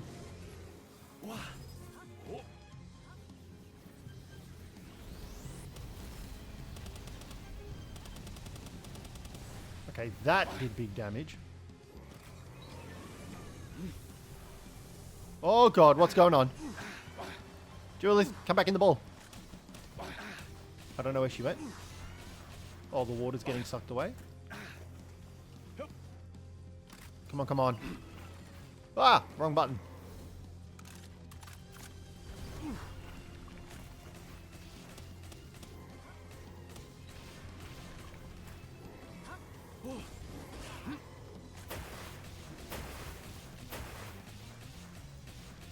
We're going to be cutting it so fucking close.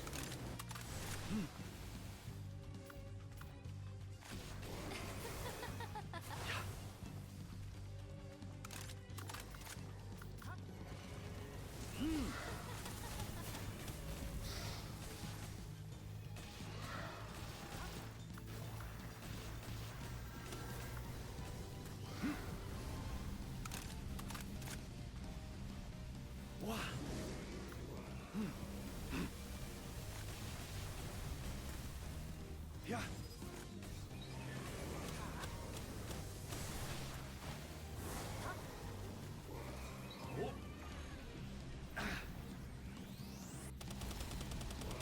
Come on.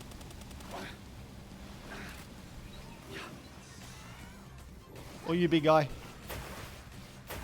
And me. 20 seconds. I think we got this. Get out of the way, Jolith! I can't eat her!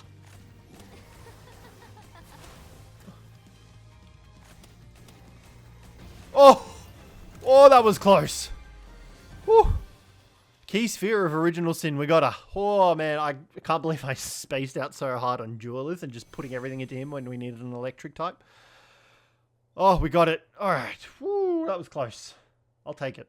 All right, new difficulty level unlocked. You can now fight more powerful tower bosses.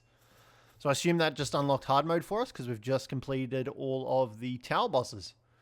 Now it says to report to the client. So after the fight, I then went ahead and spoke to Auri, and she gave us the lowdown on the world tree and what was going on with it. So we sat and listened for a little bit and had a chat with her.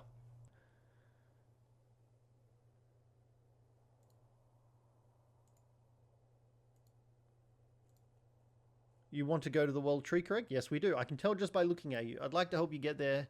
It'd be convenient for me as well. Not that I intend to fly you there myself or anything, more like providing you with the necessary information. Sorry, but this may take some time to explain. Come talk to me once you're ready to hear the full story. Yeah, okay, tell us.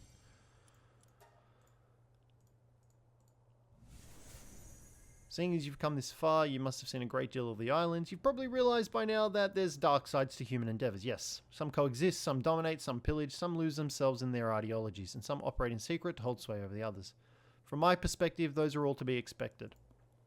There's a great evil enveloping this land, an undying motive awakening from an eternal slumber, seeking to manipulate all things living and dead to consume the islands. No, the very world itself. It rests within the abyss of the world tree. Well, that sounds wonderful. The calamity. You must have heard some rumors. Yep. It is no mere legend or fairy tale. Some millennia ago, the most advanced civilization ever on this planet was wiped out overnight. It was brought on by a world-devouring white dragon and a lone researcher. God damn, that sounds badass.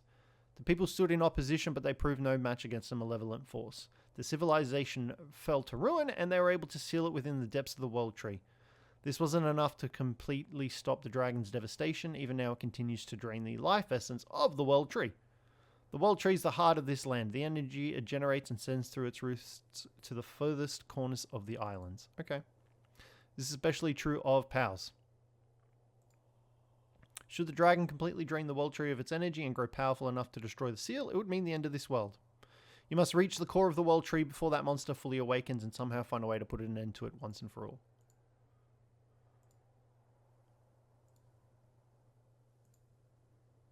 The entrance is blocked by a special barrier. It was set up after the calamity was sealed to keep out any unwanted trespassers. However, there is a way. Panthalus. It is the last survivor of a seafaring tribe dedicated to protecting the island. You'll first have to prove your strength to it. Once it recognizes your capabilities, it should open the path for you to reach the world tree. That's exciting. Panthalus is going to be the huge whale, I reckon. Alright, cool. So now we need to prove our strength to Panthalus, which is... That's a pretty badass name, I'm not going to lie. Alrighty, we've made a change and we have gone ahead and reduced the egg hatch speed to 0, so they should hatch automatically now. We're at the end game. It's just a limiting factor that's not very nice. So we've got a large incubator that we can go ahead and make. So we're going to make this bad boy. I do need to still fix up the base. It's just avert your gaze. It's not the nicest to look at the moment. We're just going to put this down here, just in the nice little corner. There we go. Cool. Yep. So we're also still working on more research for expedition rewards and expedition time. But let's go ahead and hatch all of these eggs up here waiting for us. There is a lot of them. We are going to hatch all of these bad boys. So after hatching all the flaricles, I then decided to go ahead and condense them down, at least 2 of them, so that we could get some bonus work speed and these guys could start churning out a bunch of the ingots. I mean, it definitely looks like they're making it go quicker, so I'll take it. And to help with our ancient civ cores, we're also going to go ahead and make some extra tablets up so we can do some raid bosses. So we've got some Bella Noir ones and then some Bella Noir Liberos. Alright, here we go. We're going to go ahead and fight Bella Noir. All our strong powers are pretty much on the expedition. Oh, we got a bunch of snocks. Let's try. Why not? We don't really care. This space is pretty much empty. We'll fight it here, and then the next ones we can do it in the area. We need to send out... What are we looking for? Elderon. I think he just killed everyone. all the dig choices are dead. And to cut a long fight short, well, it didn't end well for us. We're so close.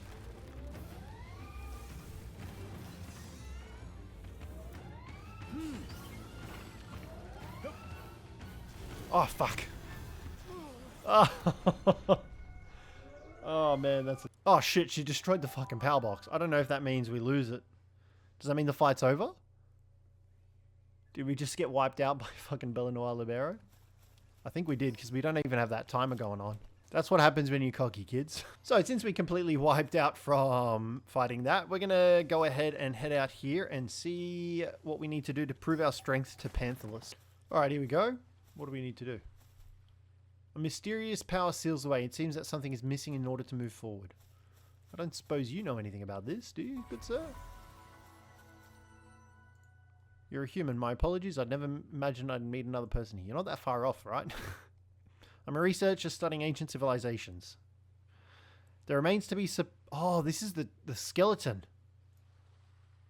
They're the skeletons. I'm completely stuck. That the key rests in each of the 4 regions, particularly with the giant whale bones. So we had to go out and collect the 4 whale bones. Thankfully, we had already collected 2 across our adventures, so we only needed to get 2 more. Oh, here it is. Yeah.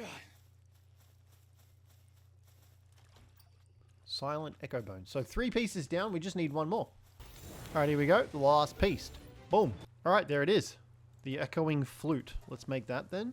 So I went ahead and set up some breeding farms at the old base site, and I got some snocks in there. I then also went out to try and find a fire type pal. Thankfully, I decided to settle on Nochlum Ignis for the time being, so I went out and caught 2 of him so I could breed him up as well. Alrighty, double Nochlum Ignises. Have we got any eggs from you guys yet? Yeah. Oh, yep, they're just very small.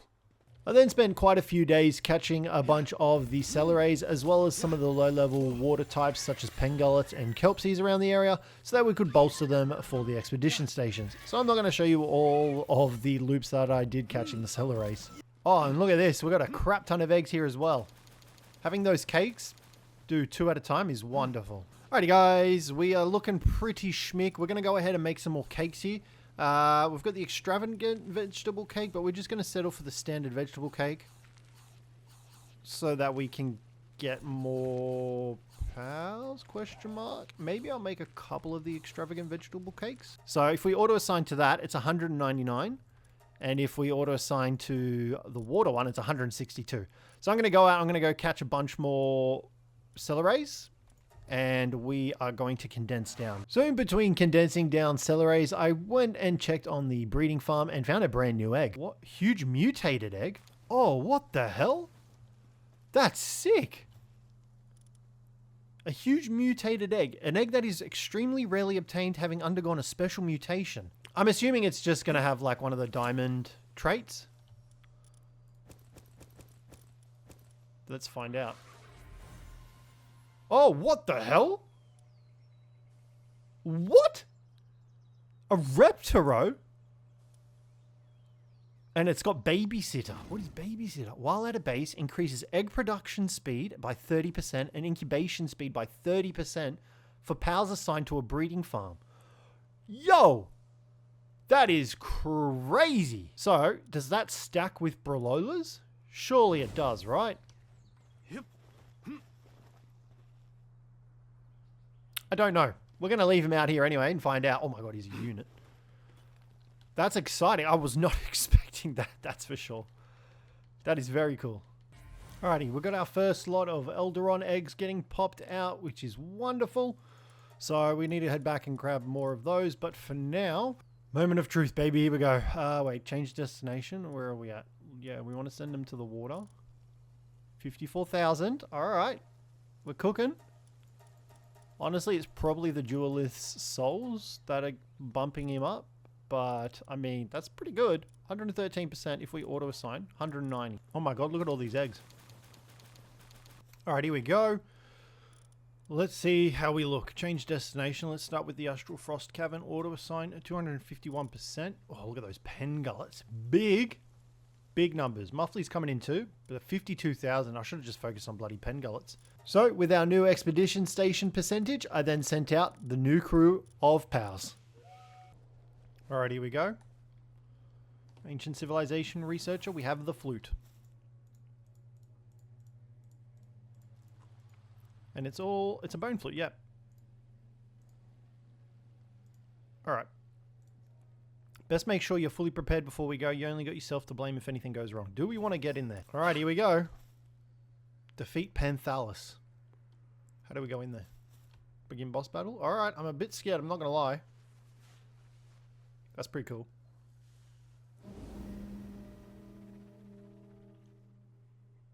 I kind of feel bad that he's the last one of his kind and we're about to subject him to a life of servitude.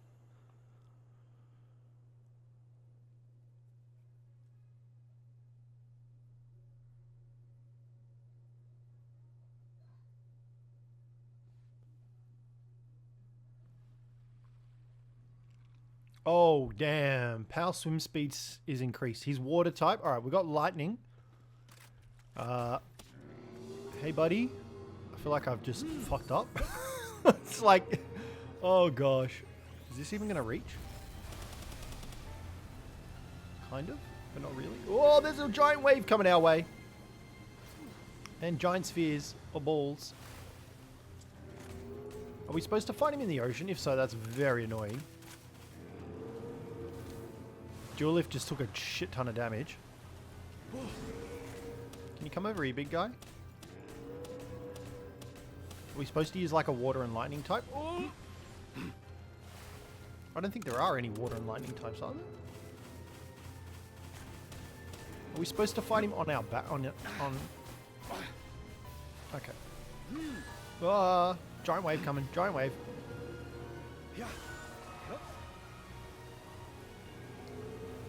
Okay, he said power swim speed. Whoa, you weren't kidding about power swim speed being increased.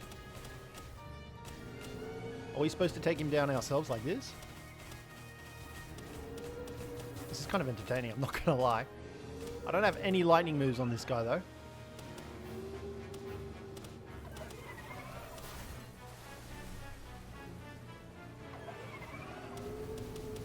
It's a bit chaotic. Just a bit. Oh shit, get us out of there.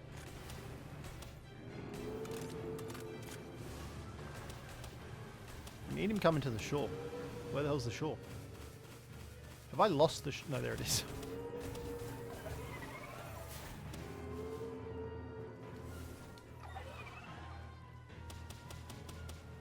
I mean, we're doing damage, but I'd really like it if he could come to the little tiny beachfront that we've got here.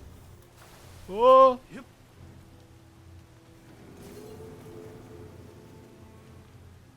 Please? Yeah. Maybe I should have made Grizzbolt's saddle.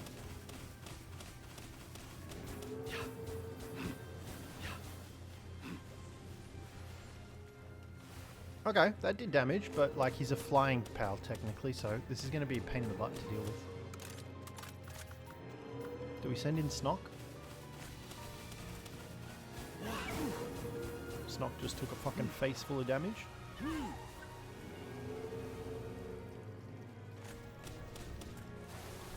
Oh god.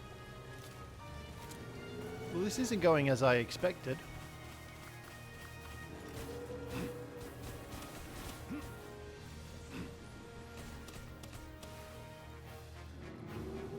I'd really appreciate it if we could come closer to the island.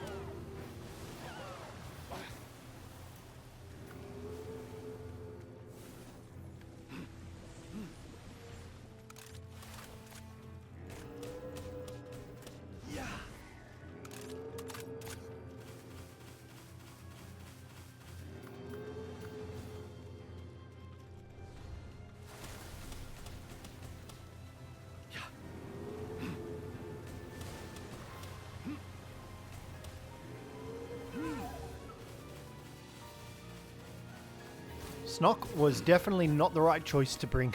He's just fucking so slow in the water. Look at him. Yeah. Yep.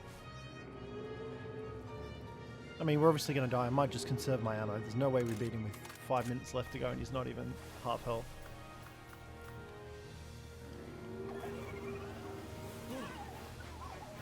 And we're like, we can't even get any... Okay, Snock's getting some attacks off, but he's fucking dead.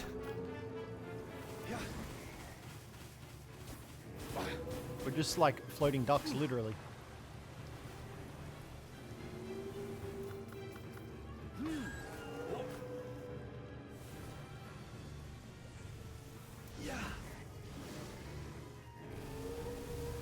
Alright, he's doing damage. I think this might be the strategy. I think we just swim out to underneath him.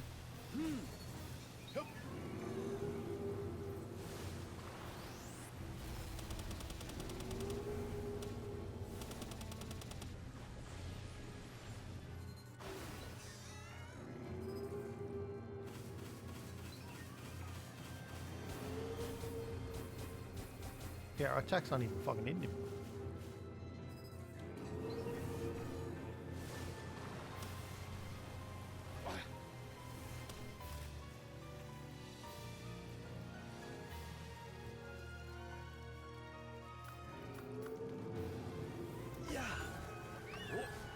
Oh, something's happening. Whoa.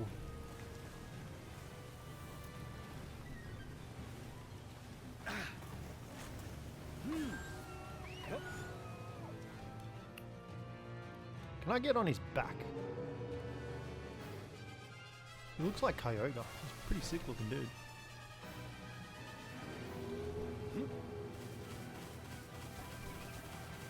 No, I can't. That's good to know.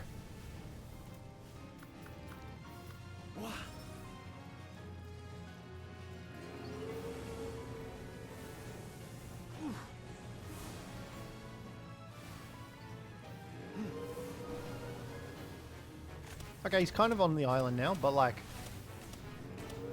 it's a bit too late.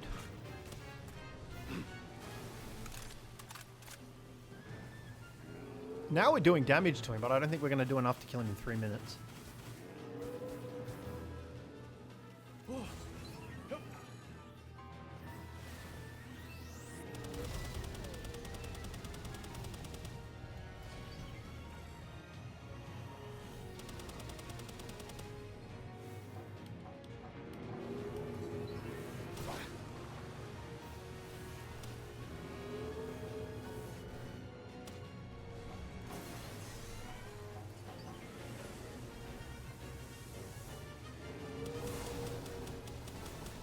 Unless I'm mistaken and by some sheer miracle Duelith is strong enough to take him out. Oh, we got fucking potions. I'm an idiot. I don't know whether or not to use them now or save them. I think I'll save them.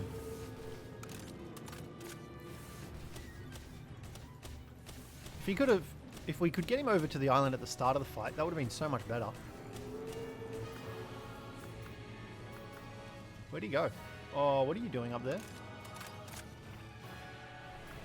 I don't like this. Can we fly this?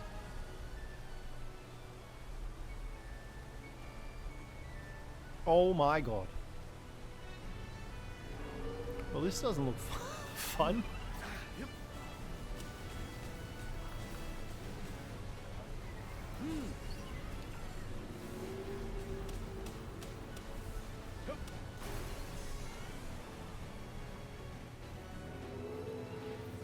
That's gonna hurt.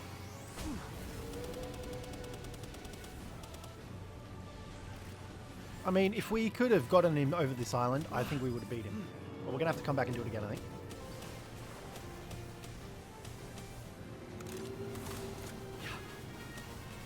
Unless there's no way Duelith gets this, right? Surely not.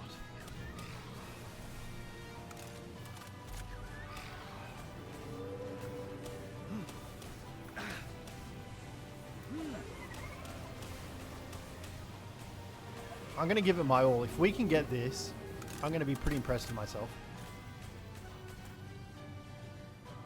What's going on? Massive wave is approaching. Use the wind turbulence to jump over it. Oh my god, that's so cool.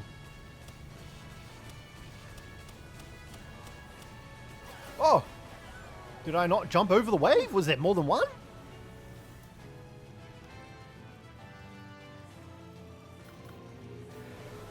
Oh, that's not good. Oh, that's not good at all. Oh, shit. We got 30 seconds to deal 71,000 damage.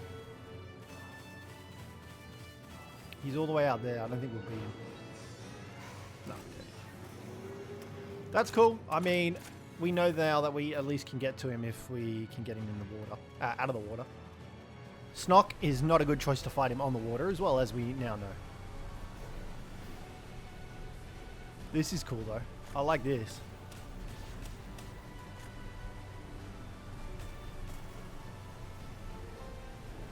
Yeah, timeout. That's fine. Hopefully we get our stuff back. That's something I didn't think about.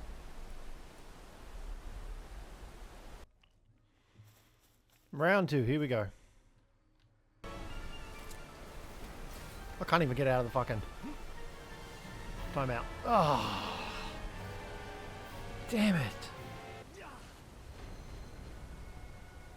Alrighty, so our pals just got back from another expedition. We got 3 Civ cores this time. So, I mean, it's 1 more extra than 2. So I will take... Alright, Snock is fully upgraded. Yeah, I don't think Snock was a good choice. Look at the difference between Snock and Duelith. The stats, like, it's huge. Duelith's almost got double. So we got a really shitty Snock. Fidgery Akra's not really worth much either, but, like, Grizzbolt is... Jesus, 616 defense. No wonder it's getting 1 shot. Come on.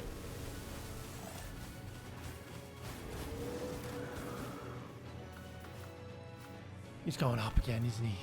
I can't get him up there. 10 seconds left. Again, we were so close.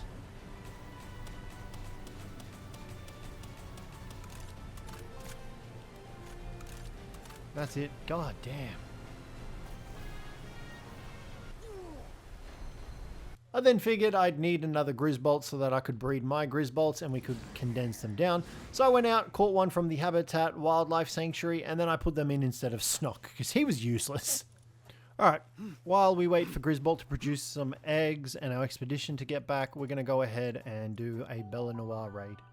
Because I figured this is going to be a good way to get some cores. We got 6 tablets, so we technically should get 6.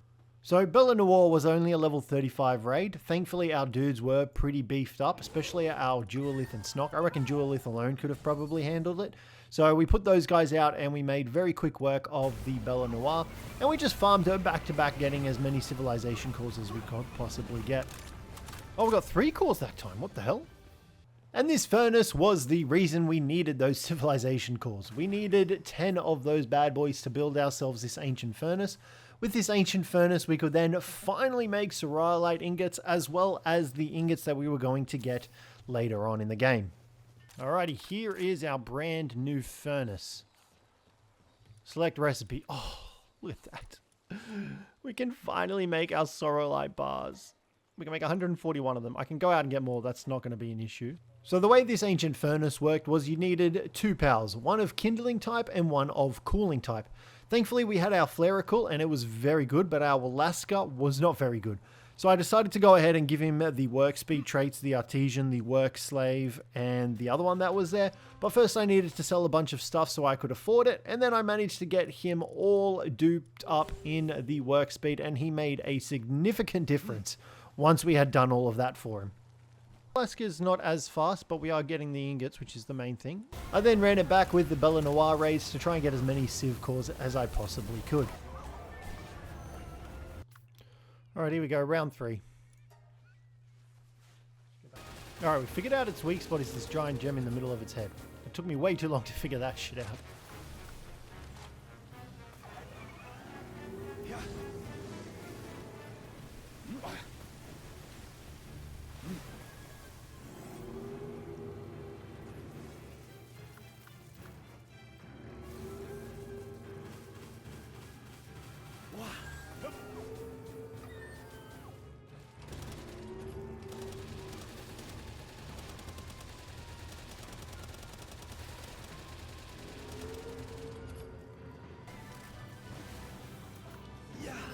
Alright, we're looking pretty good this time around. We've got 3 minutes to go. It's on 100k health.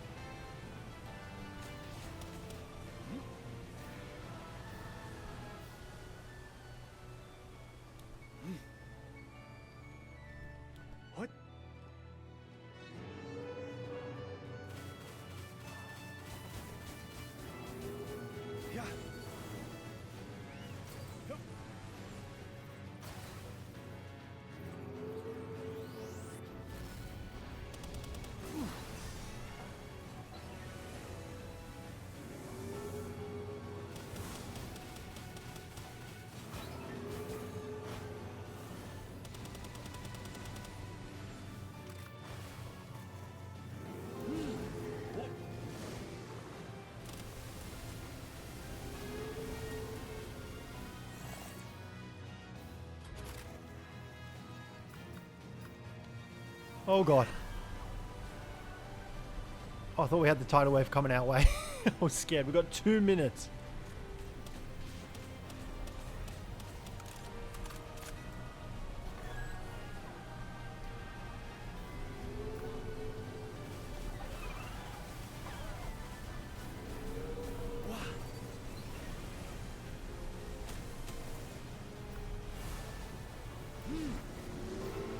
We're literally just throwing everything we have out to try and kill him.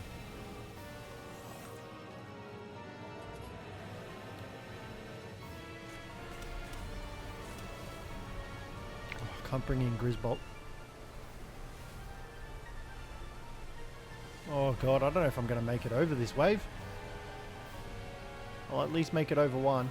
Oh, I should have just floated in the middle. I got a minute to kill him.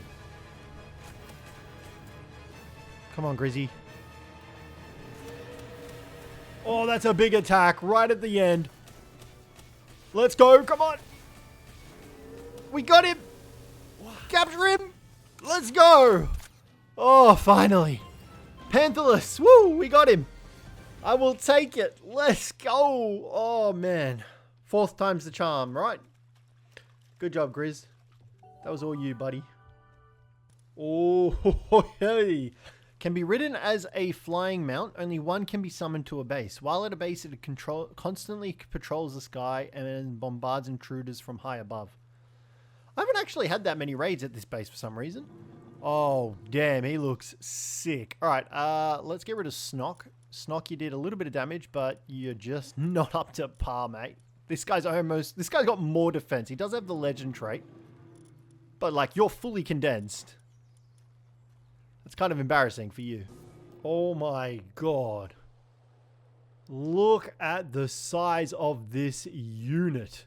Oh, you can stand on top of him. Oh, he's so cool. He's sick. That's so badass. Alright, we're going to take Elfidrian. As much as I want to ride him, I want to get to this world tree quickly and get into it. Here we go, foot of the world tree. I'm very excited. It does look like there's a bit of a barrier blocking the way. So I'm assuming Panthalus is going to help us get rid of that. We've got the fast travel point. Alright, here we go. Oh, this is cool.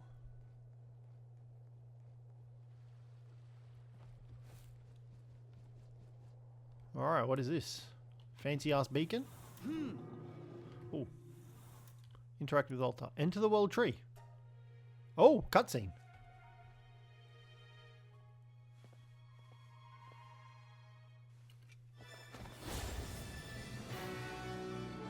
Oh, shit. That's so badass.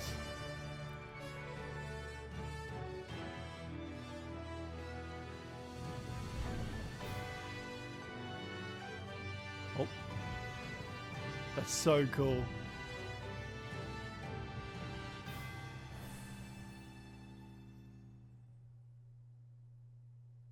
Oh. We're in the world tree.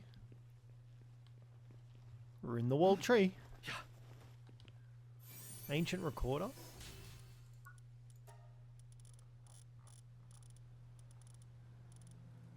Oh, here it is. It's true that connecting with the world tree will allow you to surpass your human limits, but if you do that, what will happen to all of you? Ooh, spooky. Alright, let's make our way up here and see what awaits us. Is this a whole new area? Oh, here we go. We have a fast travel point. Oh my god. Oh, oh my god, what the hell? Talk to the mysterious person within the world tree. World tree guardian. I can't believe how long it's been since I've laid eyes on any race other than my own. Then this must mean that I'd best leave it to him to talk about all that. Survival technique used here that I'd like to teach you. After all, we do have big hopes for you. To start, you'll need mythical wood and peroxite. Collect them and begin your preparations. If touched by anyone with the World Tree's divine protection, both will instantly decay into nothingness. You'll need to drink World Tree holy water. Doing so will grant you protection of the World Tree for a duration. Here, take some. Use them together, mythical wood and peroxite, then bring them to me. Alright. Obtain mythical wood and a peroxite. Let's, shit. Oh, this is so cool. This has got to be a whole new area. Look at the size of it all. Surely, right?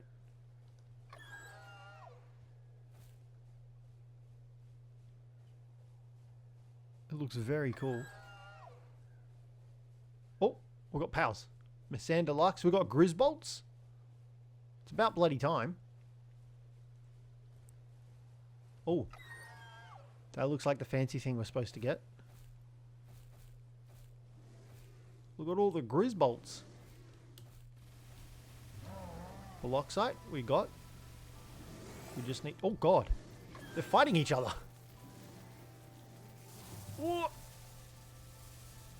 Okay, we just need some of this stuff. Oh. I guess that's what she means when she says it disappears. Why are they all attacking each other for? What is going on here? Pure chaos. Oh, my lord. I feel bad. What's our catch chance? Oh my god, 1%, 3%. Soul Sphere is a 38%. Yeah, so we're going to need Ancient Spheres. So I'm going to save them for when we find new pals. Or pals that we really want, because that's not going to do it for us. Alright, let's try and get a tree. Here we go, there's some up here. Now, she said something about drinking holy water. Consume this. Okay, when consumed, World Tree resources will not vanish when approached for a period of time. Okay, let's do that. And then take this bad boy out. Oh yeah, we've got a little glowing effect going on. Grab some of this wood. I guess we grab a whole shit ton of it. While we can.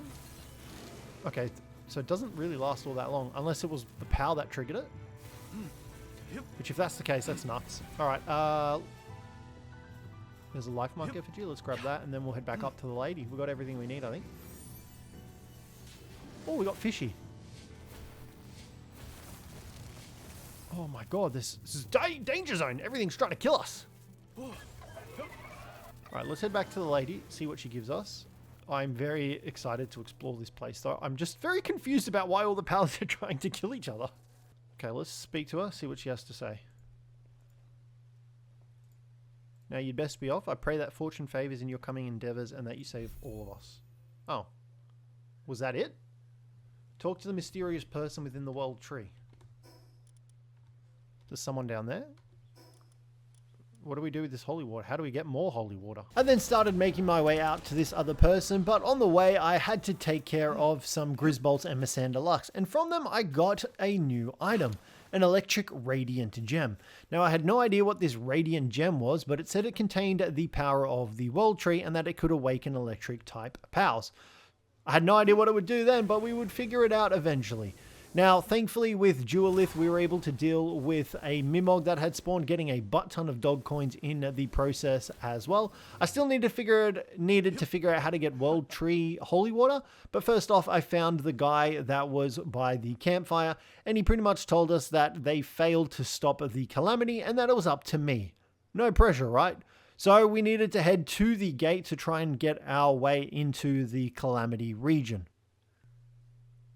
I mean the two imprisoned here. Astralin, the white dragon of the calamity, and its master Zanara, history's greatest sinner. Jesus. She was a biologist that strove for peaceful coexistence between people and pals. No one was more deeply earnest, more righteous in their approach, or cared more for pals than her. The calamity was our burden to bear. We never meant for the people of your time to shoulder it. You were too powerless to stop it. Okay. I'm begging you, please find them and set them free. Reach the core of the world tree. Okay, so the core of the world tree is straight ahead. It's your friend, buddy! It is more duelists.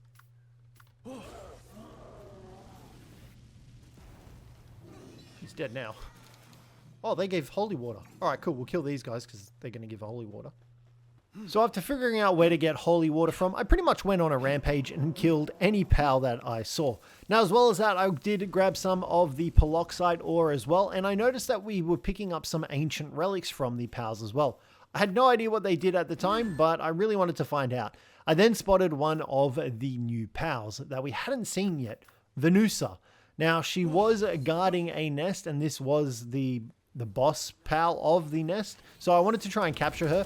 However, Duelith had other plans in mind, and after using the forest laser, I was not fully prepared for him to absolutely wipe the floor with his attack and kill her. So that was unexpected, but I still managed to get a couple of eggs as well as capture some of the Venusas. Fucking destroyed. Oh my god, look at all the balls of poison. Okay, there's our target. Okay, okay. How did that... What? Sure, whatever. Okay, there's the Venusa. I want to try and catch that last one. Oh, I can't afford to waste these spheres. Knocklimp, finish him off, big guy. Oh, you're joking. Can you just stay in the damn ball? Oh my god, this area is just pure chaos. Did you even hit anyone with your skills, mate? Don't worry, I'll do the heavy lifting then. Oh my god, chaos. At least we're getting plenty of this world water. I continued exploring, eventually stumbling on another fast travel point as well as a Walaska Ignis. And I wanted to really catch this guy because it's a Walaska. I freaking love Walaska. Okay, CJ, slow down. We need to go back to the base to drop this stuff off. Can we get back to the base? Fast travel? Switch to Palworld Island map. Oh, that's cool. So we can fast travel back here. That's awesome. All right, there's our Cerolite ore. So we've got 29 of it. I'm not worried because, yeah, like I mentioned, we can go back to the islands. Let's just get this started so we at least have some. We've got 6. I'll take it. We'll get some more Paloxite when we're out there. Doesn't look like it's going to take us too long to cook up. Let's grab the Paloxite. I don't know if I can build anything. I think I need to build the next tier of... So I wanted to make the Ancient Workbench. However, I couldn't actually make it, or the Ancient Relic Recycler. Well, I could actually make the Relic Recycler, but not the Ancient Workbench, as I needed the AI cores. Now, the AI cores were only made at the previous workbench, so the Advanced Production Line one, we had the Production Line too. So we were going to need to demolish our lines and get that set up so that we can make the AI cores, so that we can make the Ancient Workbench. Surprisingly, not as difficult I was carrying on about. Oh, look at this. This is fancy. Okay, so let's go down very far. AI calls, where are they? Did I scroll past them? AI calls. All right, so we need civilization calls for those. We need to send out another team. So we need 5 of those. Let's get 5 of those done. So I went ahead and sent out another expedition, this time with it being 274%, hoping for a lot more ancient civilization calls. Okay, we've just found another Mimog here. We're going to go ahead and kill him. Because I'd be dumb not to. Free dog coin. Free money. Case in point. After defeating the Mimog, I then went around catching more of the new pals. This time it was a Petalia Ignis that I went ahead and caught. There were pretty much new pals everywhere we went in the world tree. Obviously, this is where a lot of them were hiding. I then also went and caught a Walaska Ignis. Now, this was the big boy version as well. So I needed to take him back to the base because the big boy versions, they just made it so much better. Nice. All right. Got it. Now, what we're going to do, drink some holy water. And we're going to come over here and we're going to mine this up. I also went ahead and mined up a bunch of the Paloxite ore after popping a World Tree Holy Water, and this gun was just so good at harvesting everything. Shaolong. Alright, Grizzbolt. Don't kill him. We have 4 ancient spheres to catch him. Oh, there's a whole heap of them.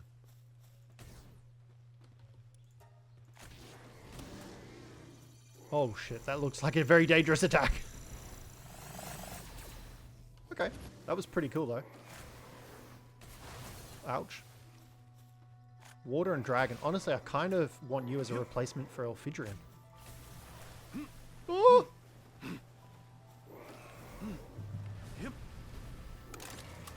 Yeah, I definitely think I want you as a replacement for Elfidrian. Alright, let's see if we can catch her. We've got 4 ancient spheres. Come on, come on, come on, come on. Let's go! Alright, now we just need to try and get another one. Here we go. Shaolong, meet Grizzbolt. That's such a cool move.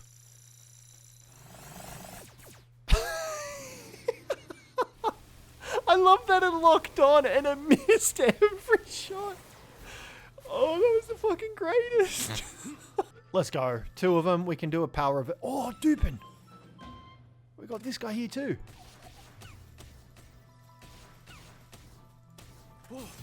Let's go. We're almost out of freaking spheres though.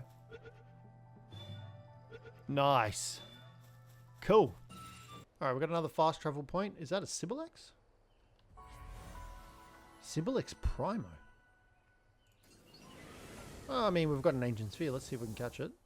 Probably this will probably, yeah, this will probably kill it. We've got a ton of Wistellas. We've already caught this one. So we will just cull the entire population. I continued exploring, eventually finding a Seylene as well, and I wanted to capture her, so I spent some time throwing some spheres at her, hoping that she would capture. Yeah, look at that. There's an ice biome over there. We just came from like a nature area. Oh, there's like a city just there that we totally just missed. Oh, and that looks like where we're supposed to go. Maybe I'll just fly out over there. And we can make 124 peroxide. Let's get to work, guys. All right, let's build the ancient workbench. We do have a PAL in mind that we can use. Yeah, let's snap it next to that. Our Lyleen, is it Lyleen? No. Lyleen? Yeah, Lyleen has handiwork and medicine. Now, one thing I didn't realize at the time while I was playing is that you actually needed 2 separate PALs, not one individual PAL. So my Lyleen had good handiwork and good medicine production. So I figured it would only need to be the single PAL that would work on it. But turns out you actually needed 2 separate PALs, a handiwork PAL and a medicine production PAL like the furnace. So yeah, but upon building this ancient workbench, it had access to everything. From the PAL resource, the PAL gear workbench, the weapon workbench, the sphere workbench, everything, the medicine workbench. You made everything out of this ancient workbench. So it was a really cool design change that I really, really enjoyed. I then went back out into the world tree to continue exploring and making my way to the gate when I stumbled across a Celesteer and a Celesteer Noct. We've already caught a Celesteer, I'm pretty sure. I do want to try and catch that Celesteer Noct though, because we don't have you.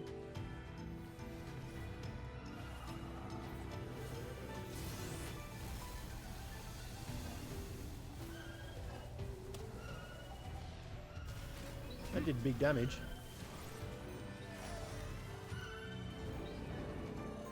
You know what? We'll do this ourselves, big guy. I don't think I've got any ancient spheres left, so let's just use our souls.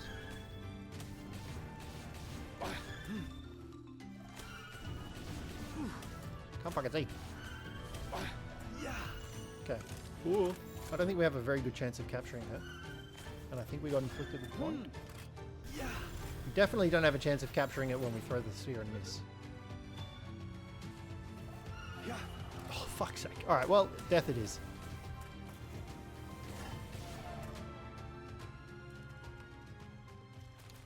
Bunch of radiant gems and glowing relics too. I then managed to make it to the gate, unlocking the fast travel point, and I tried to interact with the gate. However, I could not be let through. So I had to search the surrounding area for something. Thankfully, the quest marker directed me exactly where to go. Sneaky. When you touch the mysterious light, you hear what sounds like a voice recording begin to play. I don't have much time left. I leave this final recording for those who follow. Today, we World Tree Guardians have begun a large-scale offensive operation. We were determined to break the seal and put an end to that monster trapped within before it drains the World Tree dry to make itself whole and rise once more. Our long-term strategy was paying off, but alas we were unable to breach the seal. None of our attempts to destroy it have produced any results. We sent our diversionary units all around the World Tree, while those of us in the main force led the assault. They started reporting appearances of ferocious powers unlike any they'd seen before. Ooh, okay. So let's go deal with these powers then. The main force has been eliminated. Please don't let our sacrifice be in vain. Inspect the area noted in the journal. So we've got 3 areas that we're going to go to. Alrighty guys, we are back. I've gone ahead and built ourselves another one of these ancient forges. My reasoning was it's going to cost us ancient civ cores, but we're essentially going to double our output of peroxide ingots and even the cerolite ingots. So I figured it was a good cause, and then once we have enough of them, we can just demolish one and then we'll sweep. Now, after killing a bunch of the World Tree powers, I did get enough resources to make an electric awakening crystal. So I made that bad boy up, and all I had to do was wait. Now, obviously, I was going to give this to our Grizzbolt. Now, while I waited as well, I made a Shaolong the opposite gender so that we could go ahead and breed them up at our breeding farm base. Okay, so use. What does it do? Thanks to the energy of the World Tree, Grizzbolt has its hidden power unlocked. Question mark?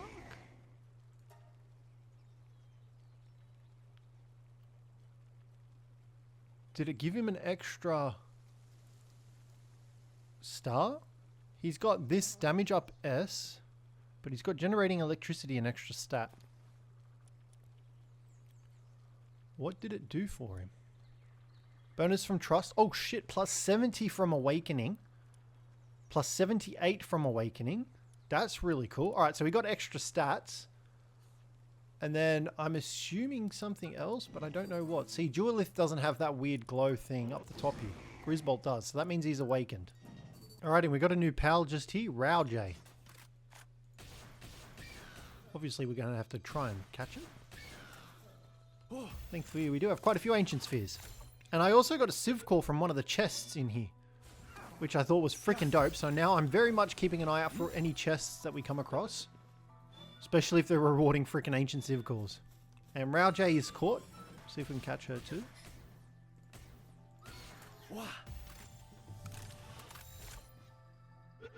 I'm curious to see what these guys' skills are.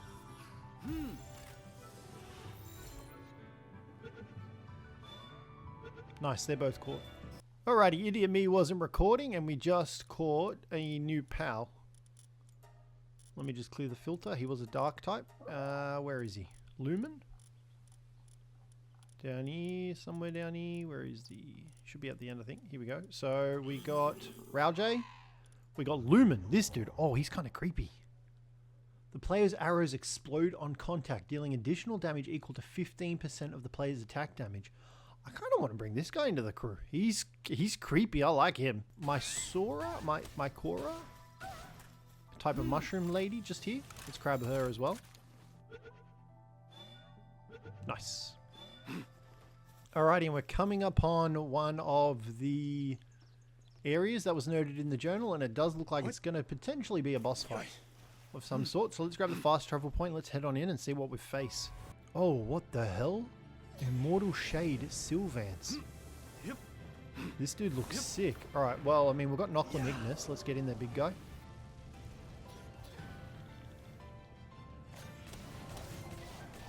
This guy looks sick. I would totally have him part of the crew if we didn't have, whoa, Duelith already. In saying that, we could definitely still use it.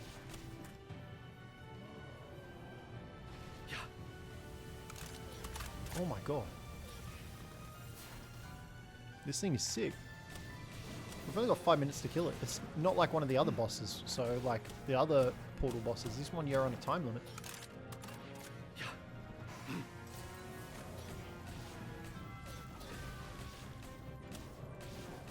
What's our catch pen? Oh, 23% is pretty good.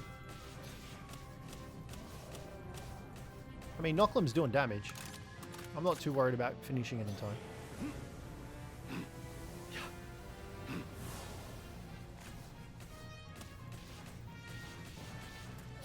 Let's send Duelith in for a little bit. He'll probably do a lot of damage to her.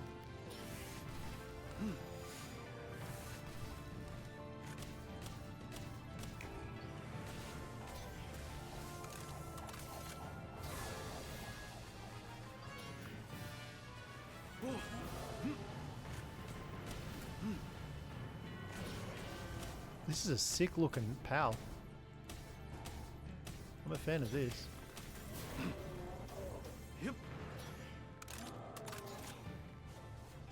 How did that stop?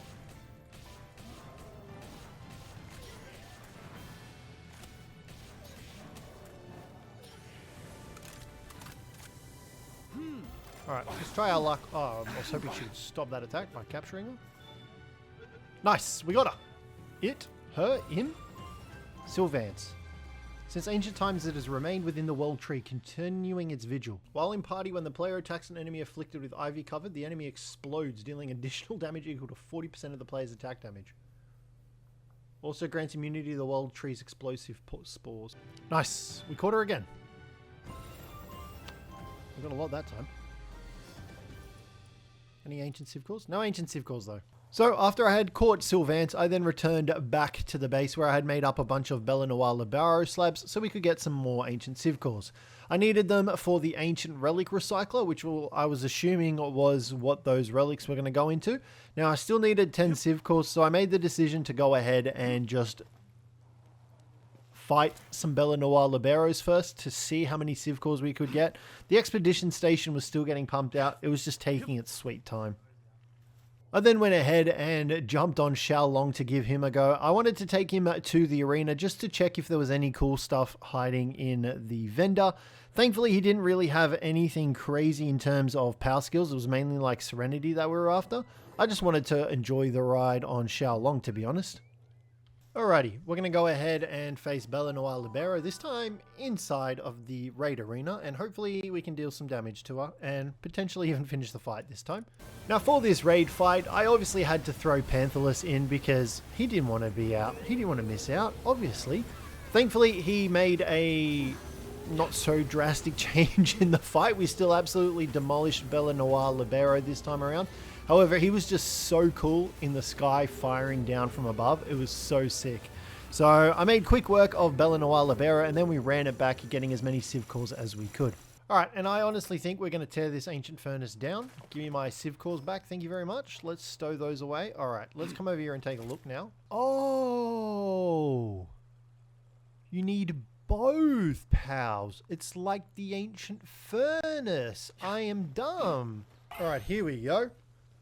Required suitability, handiwork. So, can remake ancient relics into other items.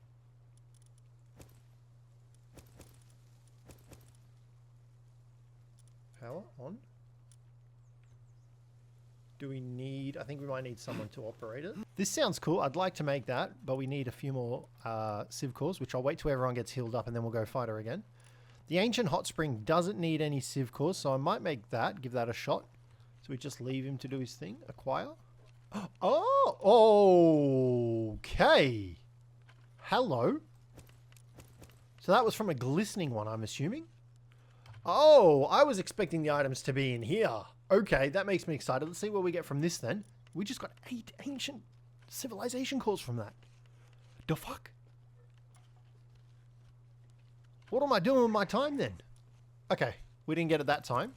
After coming to the realization that I could get a bunch of Civ cores from this, I then went ahead and spent some on making the new mechanical bow that I had received.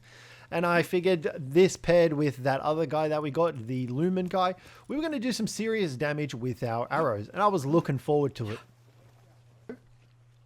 She's almost done. She's just doing the medicine production. And then we've gone through quite a few of them. It looks like the weaker ones will give us better stuff.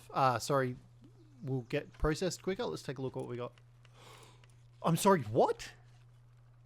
26? What? Oh, we're going back out there. We're going to go kill a bunch of dudes. What the hell? That's gnarly. We've also got implants. Disposable implant. Mastery of fasting.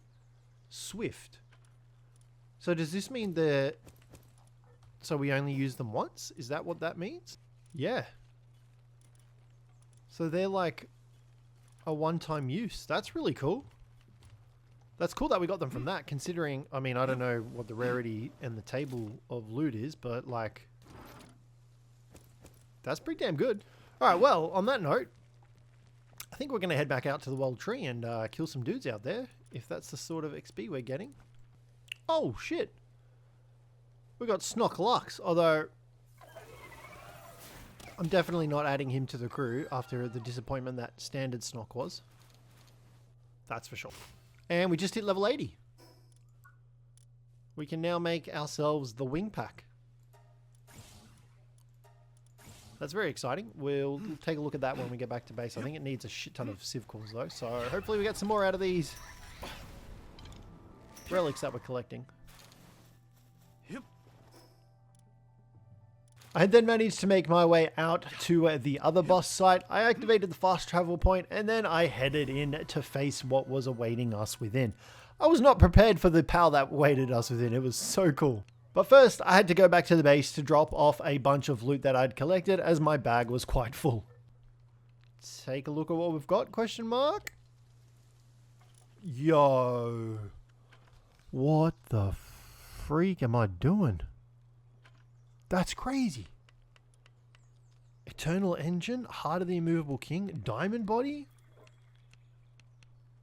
We don't even need to go out and collect the ore anymore. We just collect these things. 110 civilization cores. I mean, it makes sense, I guess, because you're in the end game. You want to be able to make all the cool shit. So that makes me very happy, and that is very cool to have. I'm curious to see what this looks like. It looks very cozy and comfy. I now also need to rebuild our incubator. Oh, look at this. This is very nice. Another 35. Oh my god, they're killing me. Yeah, that's the only thing, the World Tree water. I'm not sure how we get more of that. Okay, I need to queue up more AI cores, because we have a literal butt ton of civilization cores coming out of our ears. We could probably make our shield now too, actually. That's really good. All right, let's head in here and fight whatever we've got going on in here. I don't know who it's going to be. Rot Mist Root, let's find out. Oh my god, Dandy Lord. This guy looks sick. Grass and dark. He looks cool as. I think he'll be easier than the Moth Lady. Like, our bow's just shredding. He's so cool. I kind of want to put him in the team. He can be our dark type.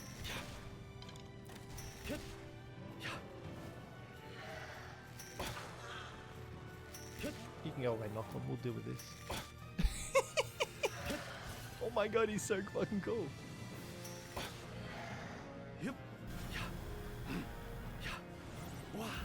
He's sick. I love this guy. Bewitching Lurker. See if we can catch him.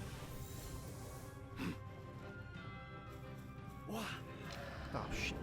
I need to make more spheres actually. That's what else we need to do.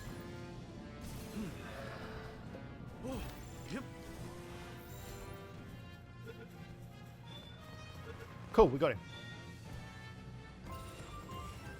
Since ancient times it has remained within the World Tree, continuing its vigil, what it protects and for what purpose. Dandy Lord does not care.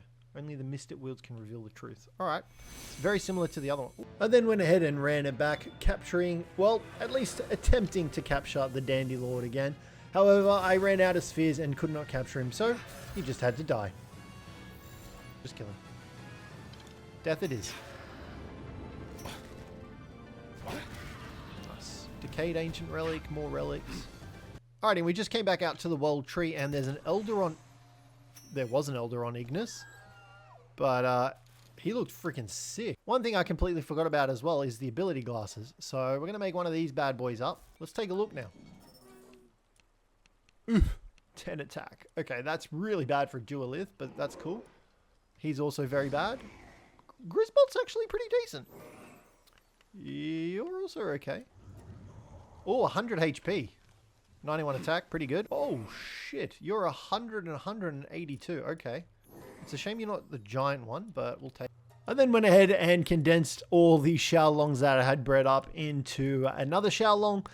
Obviously, I was just trying to make him as powerful as possible, and we had been breeding them for a little bit, so we had quite a lot of them, and I was obviously going to invest some souls into him as well. But thankfully, I was able to get him majority of the way to 4-star. So I just needed a few more eggs, and we would be able to get him. All right, we're going to go ahead and give Shaolong Swift, and it doesn't even cost us any money. Let's go. Eternal Engine, max stamina plus 75.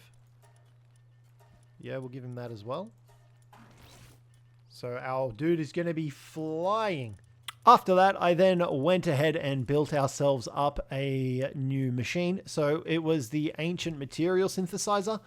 I think that's what it was called. And this essentially let us choose any resource that it had up there, and we could turn that and mine it in turn. So anything that we wanted, Sorylite, any hardwood or anything like that, which it was kind of cool. I was like, is it faster than our standard mines? I did assign a Anubis to it so that he could test it out for us. And then I headed back into the World Tree to take Shaolong out for a little bit of a journey. And he was so badass to use. And along the way, we found a brand new pal as well. Oh, shit. Who is that? Oh, look at my fucking spheres. Renjishi. Scorching Ovation. Dude, we're coming back for you. All right, let's see how this goes. Scorching Ovation. Oh, what the hell? He's like a sumo wrestler. He's sick. All right, Knockland, I'm sorry, buddy, but we're going to be replacing you very shortly. Even after I've spent all these resources leveling you up. He's also got very good IVs. Okay, Grizzbolt, settle down, big guy. I know you're strong. You got your big upgrade. That'll do us. All right, come on. 2 Ancient Spheres. We've got this, right? Oh, God. My butthole is clenched. Oh, let's go. First sphere, we take it. He gave us a bunch of relics, too. He's got Slack Up, which is fine. Oh, man, he was cool. All right, well, he's going to get replaced for Nochlum, even though Nochlum is fully condensed and got the souls. And finally, after all this time, we have finally found an Orserk. No longer does he spawn on the main island. Oh, I want that one at the back.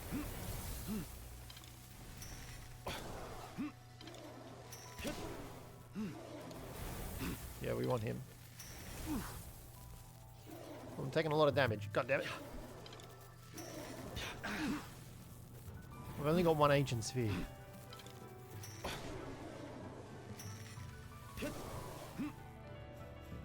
Oh, you fucking bastard. Oh, I'm so mad at myself. Why do I have so many legendary spheres? Where did they come from?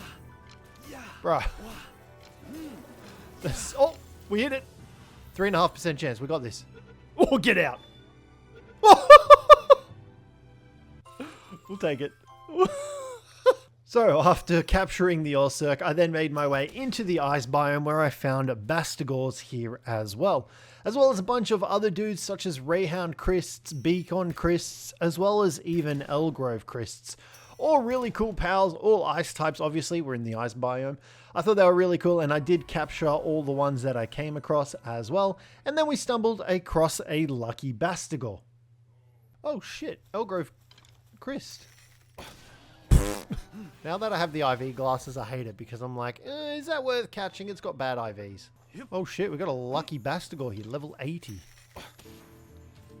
I don't know if we'll catch it. I'm willing to find out though. Let's go, got him. Not as many spheres as I was expecting, to be honest. Okay, this looks suspicious. I think this is where we need to go, but I did just see something over here. Here we go. What is this? Is that a Relaxosaurus effigy? A Yakumo effigy. I don't think we've found Yakumo effigies yet. That is, that's Duelith Noct. Oh. He looks really cool. Is he just dark type? Dark and earth. Okay. Some substitutions could definitely be made. I kind of want that Ophidian Dragon, the grass and water one. So that would get rid of Duelith. And then we could still have this Duelith Noct, and that would be ground and dark. Alright, here we go. Let's see who we've got in here.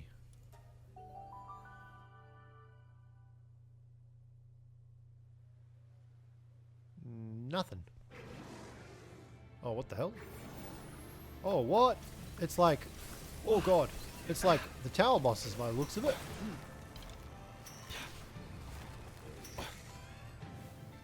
Oh, God, that was terrifying. I mean, this is kind of cool.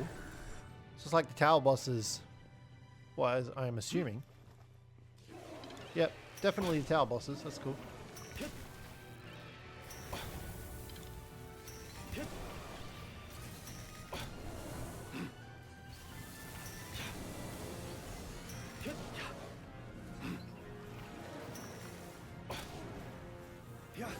Before Duelith dies.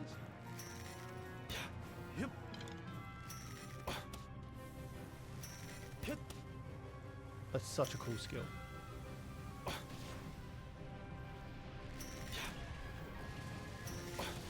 Nice. What else we got? Who's next? Shadowbeak.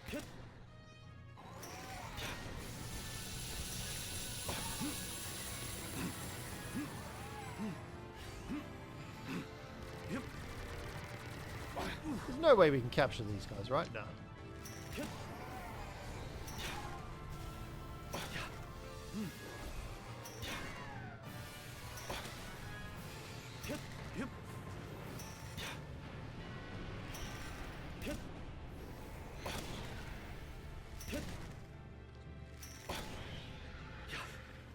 Alright, here we go. Let's do these guys next. Let's just get up here. Start the Celestial Vortex. Bastigor and Shaolong.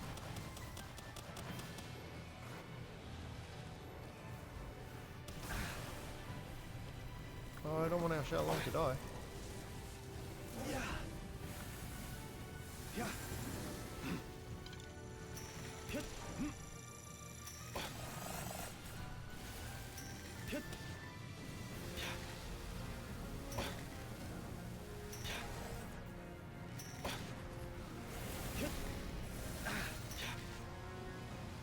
Honestly, this bow is so strong, paired with the extra damage our dude does.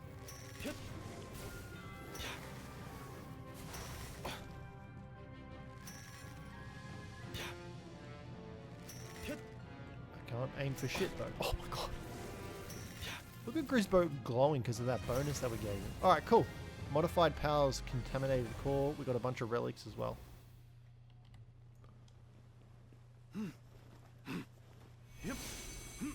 So is that it? Proof of defeating highly modified powers. So after dealing with the tower bosses reincarnated, I then found a Moldron Christ wandering around the snowfields. So I obviously went to try and capture him. I did have a couple of ancient spheres, and thankfully with Renjishi's help, I was able to capture the Moldron as well.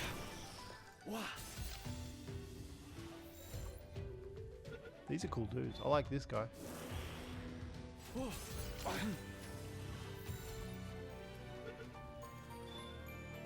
Nice, got him. It was then time to head into the area where the final boss awaited us. I defeated the 3 guardians of the World Tree, and now it was time to finally face whatever waited within. Reach the core of the World Tree. We've got another journal here, or a scorched piece of paper, I should say.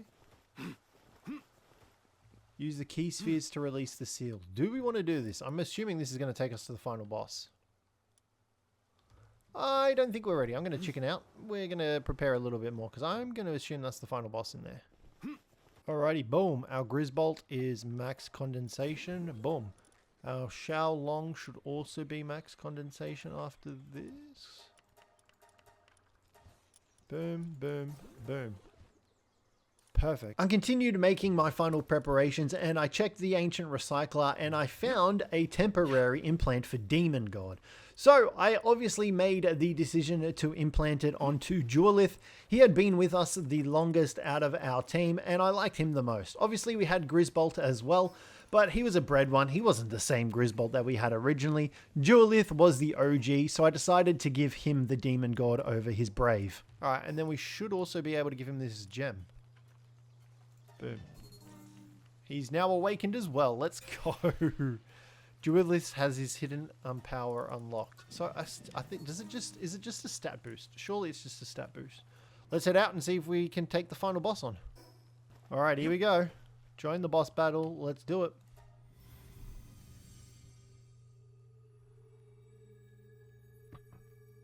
You know what I didn't bring? Proper food.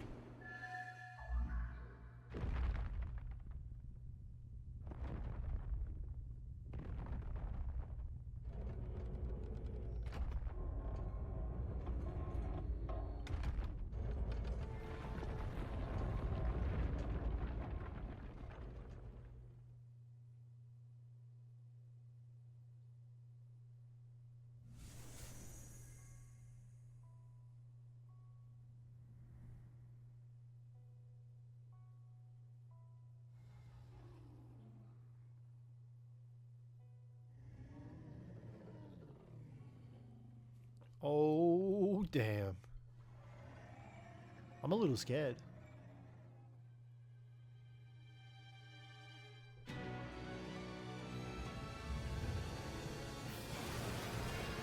That dragon is terrifying.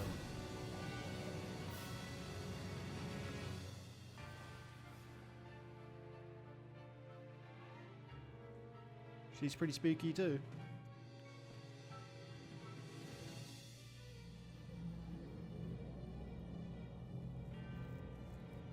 What is she? Where is she going?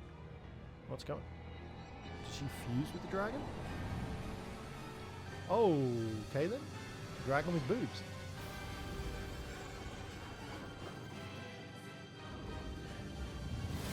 That is terrifying.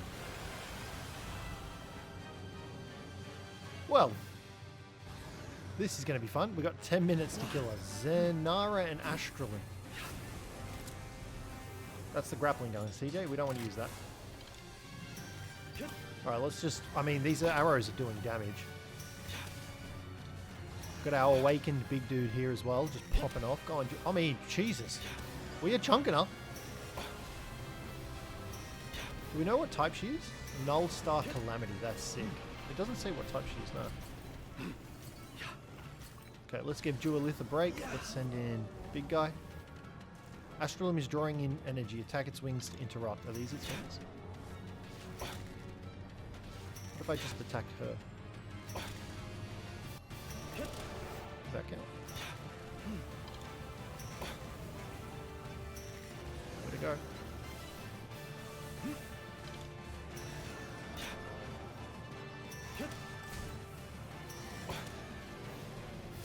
I mean, I don't think we have anything to worry about. I think we're going to get through this. Unless she pulls out some super cool move. Or maybe there's a second phase, actually. Oh, shit. Speaking of... Oh, my God. This thing is sick. What the hell? The PALWORLD devs were cooking. This is nuts.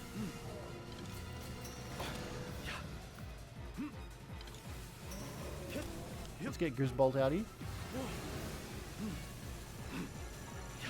Astralum is drawing an enormous amount of energy. Attack all of its wings to interrupt it.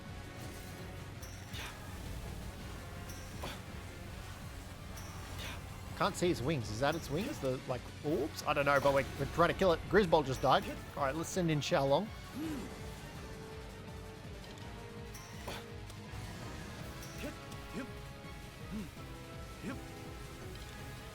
Oh my God, these moves are so sick. Shaolong's about to die.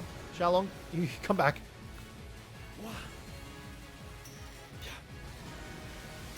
Oh my God. Duelith, you get away too. I don't want you to cop that. There we go. Oh, it's coming back around. Duelith, hide. In the ball. Alright, get back out. Oh shit, we are taking damage too. I'm going to pop a potion.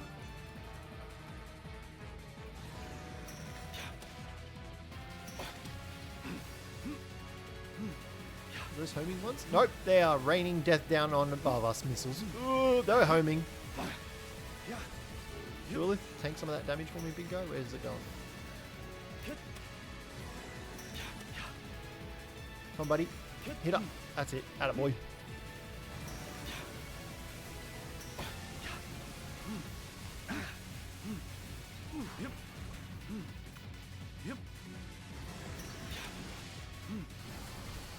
Oh, Duelith, mate. Take cover.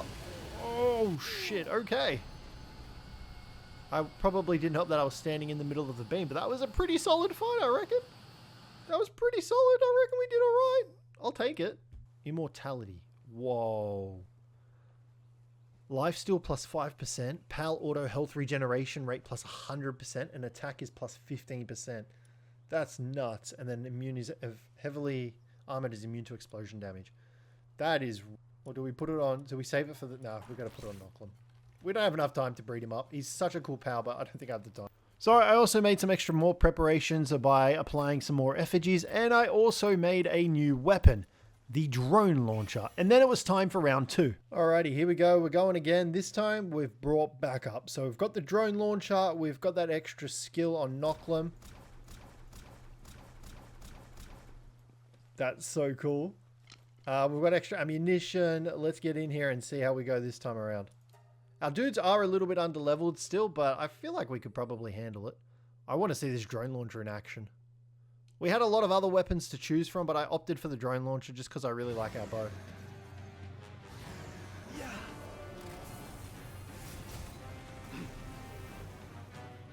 Oh, can you not use it in here? Oh, yep. Unless that is my drones attacking. Maybe because I summoned them in before I came in.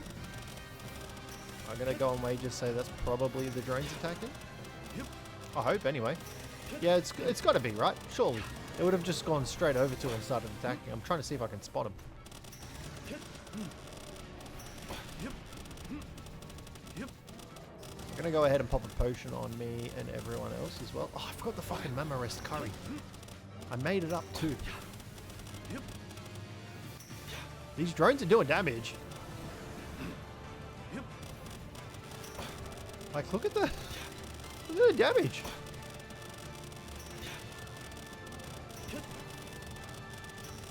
Our drones are dishing it out. Here we go.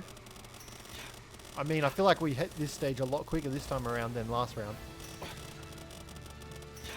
I don't think I'm not even fucking in there.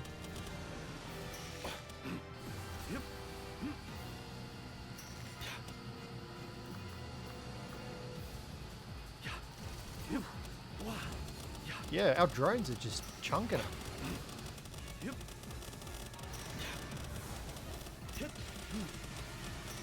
I mean, that's the perks of having a shit ton of ancient civilization cores, I guess. You get all the cool weaponry from the ancient civilization.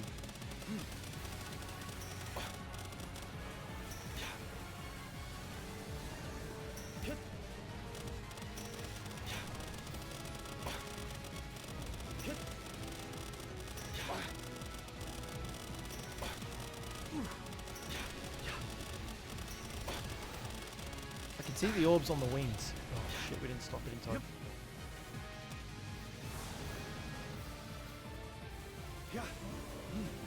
I really hope we survive. I might switch back. Just to make sure we got... Well, I think we got all 9 drones out.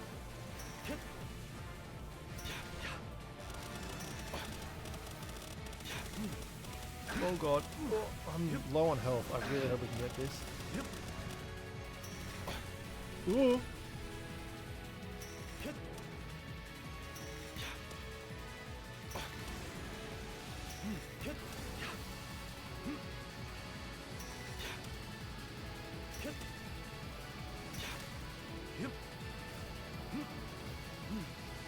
Oh, that's big attacks coming off from Nochlin.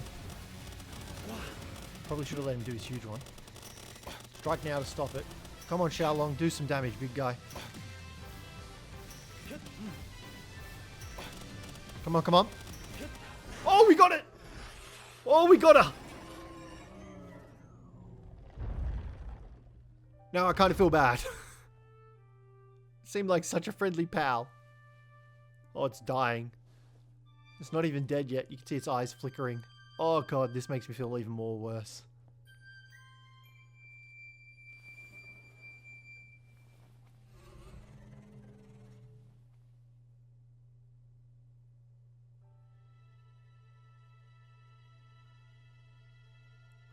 I kind of feel very bad now. Oh. What else is happening?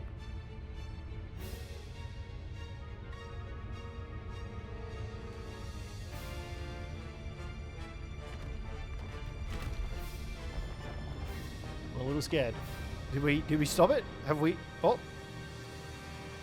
Okay, I'll see you later, lady.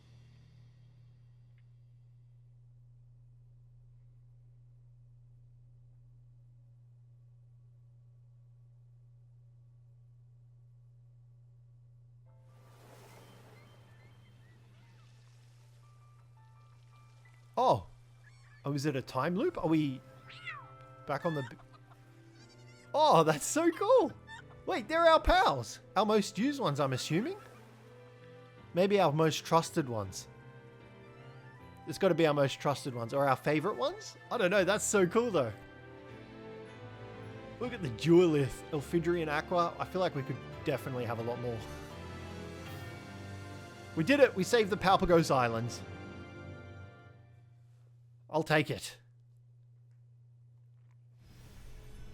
Whoa! Thank you for playing. Congratulations, Pal Tamer. Your tale has come to an end for now. This doesn't mean that your adventure in Palworld is finished. However, there are yet more difficult towers, powerful raid bosses, and dangerous arena challenges waiting for you. The far corners of the world are yours to explore. Pal's Court, 226 out of 287. Palpedia completion, 78%. Bosses defeated. Oh my god, how did I miss so many bosses? 50-something bosses. Game days lapsed, 95. Woo! We managed to get it in the cutoff time. I was hoping we would get it in there. I don't know how I missed so many bosses, but there we go. Look at our drones. They are so sick. Okay. Now what we need to do is we need to go ahead and make ourselves a wing pack up. So we can get that and see what it's like. Oh, these drones are so cool. Do they just sit with us now? Fire. Kill. Do I have to manually attack first? I can't command them? Yeah, I think I have to manually attack first. Oh well. Alright, let's go get ourselves a wing pack. Apparently we have... I don't know how we have so many bosses. Maybe the bounty bosses as well?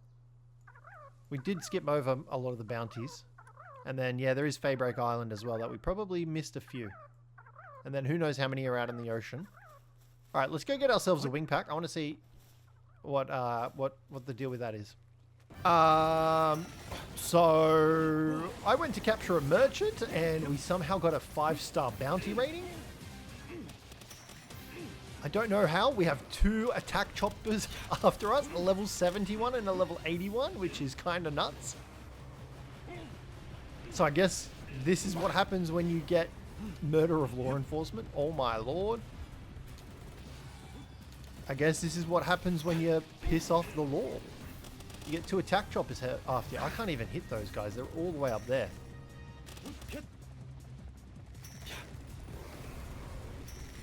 They have a lot of health. There's no way that's going to happen. Oh my lord.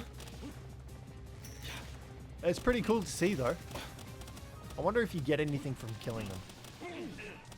They're very strong too. They're level 80, so the riflemen are dealing damage. Oh, the drones are like swords. I thought they were like guns. That's so cool to see. I don't even know where Shaolong is. Is he trying to deal with the drone? The attack choppers? Yeah. I don't think that's going to happen. That's pretty cool to see though. I'm a bit scared for my safety, but I think we'll be okay. And so, to escape our wanted status, we took the wingsuit for a little bit of a test drive, and this thing was awesome. It did go through the wing cells quite a lot, but oh man, it was super satisfying just flying around like this. It did take up the glider spot, but it's so worth it. It's definitely endgame stuff that you want to get into once you defeat the final boss. But guys, there's still so much more for us to do, but that is going to complete this 100 days in PALWORLD 1.0. Let me know whether or not you guys enjoyed it down in the comments. Let me know what you want to see more of. And don't forget to leave a like and subscribe down below for more. But other than that, guys, thank you very much for watching, and I will catch you in the next one.